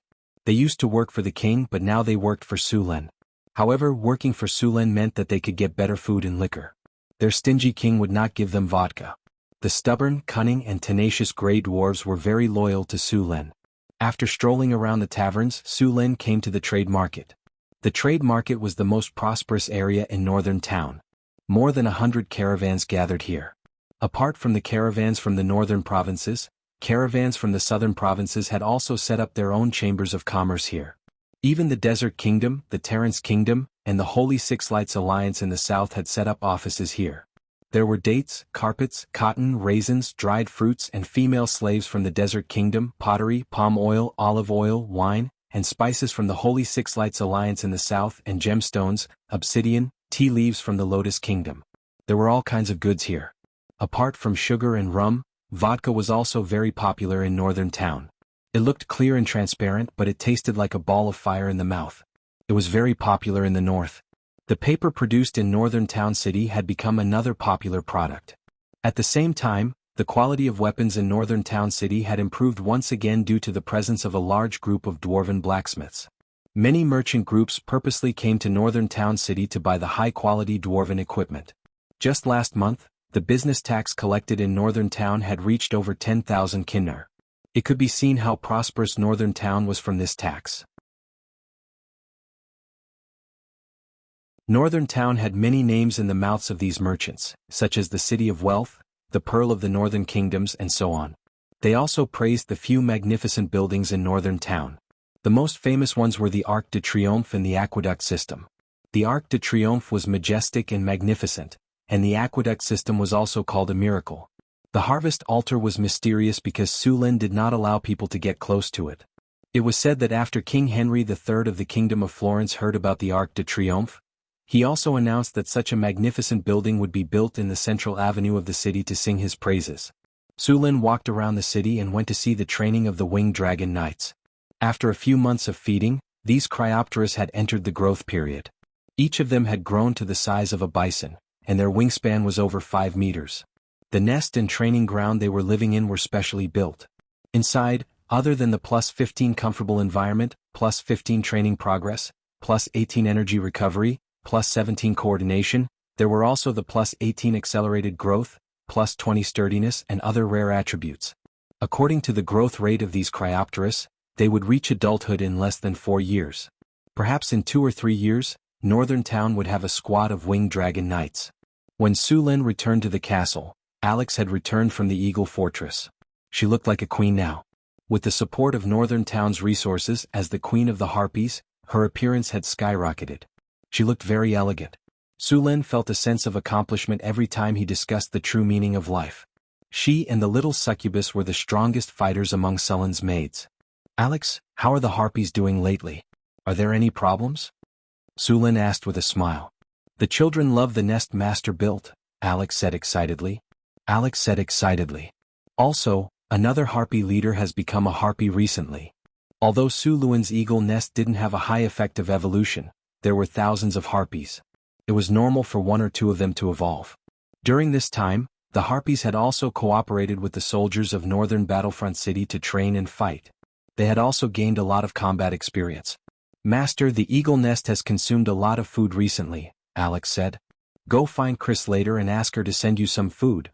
Sulin nodded. "All right. Go and choose the weapons you want to use. I'll ask the blacksmith to produce them and send them to you." Since the Harpies' arms and wings were connected, it was inconvenient for them to use weapons. However, once they evolved into Harpies, their arms would be separated from their wings. That way they could use weapons. Bows, javelins, spears, etc. "But they'll be lighter," Alex said after thinking for a moment. As aerial units, these weapons were very suitable for them. "All right, I understand." After returning to the castle, Sulin arranged everything. He asked people to collect materials for the teleportation circle. At the same time, the construction of the Wizard Tower was put on the agenda. The Wizard Tower required a large amount of obsidian. There were no obsidian mines in the northern citadel. The obsidian mines in the underground world were also poor. If they wanted to obtain a large amount of obsidian, they would have to go to the caravans of the Loftus Kingdom. Sulin asked the city hall to sign a long-term supply contract with the merchants of the Loftus Kingdom. He was ready to buy a large amount of obsidian. It was important to know that not only did the Wizard Tower need obsidian, but also the restoration of the secret realm in the future. Hathaway was also preparing to build some obsidian stone statues and ghost statues. This would require even more obsidian. The cost of building a Wizard Tower was at least a few million kinnar. Fortunately, Sulin had made a fortune. Otherwise, he wouldn't even be able to support his girlfriend. There was a question in the noble circle. How did it feel to have a witch as a lover or a wife? Thanks for the invitation. She was in the northern citadel. Sulin could tell him that it was best not to look for a witch if they didn't have a net worth of tens of millions. It was too expensive. Also, it was not recommended to try it if their body wasn't strong enough. In other words, witches had to be normal, beautiful, and proficient in all kinds of spells. They always liked to add some fun when exploring the mysteries of life. For example, grease, shapeshifting, shadow tentacles, giant transformation, shrinking, and so on. If you were strong enough, it would definitely be a pleasure.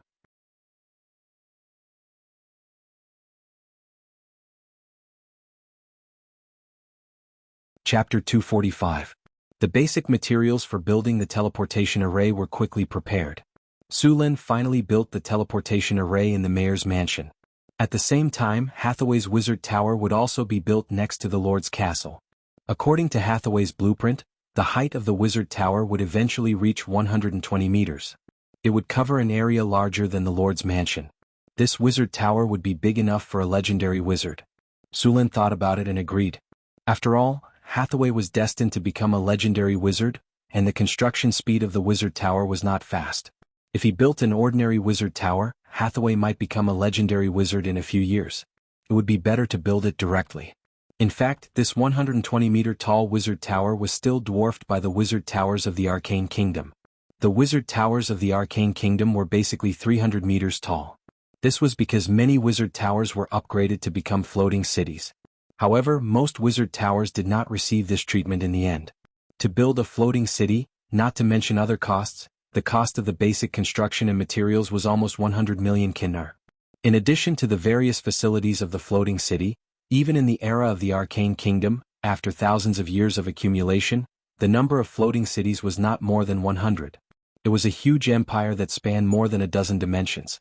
In addition to the obsidian, a lot of steel was also needed to build the Wizard Tower. The current steel production in North City was not bad. Fortunately, the construction of the Wizard Tower was gradual. Otherwise, steel would also have to be purchased. After preparing the materials, Su Lin bought the Void Break Stone from the system shop and then built it with Hathaway. In fact, the cost of a single teleportation array was only 200,000 kinnar. The price of a group teleportation array rose to 1 million kinnar.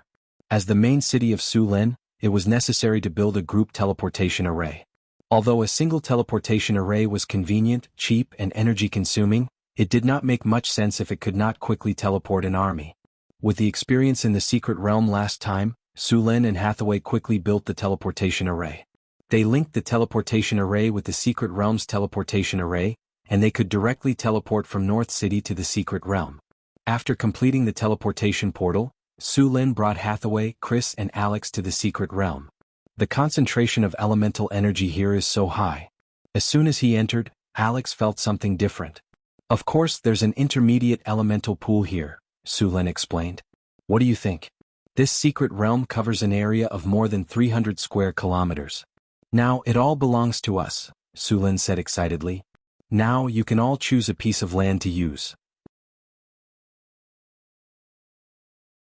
The secret realm was over 300 square kilometers in size and had a diameter of about 20 kilometers. It was about the size of a small city in Feng Lin's previous life. There were mountains, rivers, and forests in this secret realm. The ancient arcanists used their powerful technology to create a perfect ecosystem here. Although most of the ecosystem was destroyed because of the war, there was a backup in Tower Spirit number 1. It just needed to be repaired. Really? I'll have to think about how to use it, Alex said happily. Master, welcome back. Tower Spirit number 1's voice sounded. Hello, Tower Spirit. Set their level of authority to level 5. The highest level of authority in the secret realm was level 6, which was Su Lin and Hathaway. Level 1 authority was the lowest, which was only for tourists. Level 2 authority was for ordinary staff here, mostly apprentices. They could only move around in the living and working areas. Level 3 authority was much better and he could live here. Only official wizards could obtain this authority, but there were still many areas that he could not enter. Level 4 authority was equivalent to the manager of each area. In the secret plane, apart from the most important areas, he could enter the rest. As for level 5 authority, there were basically no restrictions. Yes, Master. Setting authority. Setting complete. A beam of blue light shone on Chrissy and Alex.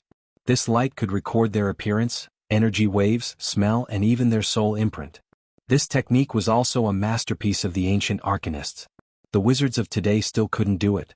Master, the space-folding portal of the secret realm has been repaired, but the other functions of the secret realm are still incomplete. Please fix it as soon as possible, Tower Spirit number 1 reminded. Got it? Su Lin had a headache. Repairing the secret realm and building wizard towers required a lot of resources and manpower. Su Lin could find and buy resources, but he was seriously short of manpower. Master, you can try to repair the golems. There are still 56 steel golems in the secret realm. 33 of them are worth repairing. You can replace the parts from the other damaged golems, Tower Spirit number 1 suggested. There are still so many golems. Sullen's eyes flashed. He knew about the steel golems. A complete steel golem was a level 4 one. Not only did it have energy, but it was also very strong in close combat. It was very good except for the lack of air combat. The last time he encountered a steel golem, it didn't have enough energy, so many of its functions were not activated. But now, with the elemental pool, there was no need to worry about energy. After learning that there were 33 steel golems that could be repaired, Su Lin immediately took Hathaway, Chris, and Alex to collect all the remains of the steel golems. Master, the secret realm needs a lot of manpower. I'll ask the harpies to come and help, Alex said. Alex had absolute control over the harpies, so there was no need to worry about them betraying her. Besides, the harpies were quite strong. Su Lin thought about it and agreed. I'll build a new eagle nest for them in the secret realm. Thank you, Master. Alex suddenly hugged Su Lin and kissed him. She then smiled and left through the teleportation portal. About an hour later, the teleportation portal lit up again. Alex brought 20 harpies to the secret realm. After evolution, the harpies were very similar to humans. Except for the wings and the claws on their feet, they were not much different from humans. However, when they evolved into elite harpies, their claws would become feet. At that time they would be similar to Alex. However, none of the harpies had reached that level yet. Sulin let the harpies clean up the ruins according to Tower Spirit No. 1's repair plan. He, Hathaway and Alex worked together to repair the steel golems. As for Chris, she stayed in the secret realm for a while and then returned to northern Battlefront City. After all, the city needed her now. The first to be repaired were the steel golems that Sulin and Hathaway destroyed last time. Those few steel golems were the least damaged. As long as the energy centers were reconnected and the broken legs were repaired, they would be fine. The control centers of the golems were originally with Tower Spirit No. 1. After Sulin became the master of the secret realm and obtained the highest authority, he also obtained the right to command the golems. Some of the control centers of the golems were damaged. Hathaway had to use large soul crystals to make new ones. Fortunately, only a few of the control centers were damaged. Otherwise, Sulin's few large soul crystals would not be enough. After more than an hour, the first steel golem was finally repaired. Tower Spirit No. 1, open the energy channel and charge this golem. Yes, Master. With Sulin's order, the energy channel in the elemental pool opened. A gust of blue elemental energy was transferred to the steel golem through the energy channel. After receiving the energy, the steel golem's dark eyes slowly lit up. The golem was reactivated. Steel Guard No. 027 is activated. Charging, activation complete. Master, Steel Guard No. 027 is at your service. Check if there are any problems with the golem, Sulin ordered. Begin self-examination. Self-examination complete. The golem is in good condition. Looks like it's done. Sulin nodded with satisfaction. Tower Spirit No. 1, give it a job. Yes, Master. Then Tower Spirit No. 1 began to assign tasks to the steel golems. The steel golems in the Arcana land were all-purpose golems. They could be used for both fighting and work. As long as there was an energy supply, these steel golems did not need to rest at all and could work continuously. With these steel golems, the repair work in the Arcana land would be much faster. Next, Sulin and the other two continued to repair the golems. With the experience of the first golem, the repair of the next few golems was much faster. These golems were all damaged in the same place, so the repair was not difficult. 3 hours later, the other 3 steel golems were all repaired. After they were reactivated, these golems were assigned to work. While repairing the golems, Sulin once again gained experience in magical craftsmanship. He felt that it would not be long before he could master this craftsmanship. The craftsmanship of the steel golems was still very complicated. Sulin and Hathaway could not understand many parts. It was several times more complicated than the craftsmanship of the stone golems. Although they did not understand some of the craftsmanship, it did not affect the repair. The repair plan given by Tower Spirit No. 1 was very detailed. Most of the time, they would directly remove parts from the scrapped steel golems and replace them. The parts in these steel golems were basically universal. According to Tower Spirit No. 1, these steel golems were products produced by the same golem production line. The repaired steel golems began to clean up the ruins in the Arcana land. These ruins needed to be rebuilt. The building materials were not discarded and would be used to repair other buildings. At the same time, a large number of skeletons in the Arcana land also needed to be cleaned up. There were many undead creatures in the Arcana land. These undead creatures also needed to be cleaned up. All the skeletons would be sent out for burial. The undead aura in the Arcana land also needed to be cleaned up. Otherwise, undead creatures would still be born.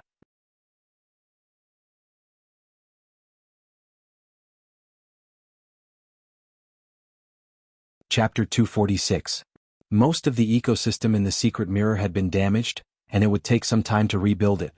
However, with 33 steel golems, Sulin only needed to provide the materials and let the tower genie command the golems to work. Only the work that the steel golems couldn't do would be done by Sulin and Hathaway. The working capacity of more than 30 steel golems had surpassed that of a construction team of more than 1,000 people. These steel golems were all powerful and tireless. After giving the task of repairing the secret realm to Tower Spirit No. 1, Sulin began to prepare for the planting area. He was going to plant some commonly used magic plants in the planting area, but he didn't have many magic plant seeds, so he could only plant them as he collected them. Also, the work of planting magic plants could not be done by steel golems. It could only be done by humans. Many magic plants were dangerous, so normal people couldn't plant them. Only wizard apprentices could do it. Su Lin didn't build a wizard academy, so he didn't have so many free labor. However, he had his own way. Alex's harpies were very good. Although they were not wizard apprentices, they were quite strong. They could take care of magic plants. The only problem was that there were not many of them.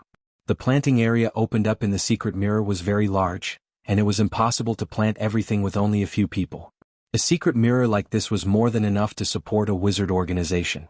In the planting area, Su Lin gave the seeds of Peace Bloom, Golden Thorn, Silver Star, and more than a dozen other magic plant seeds to the harpies for them to plant. Many places in the planting area had not been repaired, but it was not urgent. Maybe when he was strong enough, Su Lin would build a wizard academy. After returning from the secret mirror, Su Lin finally remembered that the messenger from the Kingdom of Florence was still waiting to see him. Su Lin could guess the purpose of the messenger's visit. It was most likely about his title. "Ask the messenger from the Kingdom of Florence to see me," Su Lin said to the servant next to him. "Yes, sir."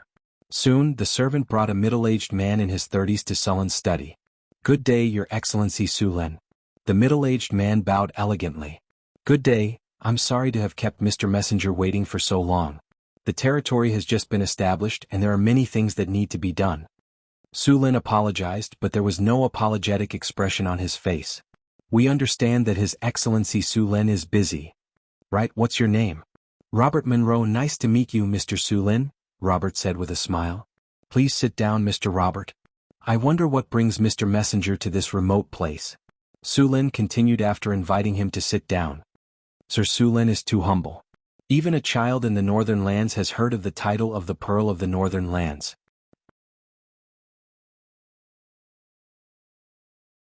Robert shook his head. "The bards in Cult are singing about your heroic deeds. You are very famous in the Northern Lands. At first I thought they were exaggerating, but after coming to Northern City, I realized that the rumors were not exaggerated at all. You have created a miracle. In just 1 year you have built such a big city in the wilderness." Hearing Robert's compliment, Su Lin immediately raised his guard. Robert was the messenger of the kingdom, so there was no need for him to curry favor with him. Now he was lowering himself so much. No one would believe that he had nothing to ask for. The sugar, rum, and paper in Northern City are all in high demand in the Kingdom of Florence. What you see is just the surface. Northern Citadel is on the verge of collapsing. To prevent the monsters from attacking, I have to form a huge army. Northern Citadel's army now accounts for 1/3 of its population. Most importantly, these soldiers aren't farmers. They are all professional soldiers. The cost every month is making my heart ache, Su Lin said, shaking his head. Although he was complaining, it was more like he was trying to show off his muscles. Many people want to experience this kind of pain, but they can't. Robert shook his head. "I am here to invite you on behalf of the Royal Parliament," Robert said with a smile. Robert smiled and said, "Mr. Surin, you've successfully opened up a new territory and it's developing well. The noble parliament has approved your achievement. You can now design your own family badge and go to Cult to receive your title. I remember that the standard for successful development is 3 to 5 years? I don't think I have reached the standard yet." Su Lin was not happy about being recognized by the royal parliament. Instead he asked calmly, "According to the kingdom's standard, it will take 3 to 5 years. But your territory is developing so well that the royal parliament has approved that you don't have to wait 3 years. Robert shook his finger. "I see." Su Lin nodded in agreement. However, he knew that this was just a piece of paper. There were some merchants who wanted to obtain aristocratic status. The best way to do so was to buy a land expansion order, find a place to develop, and then spend money to bribe the aristocratic parliament to recognize them as aristocrats. They didn't care about territory, they just wanted to obtain aristocratic status. Of course, you have to know that we are taking a huge risk by doing this. So we need your support. Robert winked at Su Lin and gave him a knowing look. However, Robert was going to be disappointed. He and the royal parliament did not know that Su Lin had never thought of gaining their recognition. Su Lin had planned to build a new kingdom from the very beginning. Joining the royal parliament and gaining the rights to develop a territory as well as the title of a count was not something that Su Lin had planned to accept from the very beginning. If he accepted their title, it would mean that Su Lin had joined the Kingdom of Florence. If it was just for the title, he could have done it with his legendary level strength. There was no need for him to go through so much trouble to develop a territory in the north. However, Su Lin did not plan to fall out with the Kingdom of Florence. After all, more than half of the trade routes to the northern city had to pass through the provinces in the north. Moreover, the northern city gained a large number of people from the provinces in the north every month. If they fell out with the Kingdom of Florence, not only would the trade routes be blocked, but the recruitment of refugees would also be interrupted. Of course, even if they fell out with the Kingdom of Florence, there would still be trade routes coming to Su Lin. However, the price would definitely be affected. They would take the opportunity to lower the price and sell it at a high price under the pretext of the border blockade. There was no doubt about that. There had been such cases in the history of his previous life and the history of this world. The most classic example was the sea ban policy of the Ming dynasty in his previous life. On one hand, they were trying to stop the country from opening up the sea. On the other hand, they were trying to smuggle goods. They used the sea ban to kill all their competitors and monopolize the unimaginable profits. Thank you so much, but I have too many things to do in my territory now. I can't leave for the time being, so I can't go to Kalin City to accept the title. Su Lin was overjoyed at first, but then he looked regretful. His acting was so good that he could win an Oscar. Well, but to thank the royal parliament for their help, I can give you 3 trade quotas. Each quota allows you to buy 50 kilograms of sugar and 100 barrels of rum from the northern city every month. Su Lin offered the bait. Su Lin did not know how many people there were in the royal parliament, but they would definitely fight for the 3 quotas. Based on the royal parliament's character, as long as there were enough benefits, they would not care who you were. These quotas were enough for the royal parliament to fight for a while. As for the 3 quotas, it was not a loss for Su Lin at all. Since last month, the sugar beets planted in the northern city had started to mature batch after batch. The production of the northern city sugar refinery had increased from 600 kilograms of sugar per month to 1,000 kilograms of sugar per month, and this number was still increasing. Su Lin estimated that the production of sugar would exceed a ton in 2 months at most. With more sugar, there would naturally be a need for more trading quotas.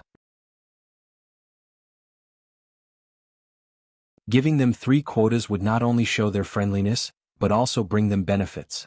Why not? Hearing that Su Lin could give them 3 trading quotas, Robert was overjoyed. After all, the aristocratic parliament had been jealous of the previous caravans for a long time because they had monopolized the sugar trade in the northern town and made a lot of money. If it were not for the fact that those caravans were backed by big nobles, they would have snatched them long ago. Now that they had 3 quotas from Su Lin, it was naturally the best outcome. Of course, there are conditions for these 3 quotas as well. Seeing Robert's uncontrollable excitement, Su Lin smiled in his heart. Northern City is preparing to train some grassroots officials, and we lack some scholars as teachers.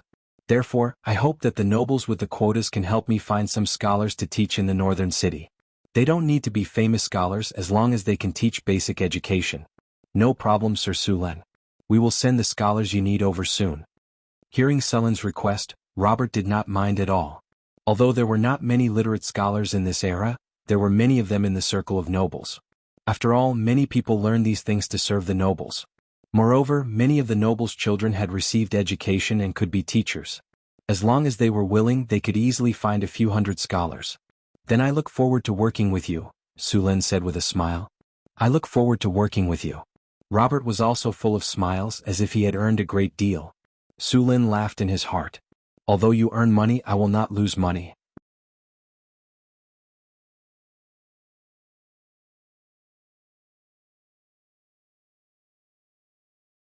Chapter 247. After discussing the matter with Robert, Su Lin signed 3 blank trade permits, and Robert left in a hurry. Since the dimensional folding circle of the mysterious realm had been repaired, the Northgard castle soldiers outside the mysterious realm had all retreated. The Northgard city's army was mobilized again.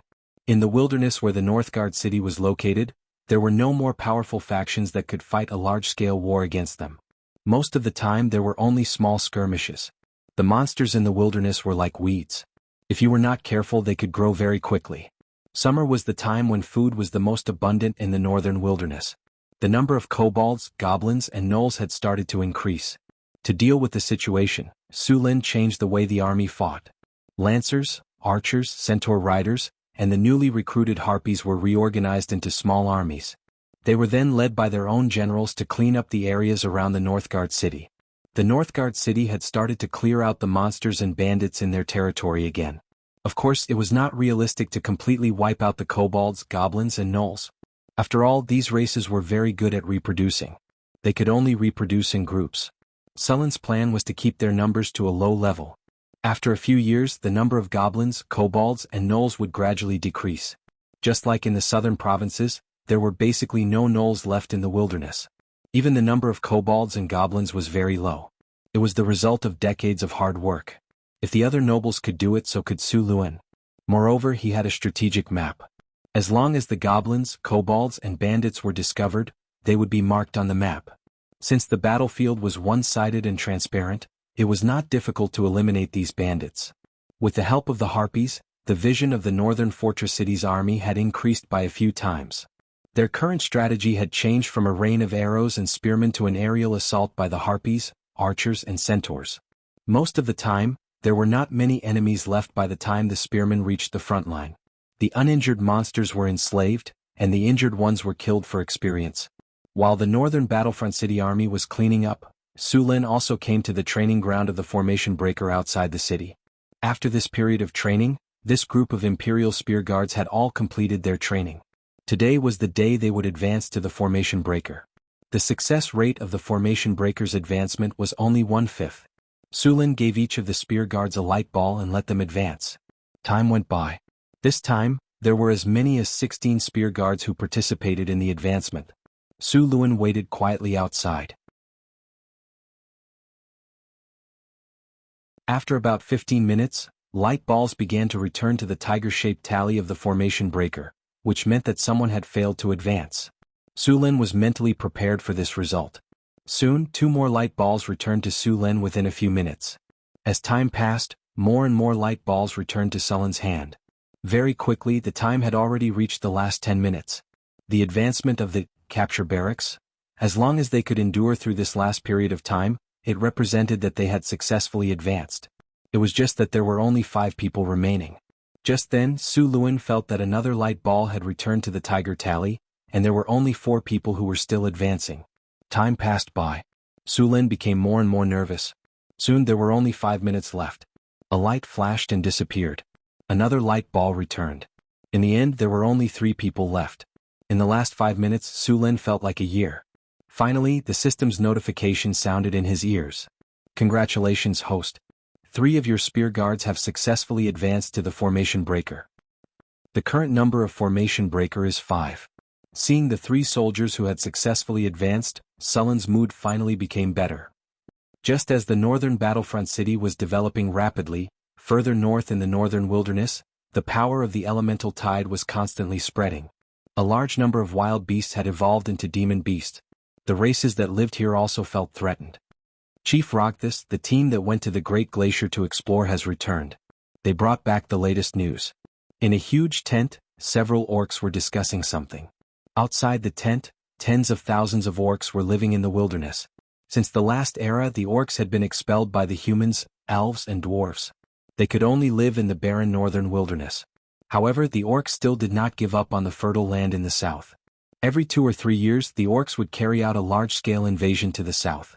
Every time this happened, the countries that bordered the northern wilderness would be the target of the orcs' attack. There was no strict border between the northern wilderness and the orcs. However, most of them relied on the terrain of the mountains to defend. Usually, the orcs would directly invade the southern wilderness. The northern battlefront city was not located on the main route of the orcs' army. When the northern battlefront city was first built, Su Lin did not choose the north. Instead, he chose the northeast. He did not want to be the front line against the orcs. How is the Great Glacier now? The tall orc chief asked. Chief, the situation is not good. We found traces of a white dragon. The orc named Harer said. After hearing Harer's words, the orc chief went silent for a moment and said, Great shaman, it seems your prophecy was right. The situation we are facing now is very clear. In the coming days, more and more orcs will appear here. Our living environment will become more and more difficult. If we want the tribe to continue, there is only one way, and that is to go south. Citizens of Gawushan, now is the time of life and death. I, the chief of the Blackfire tribe, Rockthis, am officially telling you that we must obtain more fertile land to survive. The weak elves have fallen asleep, and the dwarves' kingdom has been divided. We only have to face the humans. As long as we defeat the humans, we can obtain the warm and fertile land under the sun. We have been silent for too long. It is time to let those despicable monkeys pay the price. Fight! Fight! Fight! Fight! The other orcs roared. More and more orcs began to roar. Soon the entire camp had tens of thousands of orcs roaring. Their voices resounded through the sky. At the same time, the other orc tribes in the northern wilderness began to move at the same time. In the northern wilderness, the number of orcs living was no less than 1 million.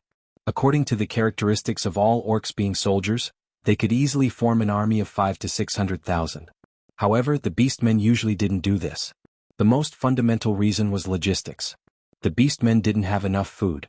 If hundreds of thousands of beastmen gathered together, it wouldn't take long for them to starve to death. Therefore, the beastmen would usually unite with several tribes and form an army of around 50,000 people. They would then attack from multiple areas. The orcs began to move. A new round of war was about to begin. After dealing with the matters in the northern city, Sulin issued an order to purchase all kinds of magic plant seeds. At the same time, he began the next step of the restoration of the secret realm. There were many magic plants growing in the secret realm. In addition to the purple tulips, there were also mutated man-eating flowers, blood-sucking vines, and some amethyst bees. The ecological area in the secret realm had also begun to be restored. There were many wild herbs in the ecological area. Some of the herbs marked in Introduction to Potionology could be found here. Most of the magic plants were easy to deal with. The only troublesome one was the blood-sucking vines. These dark red thorny vines were a type of living vine. They would automatically attack nearby creatures. At the same time, they were poisonous. After killing their prey, they would drag it over and slowly digest it. The ecological area was very large. Although the original destruction was serious, it was slowly recovering. Earth, water, wind, fire. The Arcanists believed that these 4 elements were the basic composition of the world. They were also the prerequisite for the evolution of all matter. As the wizards who inherited the knowledge of the arcane empire, they also inherited this view. It was said that some legendary wizards would leave the main material plane and enter the astral world to roam other worlds. These wizards were called astral wizards. According to the information left behind by these astral wizards, they found that there were all kinds of planets. Some were solid, some were liquid, and some were gaseous. However, planets that could produce intelligent life had a kind of life force. Almost all of them had the characteristics of a fusion of these 3 types of planets. The great Arcanists believed that at the beginning of the multiverse, after the explosion of the source energy, the elemental planes of earth, water, wind, and fire were created. During the evolution, different types of planets were created due to the proportion of the elements. Those planets that could support life were mostly the result of the harmony of the 4 elements. Only this kind of harmonious plane could give birth to all kinds of creatures and finally become a prosperous plane. At the same time, the Arcanist theory of constructing superlarge demiplanes originated from this. The Grand Arcanists believed that only a complete elemental balance could create a new world, a superlarge demiplane that could allow life to flourish. Creating a world was not difficult. Basically, if a legendary wizard was willing to spend his life, he could create a relatively small half-plane world. However, no wizard would do so. The environment in the secret realm also had to comply with this requirement. If there was a problem with the ecological structure of the secret realm, it would collapse and be rebuilt. However, if there was a problem with the basic elemental structure, it would lead to the collapse of the secret realm. Therefore, Sulin had been strict when it came to restoring the secret realm.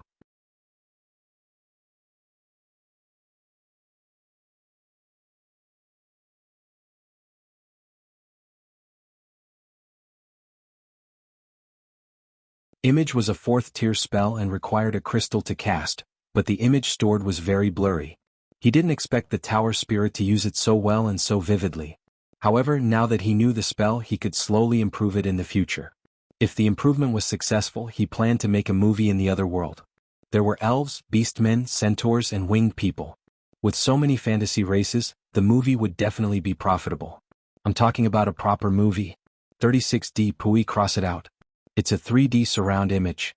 Just thinking about it makes me excited. This way, the people of the other world would have a lot of mental food. There was simply too little entertainment in this world. The reason why bards were popular was because they could perform, sing, and tell stories. In this world, even a circus was enough to make people go crazy. If Sulin made a movie, people would be so shocked that their jaws would drop. When the time came, he might as well set up a film company and call it ********. However, these were all things for the future. Sulin didn't have the technology now. What he needed to do now was to rebuild the ecosystem of the secret plane according to the backup information of the ecological system of the Tower Spirit. In fact, it wasn't easy to build an independent ecosystem in a secret plane. This experiment was done by a country in his previous life. Back then, the United States spent a lot of money to build a laboratory called Biosphere 2. It was a closed space where various plants and animals were planted. At the same time, a few scientists were put in to form a simple ecosystem. In this experiment, some technology was used to help the ecosystem cycle. The whole plan was to live in the Biosphere 2 laboratory for 5 years. However, the experiment only lasted for a year before it had to be stopped. Because the ecosystem inside had collapsed, all the plants and animals could no longer survive. The technology in his previous life couldn't be completed even when he transmigrated to Sulin. However, in this fantasy world, the Arcanists had solved these problems thousands of years ago. Sulin looked at the biosphere modification technology that the Tower Spirit mentioned. Just looking at the technology made Sulin's scalp tingle. Terrain modification. Use magic to modify the ground into the shape you want. The lowest level is 7 and the highest level is 10. Environment modification. Permanently change the environment of a space or place. The more the environment is modified, the more difficult the spell is. The lowest level is 5, and the highest level is 10. Ecological recombination. Permanently change the ecology of an area. The creatures in the area, the highest level is 15, will be changed according to the caster's wishes. The lowest level is 9, and the highest level is 10. Gene cultivation. A magical spell combined with cloning. Can use the genes of some creatures to directly create the original creatures. Note: this spell can only create normal creatures. It has no effect on magic creatures. Level 8 spell. Gene recombination, a powerful spell invented by the Arcanists. This spell can use existing genes to create new creatures. Note: this spell is very dangerous. Please use it with caution. Level 9 spell. Bloodline modification, a bloodline modification technique invented by the Arcanists. It can allow a normal creature to have the abilities of other creatures. Note: this spell is easy to cause bloodline diseases. Please use it with caution. Level 7 spell. When Sulin saw the last 2 spells, he was shocked. This kind of spell was strictly limited even during the Arcane Empire. When this kind of spell was first invented, it was all the rage. However, it soon led to serious consequences. The most typical examples of this kind of gene recombination and bloodline modification were the Beastmen and Bloodline Wizards. The Beastmen were first created by some Arcanists. Sulin didn't know the specific reason. Under normal circumstances, the bloodline of the Beastmen was very unstable, and there were often various problems. However, the Beastmen also had talents that ordinary people didn't have. For example, as long as the Cat Beastmen reached adulthood, their agility would generally exceed 20. The Bear Beastman's strength was also generally outstanding. Later, for some reason, this kind of gene recombination technology was banned by the Arcane Empire. As for the bloodline modification technique, this kind of technology was generally used on the Arcanists themselves. Many of the Arcanist descendants didn't have the ability to cast spells, so they invented this kind of technology so that their descendants could have the bloodline ability and become warlocks. In addition to these technologies, there were various weather spells in the technical information, which could change the seasonal climate in the secret realm. These spells could almost be used to transform a half-bit wall into a large secret realm. Of course, the manpower and material resources needed were far from what 1 or 2 wizards could do. Even legendary wizards couldn't do it. Only a dozen legendary wizards working together could achieve that kind of world-like miracle. Sulin's current secret realm was, of course, not so exaggerated. Although his secret realm covered a large area, it was essentially different from the half-bit wall secret realms. The half-bit wall secret realms could exist independently and didn't need to be attached to the main plane. Sulin's secret realm of space folding was just using space spells to hide a piece of land in the material plane. Overall, it still belonged to the material plane. Although this kind of secret realm couldn't be compared to the half-bit wall secret realm, one advantage was that there was no need to reconstruct the terrain, the air and gravity system of the secret realm didn't need to be reconstructed, and there was no need to open up space or half-bit wall. The difficulty of construction was sharply reduced. The energy barrier used to divide the area in the secret realm had been damaged. This kind of energy barrier could divide the secret realm according to one's ideas. The strength of the energy barrier could withstand a legendary spell attack.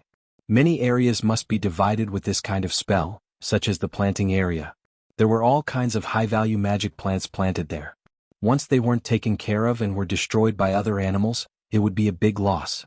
There was also the need to build an ecological park in the secret realm. Many magic creatures couldn't be bred like cattle and sheep. They must be given a wild environment. The ecological park was specially prepared for this kind of magic beast. Some magic plants also needed to be bred in the wild. According to the materials given by Tower Spirit No. 1, such an energy barrier to divide the secret realm would cost at least 5 million kinner. Even if Su Lin had obtained all of the Grey Dwarf's treasures, it would be painful to take out such a large sum of money. Half of the treasure he got from the Grey Dwarf would be used up in an instant. As for the space-folding circle and the large protective force field that surrounded the secret realm, it would cost an astronomical amount of money to rebuild these two runic circles bit by bit. Su Lin used to think that he was quite rich. If he released the money in his hands, he could destroy the economy of a country. Now it seemed that he was thinking too much. With so little money he couldn't even build a secret realm. 10 million kinner wasn't too high a price to build a wizard tower for Hathaway.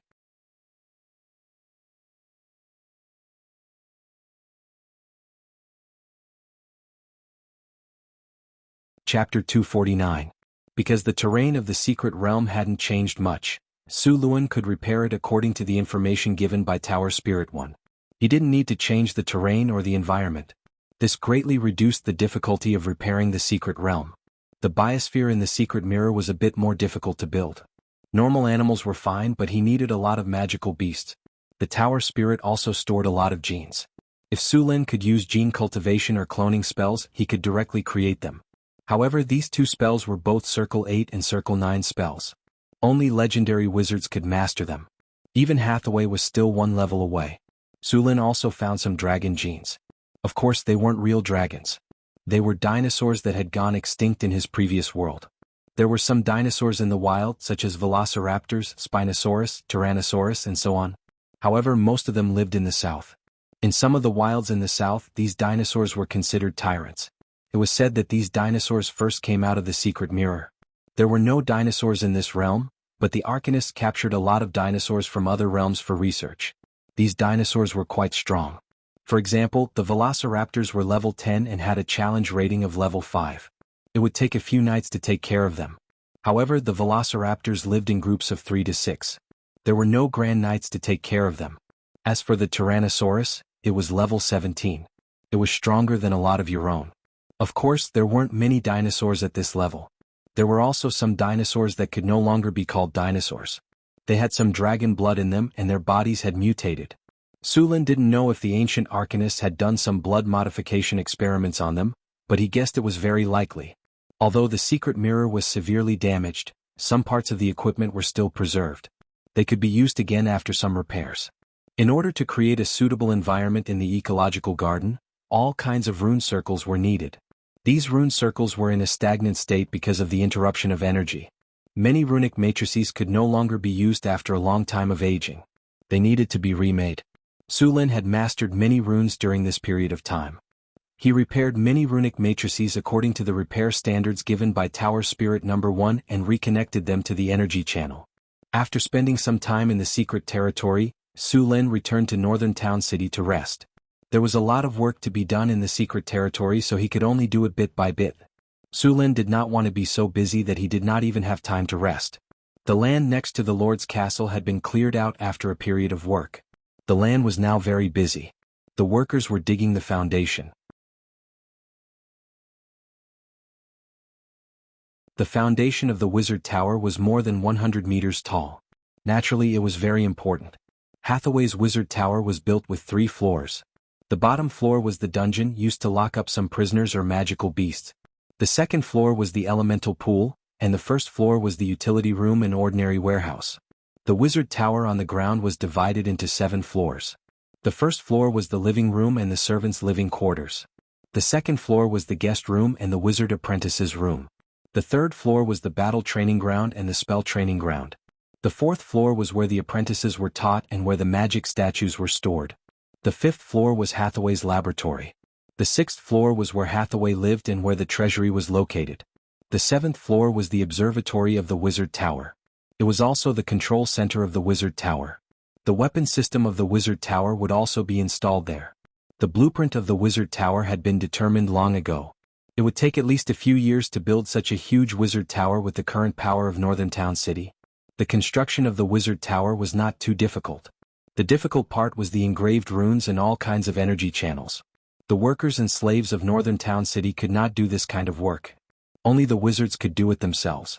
However, Su Lin soon discovered that there were not only normal people building the wizard tower, but there were also half-elves and drows.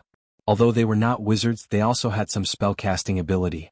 Now that these elves were also involved in the construction of the wizard tower, Su Lin was a little surprised. However, he soon realized that both Karina and Grace were spellcasters. Although they were bloodline warlocks, they could also build a wizard tower after entering the 4th grade. However, because of the lack of strength and resources, they did not have a wizard tower at all. Even if they joined Northern Town City, it was impossible to get Su Lin to support them in building a wizard tower.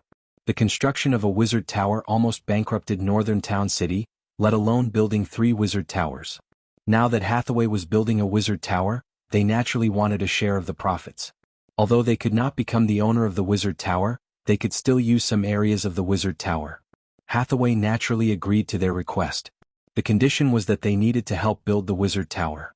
The foundation of the 120-meter wizard tower was a full 30 meters. Thousands of construction teams worked under the supervision of the drows. The soil would be transported to other parts of the city. Under the foundation of the wizard tower, the original soil was turned into rock by using the mud to stone spell. Some places were even blessed with the hardening spell to increase the strength. The base of the wizard tower would be built here. The wizard tower and the base would be connected by a structure. These were reserved for the future upgrade of the wizard tower into a floating space tower. The upgraded form of the wizard tower was the floating space tower. This was the original form of the floating space city.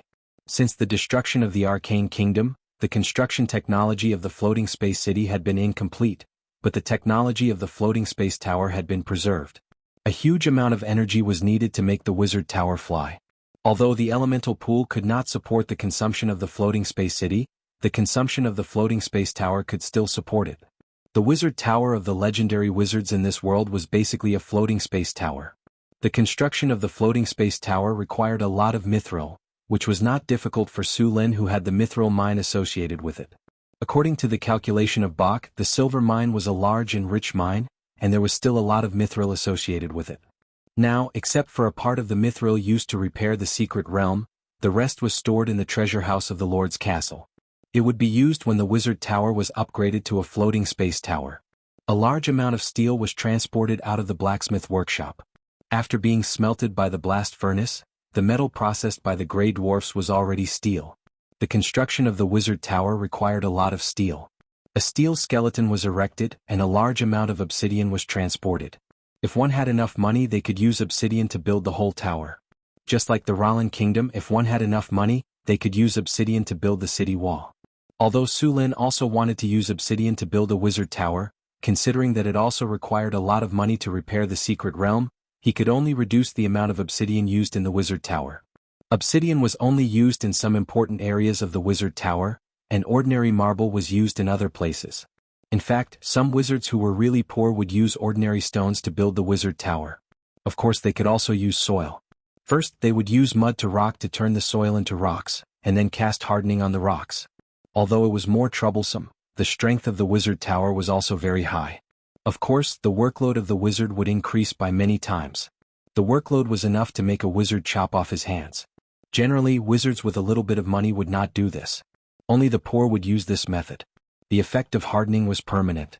Wizards at the level of a great wizard could cast it to make wood as strong as steel. If it was stone, the strength would be even higher. Wizard towers that could really travel to the astral world were built with a large amount of obsidian, and then cast hardening on the basis of the obsidian. The strength of the wizard tower built in this way would reach an extraordinary level. Su Lin had sent 2,000 kobolds to the underground world to mine obsidian. However, obsidian was very hard to mine, so other than mining obsidian from the underground world, North Town City had also bought a large amount of obsidian from the Rollin Kingdom. The craftsmen built according to the requirements of the blueprint. The half-elf spellcasters and drows began to cast mud to rock on the rocks and obsidian. Hathaway cast hardening on the rocks, Karina and Grace did the same. In order to speed up the construction of the wizard tower, Hathaway pulled out the clay golems and rock golems she made. When these golems first appeared, the workers were scared out of their wits. The 3-meter-tall rock golems had arms thicker than their waists. When they walked, the ground trembled slightly. It was very oppressive. The workers were very worried that they might accidentally be trampled to death by these golem puppets. However, after a period of familiarity, these workers were no longer afraid of the golem puppets. Instead, they became very curious about these golem puppets. If it weren't for the reputation of the wizards and the power of these golems, these people would have already climbed up to take a look. One had to admit that the humans' ability to adapt was very strong.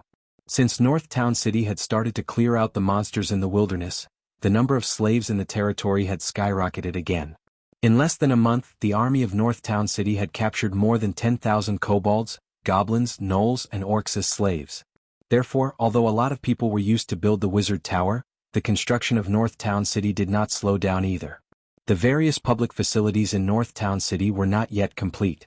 According to Sullen's requirements, all the roads had to be paved with stone or gravel. Now, most of the main roads in the city had been completed, but some of the roads in the market had not yet been completed. Some places in the city had begun to build street gardens and green parks. In the past, to speed up the construction of other buildings, they had to prioritize the construction of other buildings. Now that they had enough manpower, they began to build these on a large scale.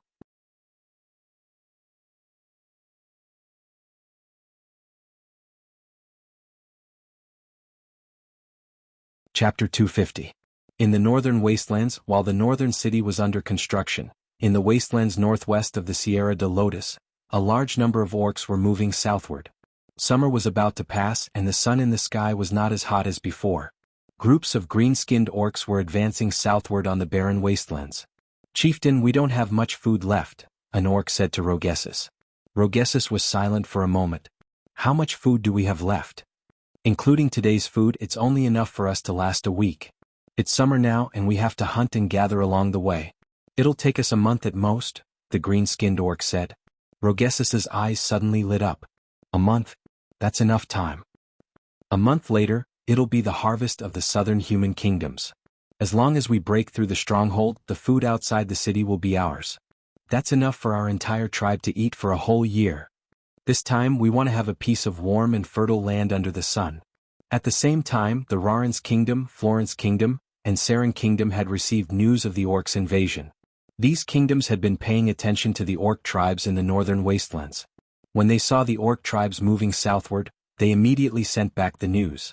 The invasion of the beastmen at this time put a lot of pressure on the human kingdoms. There was still a month before the harvest, and the nobles were reluctant to burn their fields. Most of the farmlands outside the city belonged to the nobles, and they wanted them to burn their own fields? The stingy nobles wouldn't do that. As for the orc invasion, that was the army's problem. The orc invasion also made a few kingdoms nervous. The nobles near the northern border began to recruit soldiers. As for the refugees that had been promised to Su Lin, they were forced to join the army.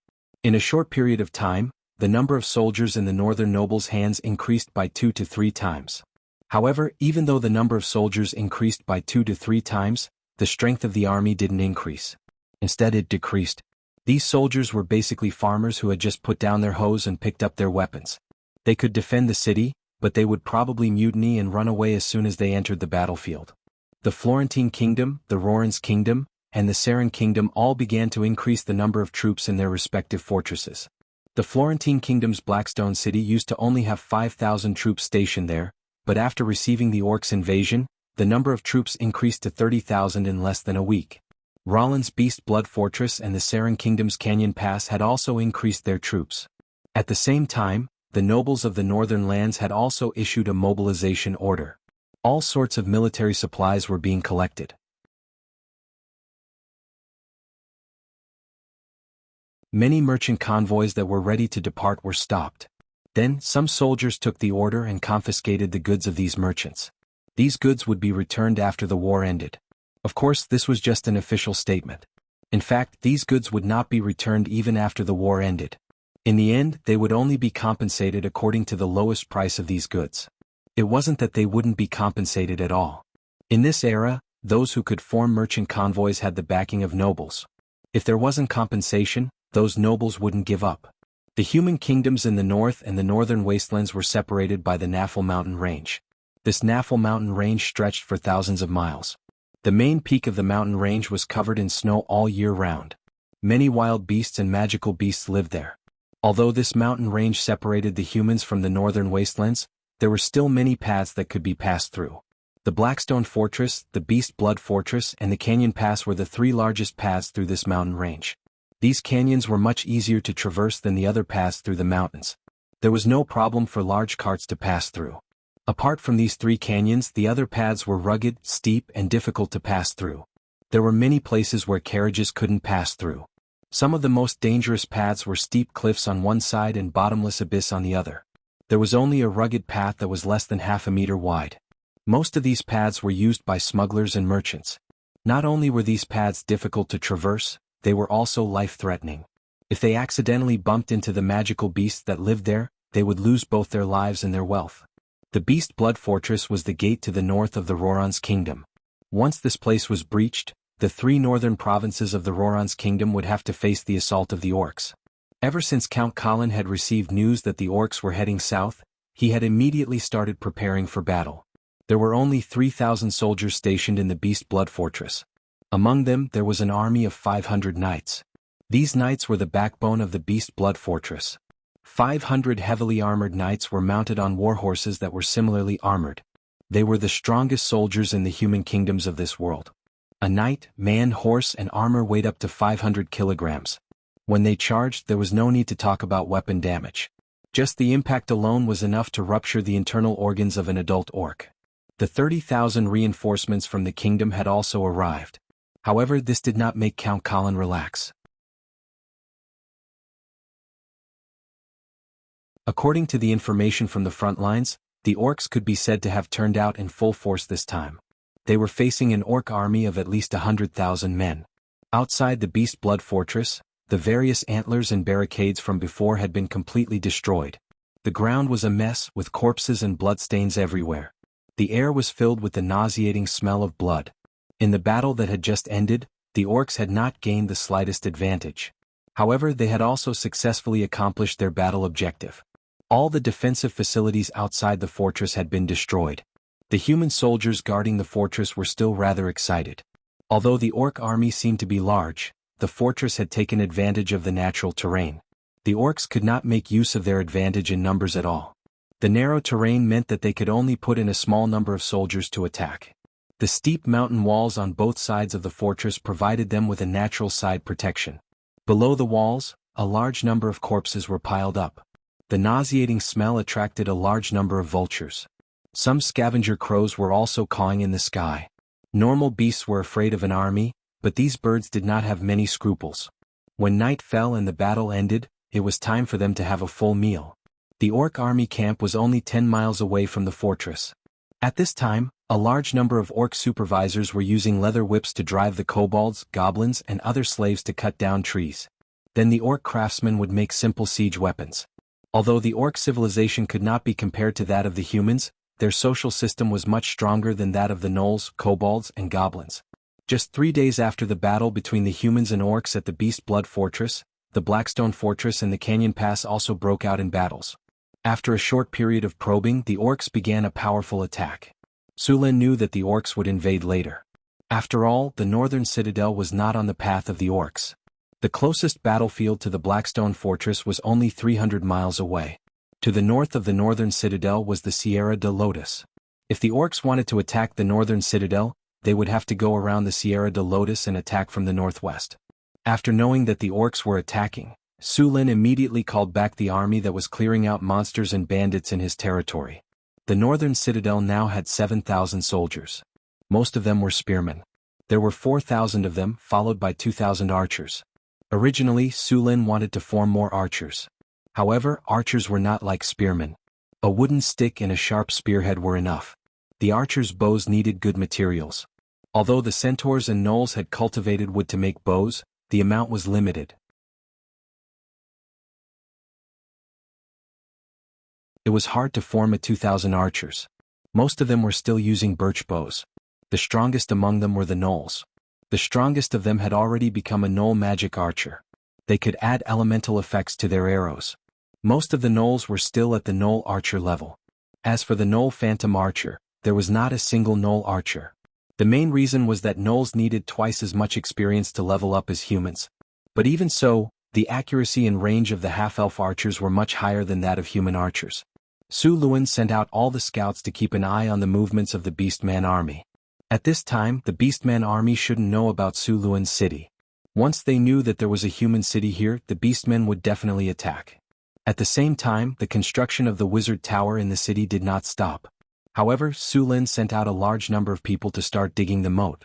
Before, only a small part of the moat was dug out. After the orcs were dealt with, there were no more enemies in the area. Therefore, the moat was stopped. Now it was just a restart. Sulin's moat would directly lead the water from the Red Sand River. The moat was about 10 meters wide and 3 meters deep. The water in the moat was flowing.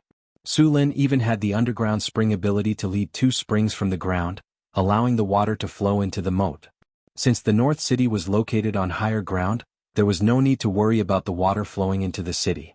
The moat was not only for defense, but also for water transportation. Su Lin planned to build a dock outside the city after the war. It would allow ships to transport goods from the Red Sand River to the city gate through the moat. The North City's moat was being built as fast as possible. The caravans in the city had also received news of the orcs' attack. These caravans could not return to the human kingdom before the war ended. They could only stay in the North City for the time being. The guards and mercenaries of these caravans were also called up. Su Lin did not plan to send them to the battlefield.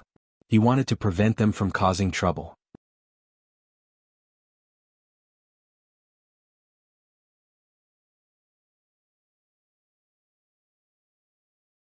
Chapter 251. Although these mercenaries and guards weren't as strong as the regular army, they were still much stronger than normal people. Su Lin didn't want these mercenaries and guards to cause trouble in the city while he was fighting on the front lines. Su Lin had never overestimated the moral integrity of mercenaries and caravan guards. In this era, it was very dangerous to do business in the wilderness, especially in the northern wasteland. It was fine when they were in the city or within the city limits because these people were like normal merchants. But in the wilderness, the law of the jungle prevailed. It was common for the merchant guards and mercenaries to rob other merchant caravans. These people were merchants when they entered the city, and bandits when they left. Unless they were caught directly, it was impossible to tell them apart. Su Lin also had a lot of crazy things in the city, such as the secret recipe of white sugar, the brewing process of rum, paper making, and so on. Any one of these skills was worth tens of thousands of gold. As long as you learned one of these skills, you wouldn't have to worry about money for the rest of your life. It wasn't impossible for you to even get a noble title. These people wanted to steal these skills from the first day they came to the city. Last month, Chris caught more than a dozen people who wanted to steal these skills. On average, she caught one every 2 days. As for what happened to these people in the end, it wasn't bad. Alex told Su Lin that the low-grade harpies wanted some materials. Su Lin waved his hand and gave these people to Alex to live in the Eagle Stronghold. There were more than 3,000 harpies in the Eagle Stronghold. Apart from the harpies and their leader, the rest of the harpies couldn't break free from their instincts. Those who dared to steal skills in the northern wastelands were all strong. Many of them were knights. This was good news for the harpies. These people were fed by the harpies 24 hours a day. They didn't rest at all. They were working hard all the time. These people could be said to be enjoying the feeling of having 3,000 wives. Once the orcs attacked the northern wastelands, the Castellan's mansion would definitely withdraw their men. At that time, the defense would naturally be a bit lax. Su Lin didn't think these merchants would let go of such a good opportunity to resist the orcs. They would definitely take advantage of it. Su Lin never overestimated human nature. The cheapest and most precious thing in the world was human nature. It was also the most vulnerable thing in the world. Blackstone Stronghold. The battle had already been going on for 3 days. The orc army had sent out a large number of servants to fight. They used these servants to consume the rolling stones and arrows of the humans. The high-intensity battle had consumed a lot of the Blackstone Fort's resources. The Blackstone Fort was a military stronghold and its walls were repaired quite well. The Orc army didn't have any advantage. On the fourth day of the war, the Blackstone stronghold. The city walls. The siege tower was a simple building made of wood. The Orc soldiers could enter from the bottom of the siege tower and climb up the stairs. Along the way they were protected by wooden planks so they wouldn't be attacked by the enemy. At the top of the stairs was the exit of the siege tower. This exit was at the same height as the city walls. After walking out, one could immediately step onto the city walls and engage in close combat with the enemy. The Blackstone stronghold was crudely made, but its effect was not bad. The Blackstone stronghold was built by the Blackstone stronghold. Although the Blackstone stronghold was a great tool, its weakness was also obvious. It was slow. The Blackstone stronghold was built by the Blackstone stronghold. It was rough and heavy. If it was a normal human, it would be difficult to push the Blackstone stronghold forward. However, it was just right for the Blackstone stronghold. Other than the Blackstone stronghold had also prepared some ladders and battering rams. The Blackstone stronghold was pushed by the Blackstone stronghold. The soldiers and generals of the Blackstone stronghold looked serious. When they saw the Blackstone stronghold approaching, they ordered the Blackstone stronghold's archers to shoot fire arrows. The fire arrows were a threat to the Blackstone stronghold. After being smeared with kerosene, the Blackstone stronghold's fire arrows were quite good.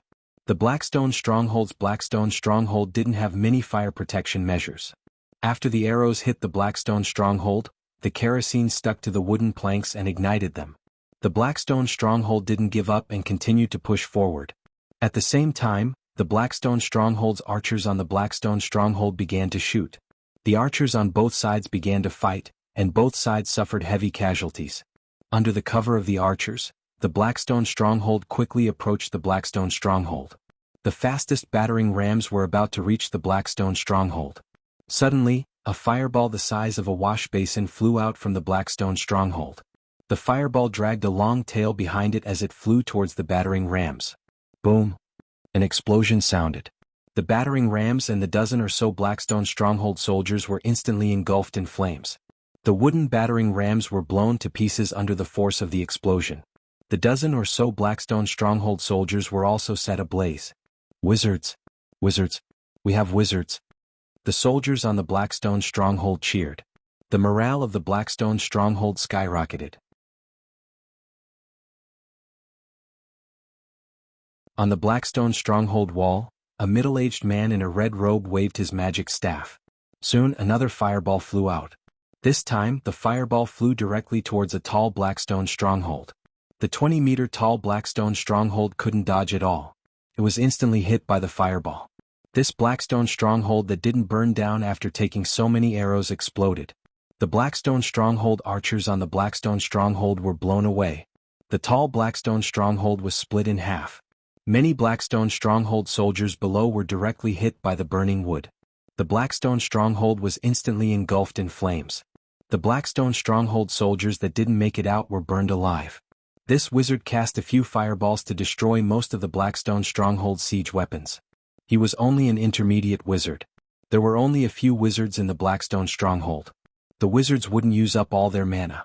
What they did just now was to boost the morale of the Blackstone stronghold. Even though most of the siege towers had been destroyed, the orcs quickly pushed out new siege machines. This time the adepts did not continue to attack. Instead, the ballistae on the walls were drawn, and the sound of bowstrings being drawn rang out. A soldier placed a long spear on one of the ballistae and ignited it with kerosene.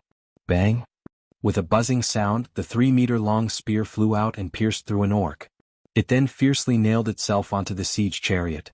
The heavy siege chariot shook back and forth a few times. The flames on the spear ignited the siege chariot. Bang! Bang! Bang! Bang! Bang! The sound of bowstrings rang out on the Blackstone stronghold wall. Spears flew out one after another, leaving a trail of corpses in their wake. The Blackstone stronghold soldiers that were directly hit had a bowl-sized bloody hole in their bodies. Some of the Blackstone stronghold soldiers that were too close were directly pierced through. However, the accuracy of the ballistae was limited. Their firing speed was also slow. Many of the siege weapons still managed to get close to the Blackstone stronghold wall. Seeing this, the general of the Blackstone stronghold immediately gave the order to counterattack. 500 knights quietly lined up behind the Blackstone stronghold gate. These knights all wore metal armor and held sharp swords in their hands. The 500 knights quietly stood behind the gate, waiting for the gate to open. An impassioned horn sounded. The gate of the Blackstone stronghold slowly opened. The knights who were already prepared immediately charged. The 500 knights instantly moved. The sound of hooves thundered on the battlefield. The fully armored knights instantly rushed out of the Blackstone stronghold gate and directly charged towards the orc stronghold siege weapons. The orcs never thought that the humans would actually open the gate and attack. The Blackstone stronghold was immediately scattered by the human knights. The infantry was completely massacred by the charging heavy cavalry. Even the orcs were the same. Wherever the knights went, the orcs were cut down like grass. In just 2 charges, the orc stronghold's vanguard was scattered. Seeing the orc stronghold soldiers fleeing in panic, the knights did not continue to pursue. Instead, they ignited the kerosene that they carried with them and threw it on the siege weapons. Dozens of siege weapons were quickly ignited. After these siege weapons were ignited, a deep horn sounded. All the knights turned their horses around and returned to the Blackstone stronghold. After the last knight entered, the gate closed again. The battle was still not over. The orcs did not choose to retreat after losing a large number of siege weapons. Instead, they sent another 2,000 to 3,000 soldiers to attack the Blackstone stronghold with ladders. The general of the Blackstone stronghold, Count Louis, had a heavy expression on his face. These damned orcs want to take us down in one go? Aren't they afraid of breaking their teeth? The archers madly pulled their bowstrings. Many of their arms were sore from pulling the bowstrings for so long. Many archers even had their fingers cut by the bowstrings. A rain of arrows fell from the sky, but the orcs were not afraid at all. The orc stronghold soldiers raised crude wooden shields. Many of the wooden shields were not even stripped of their bark. They forcefully endured the rain of arrows and continued to attack the Blackstone stronghold. A large number of orcs charged without caring about casualties. Soon, a ladder was placed on the Blackstone stronghold's wall. The orc stronghold at the back sped up and quickly climbed up the wall. They then stabbed down with their spears. A few orc stronghold soldiers cut off the hooks of the ladder and pushed it down. 2 orc stronghold soldiers who were halfway up the ladder fell from the sky. A tall orc stronghold jumped up the Blackstone stronghold's wall after a few jumps. He swung his giant axe and chopped the orc stronghold soldiers in half along with their weapons. He then defended the Blackstone stronghold's wall and allowed more orcs to climb up. Soon 5 orcs came up. These orcs were under the lead of the orc stronghold's leader. The human soldiers around them were forced to retreat. Seeing this situation, a few knights immediately rushed up with their men.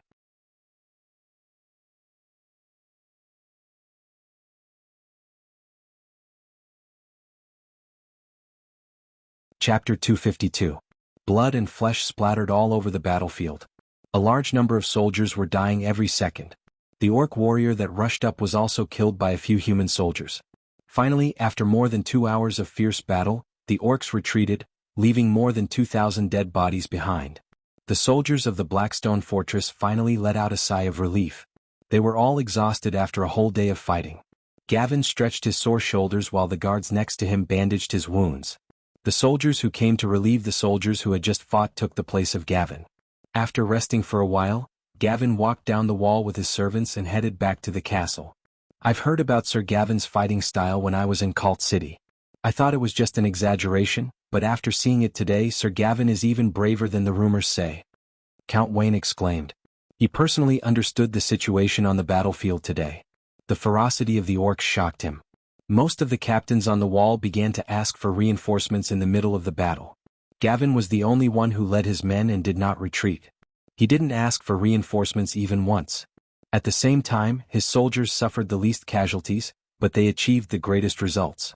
They killed more than 500 orc soldiers in the section of the wall they defended, including several orc warriors. Sir Wayne, thank you for the compliment. Gavin forced a smile and said, You've seen the difference between us and the orc army today. Without the protection of the wall, we are no match for the orcs. More importantly, according to our intelligence, there are at least 100,000 orcs this time. We only have less than 50,000 soldiers. It will be very difficult for us to defend the city with our strength. That's why I beg you to ask for reinforcements from the king immediately. Also, we have lost 4,000 men today, and the orcs have lost 3,000 men. We can't win in a war of attrition. Sir Gavin, I will ask for reinforcements from His Majesty, Count Wayne agreed after some consideration. But Gavin, you know that even if His Majesty agrees to send reinforcements, it will take at least a month for them to arrive. We can only rely on ourselves for this month. Do you have any ideas? Sir, we can only hold on. After a moment of silence, Gavin said, let's ask the surrounding nobles for help first. They have quite a number of soldiers. Although they aren't elites, they should have no problem defending the city. Do you think those nobles will be willing to send their troops here? Count Wayne sneered. As a noble, he understood the intentions of those nobles. Even if the Blackstone fort was in danger, those nobles wouldn't agree to send their private soldiers here. Sometimes, even if they knew that danger was approaching, as long as it wasn't right in front of them, these nobles wouldn't care. You could say that they were short-sighted and didn't see the big picture. In fact, most nobles were like that. They had their own castles and their own soldiers. Most of the time they believed in themselves more. Even if we don't hire a private army, we can still hire new soldiers. We need a lot of manpower. They won't know how to use weapons, but they can at least carry rocks and boil water. As long as they are still healthy, we can just ask them to throw rocks into the water. Gavin said.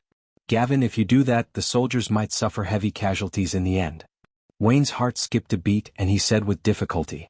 Those untrained soldiers might sound nice, but they were actually farmers. The farmers had less than a 10% chance of surviving on the battlefield. Do you have a better idea, sir? Gavin asked. Wayne opened his mouth. He didn't have a better idea either. Let's do it then. Wayne quickly recovered. He clenched his teeth and nodded in agreement. For the sake of the Blackstone fort, these sacrifices are worth it. By the way, I heard there's a human city in the wasteland, right? Wayne suddenly thought of something.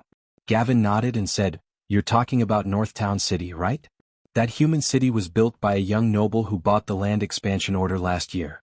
It's a place rich in sugar and rum. How strong are they? Wayne asked, his eyes glowing. Gavin hesitated for a moment and said, they're quite strong. I heard from the merchants who went there that they defeated goblins, kobolds, gnolls, and even the orcs. But I've never been there myself, so I think it's a bit exaggerated. How could they possibly defeat the orcs when it was just built a year ago? I think the lord of the settlement was just boasting. That being said, they should be quite strong since they were able to hold their ground in the wasteland for more than a year. That's great. Wayne's eyes glowed when he heard the word strong. He immediately filtered out the first half of his sentence. If that's the case, let's ask the lord of the settlement for help. Didn't he want a territory and become a noble?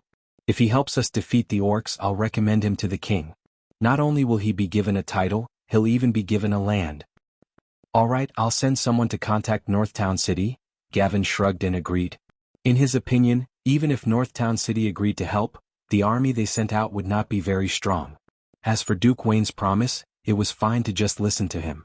Nobles had always been like this. If Northtown City dared to take the initiative to attack, Gavin believed that the lord of the settlement would not be able to wait until the end of the war. Once the lord of the settlement attacked, he would not even be able to withstand the first wave of attacks from the orcs.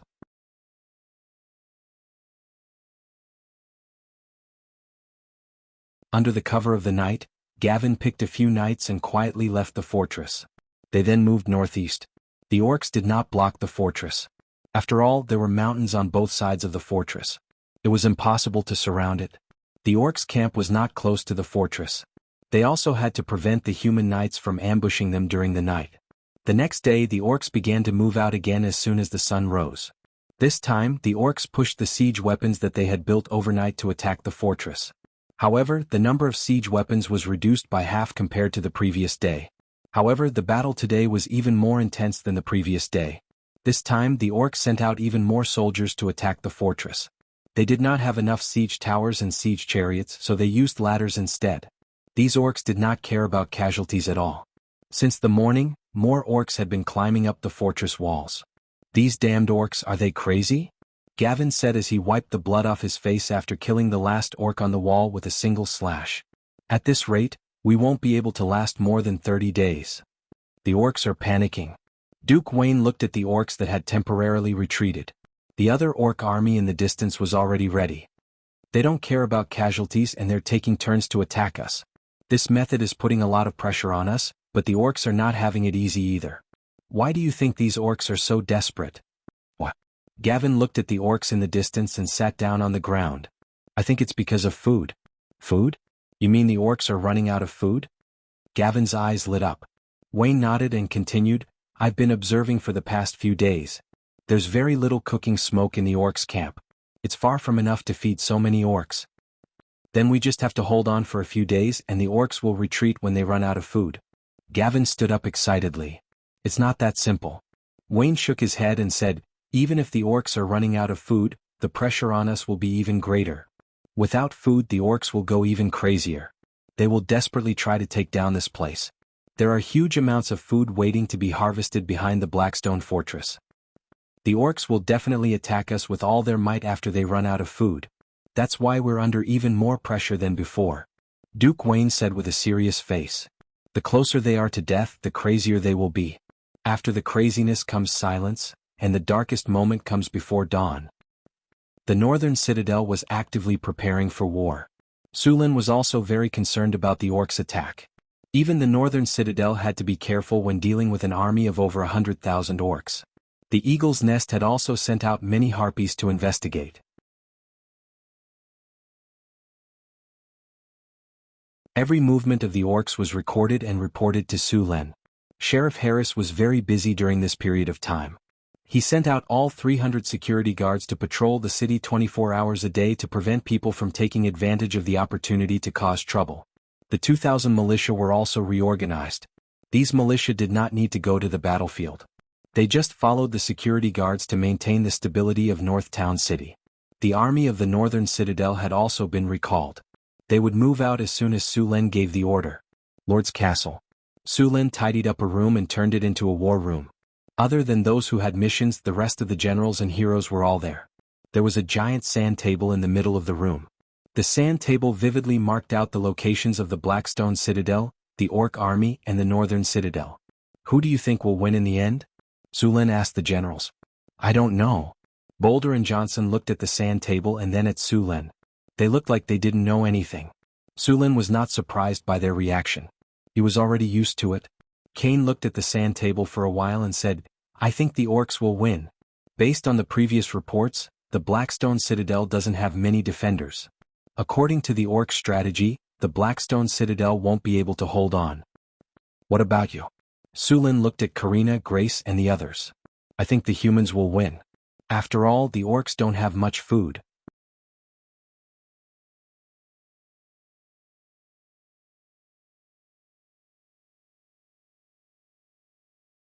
Chapter 253. According to our information, the orcs didn't bring much supplies. They will soon run out of food.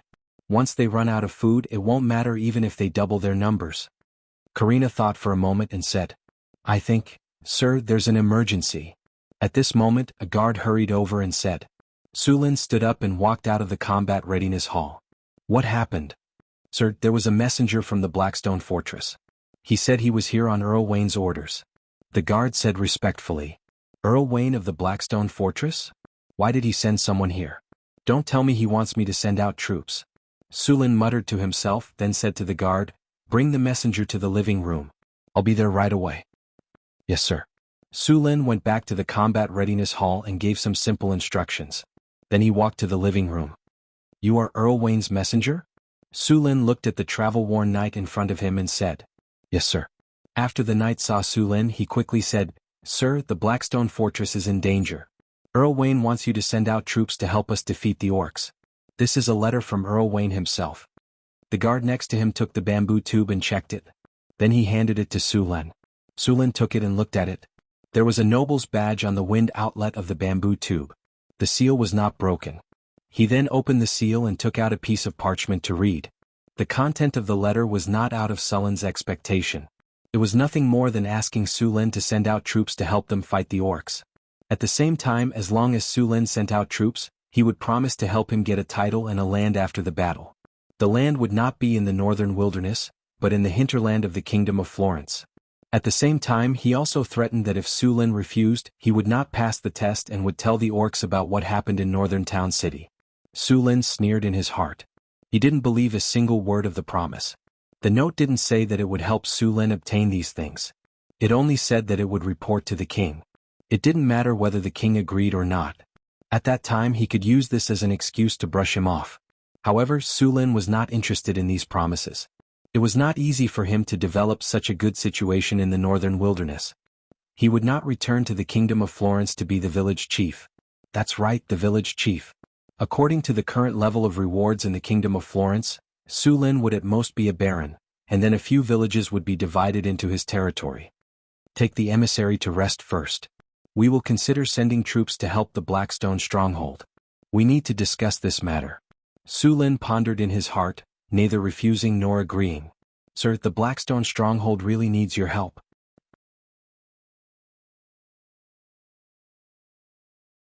The emissary said eagerly when he heard Su Lin wanted to discuss. You go and rest first. We will give you an answer as soon as possible. Su Lin waved his hand and signaled the guards to take him away.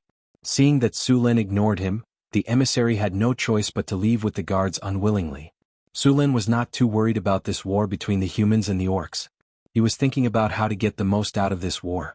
In his opinion, the best result was that both the humans and the orcs suffered heavy losses. However, this situation was very difficult to happen. According to the information he received, the orcs were now putting all their eggs in one basket. On the other hand, the humans were not prepared. Although the Blackstone stronghold temporarily blocked the orcs' attack, this stalemate would not last long. According to the information obtained by the Harpies and the Scouts, the orcs did not have much supplies at all. They had to attack the Blackstone stronghold before they ran out of food, and the human reinforcements would take at least a month. Su Lin knew how sturdy the Blackstone stronghold was. He had entered the wasteland from the Blackstone stronghold in the past.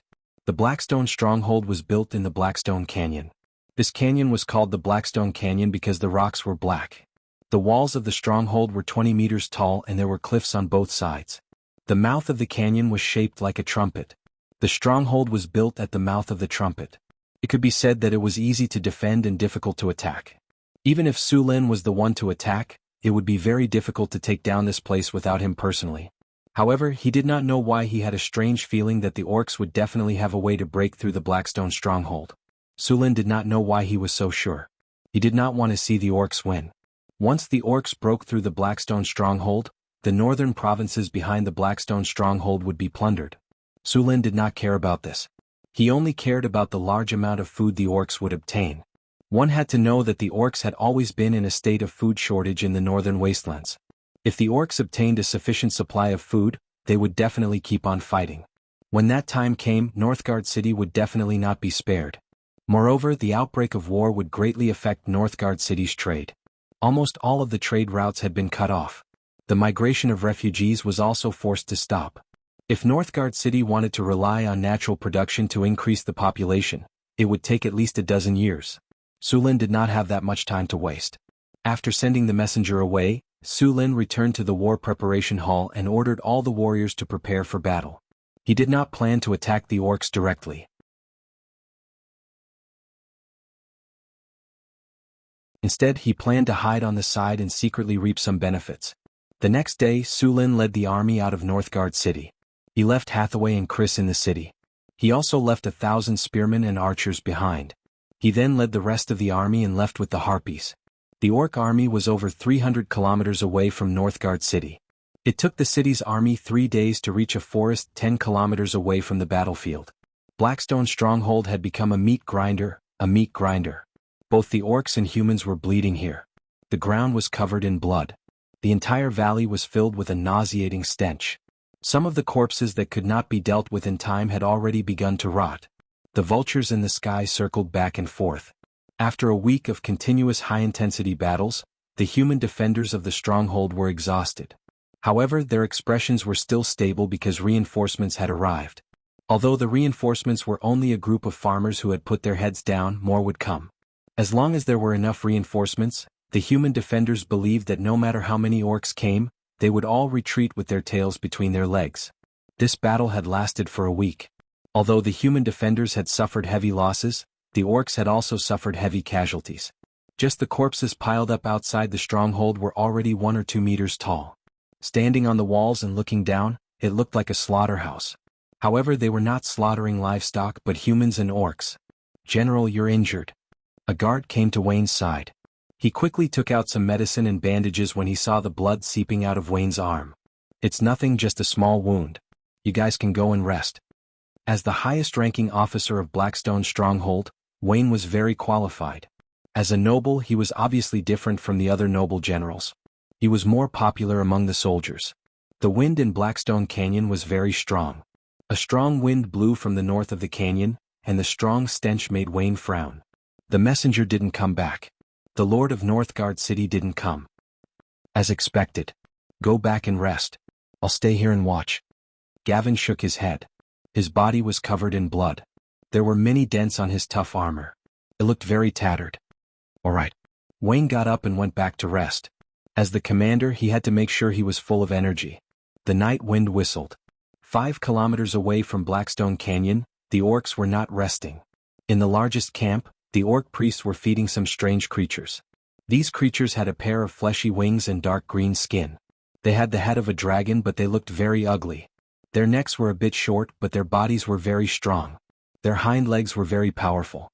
If Sulin was here, he would immediately recognize them.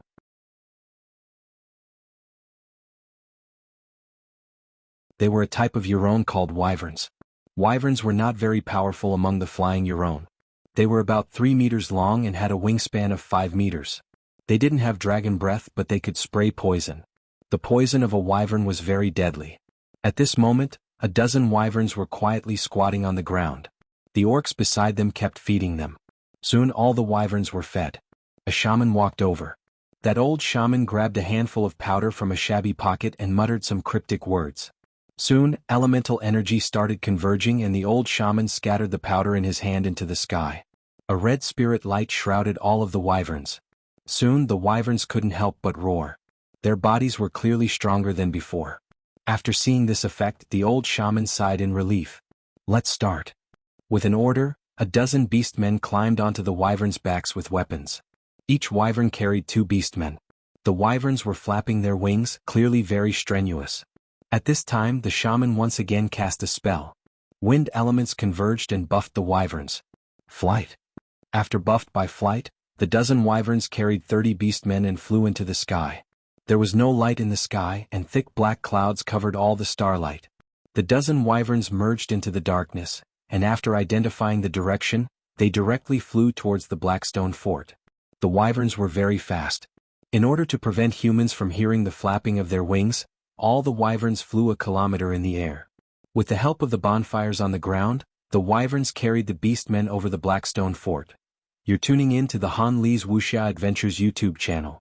We're so grateful for your support, and don't forget to subscribe to join us on this incredible journey through captivating stories. Your generosity through donations truly makes a world of difference, as it's the primary source of revenue that allows me to expand and enhance this channel for you. Thank you from the bottom of my heart for being a part of this adventure.